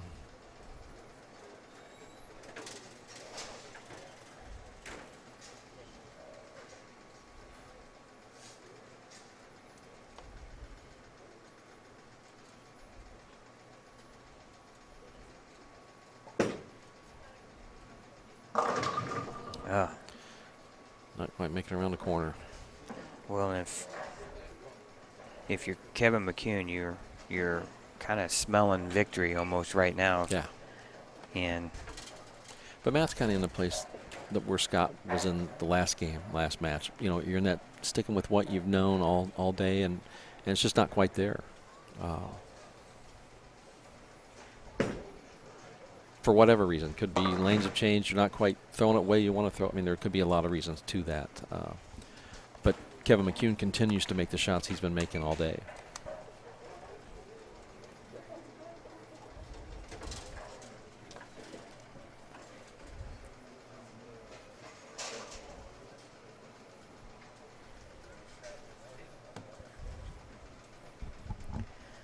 All right, just 3 frames left here in the championship match between Matt Sanders and Kevin McCune, and Kevin in control, up 32. This is almost a must-strike situation for Matt.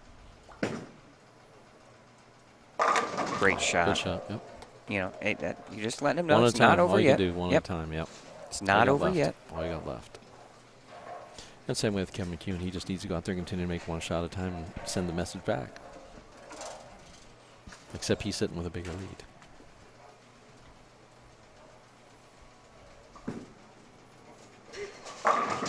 All right. 10-pin.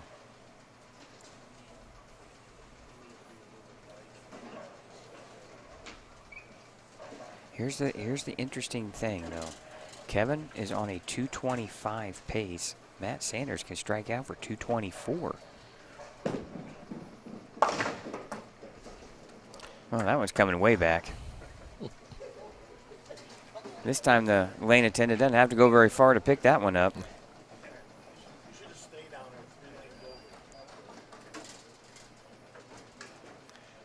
There's a good way to break an ankle going across there. You wouldn't see me doing that. No. It'd have been the ugliest cartwheel you'd ever seen in your life. And 911 right after it. All right, now back to business here. Kevin McCune, left lane, 9th frame. Oh my Good goodness. shot. He's making good shots, just got to fill frames. He still cannot be shut out, but there is a great chance of a tie. Again, we said this could go down as one of the better championship matches. The first game or two, or the first game. Knocks the pin curtain down now. The first game didn't deliver. However, this game could right here.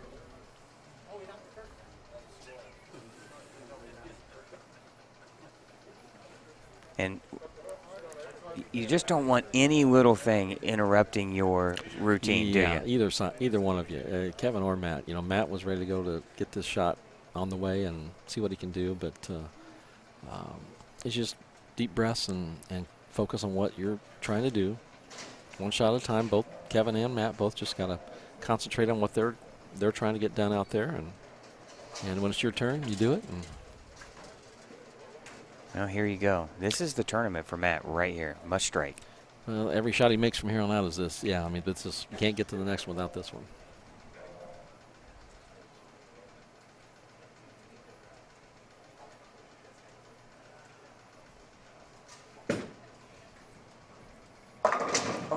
Oh, 4-6. Broke loose, yep. And he just couldn't believe it, overhooked. Yeah. And your winner is going to be Yep. Kevin McCune.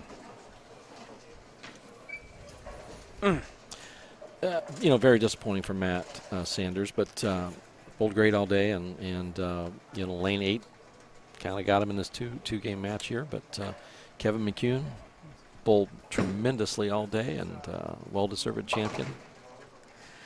Yeah, and boy, you just got to feel for Matt, who just keeps knocking at the door every time we come to the Masters or the Scratch Classic. He's won one Scratch Classic championship, but this is the tournament that has eluded him in his mind.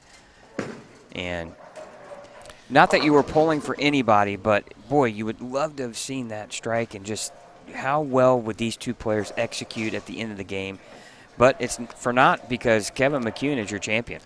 Yeah, it's been fun all day to watch, you know, especially these two, how they've been able to adjust and make shots. And you know, it's been quite impressive from both of them.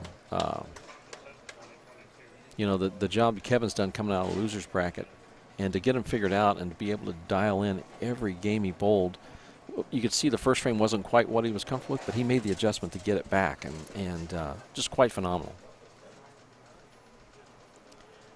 Well, you knew as you watched him win game match by match with really just dominant. Yeah, he wasn't feeling too much pressure, you know. He had a lot of stress-free matches leading up to this. Even in the finals of the losers bracket, the match was over by the 4th or 5th frame, and I mean, well, how many games did he start with the front anything, front 3, 4, 5? You know, absolutely. Yeah, he just kept making great shots after great shots. Well, there's your winner. There's a new McCune in the state of Indiana, and his name is Kevin. And you're going to see this kid a lot more than just this week. It's been a great weekend, and he is the 2021 Indiana State Master Champion.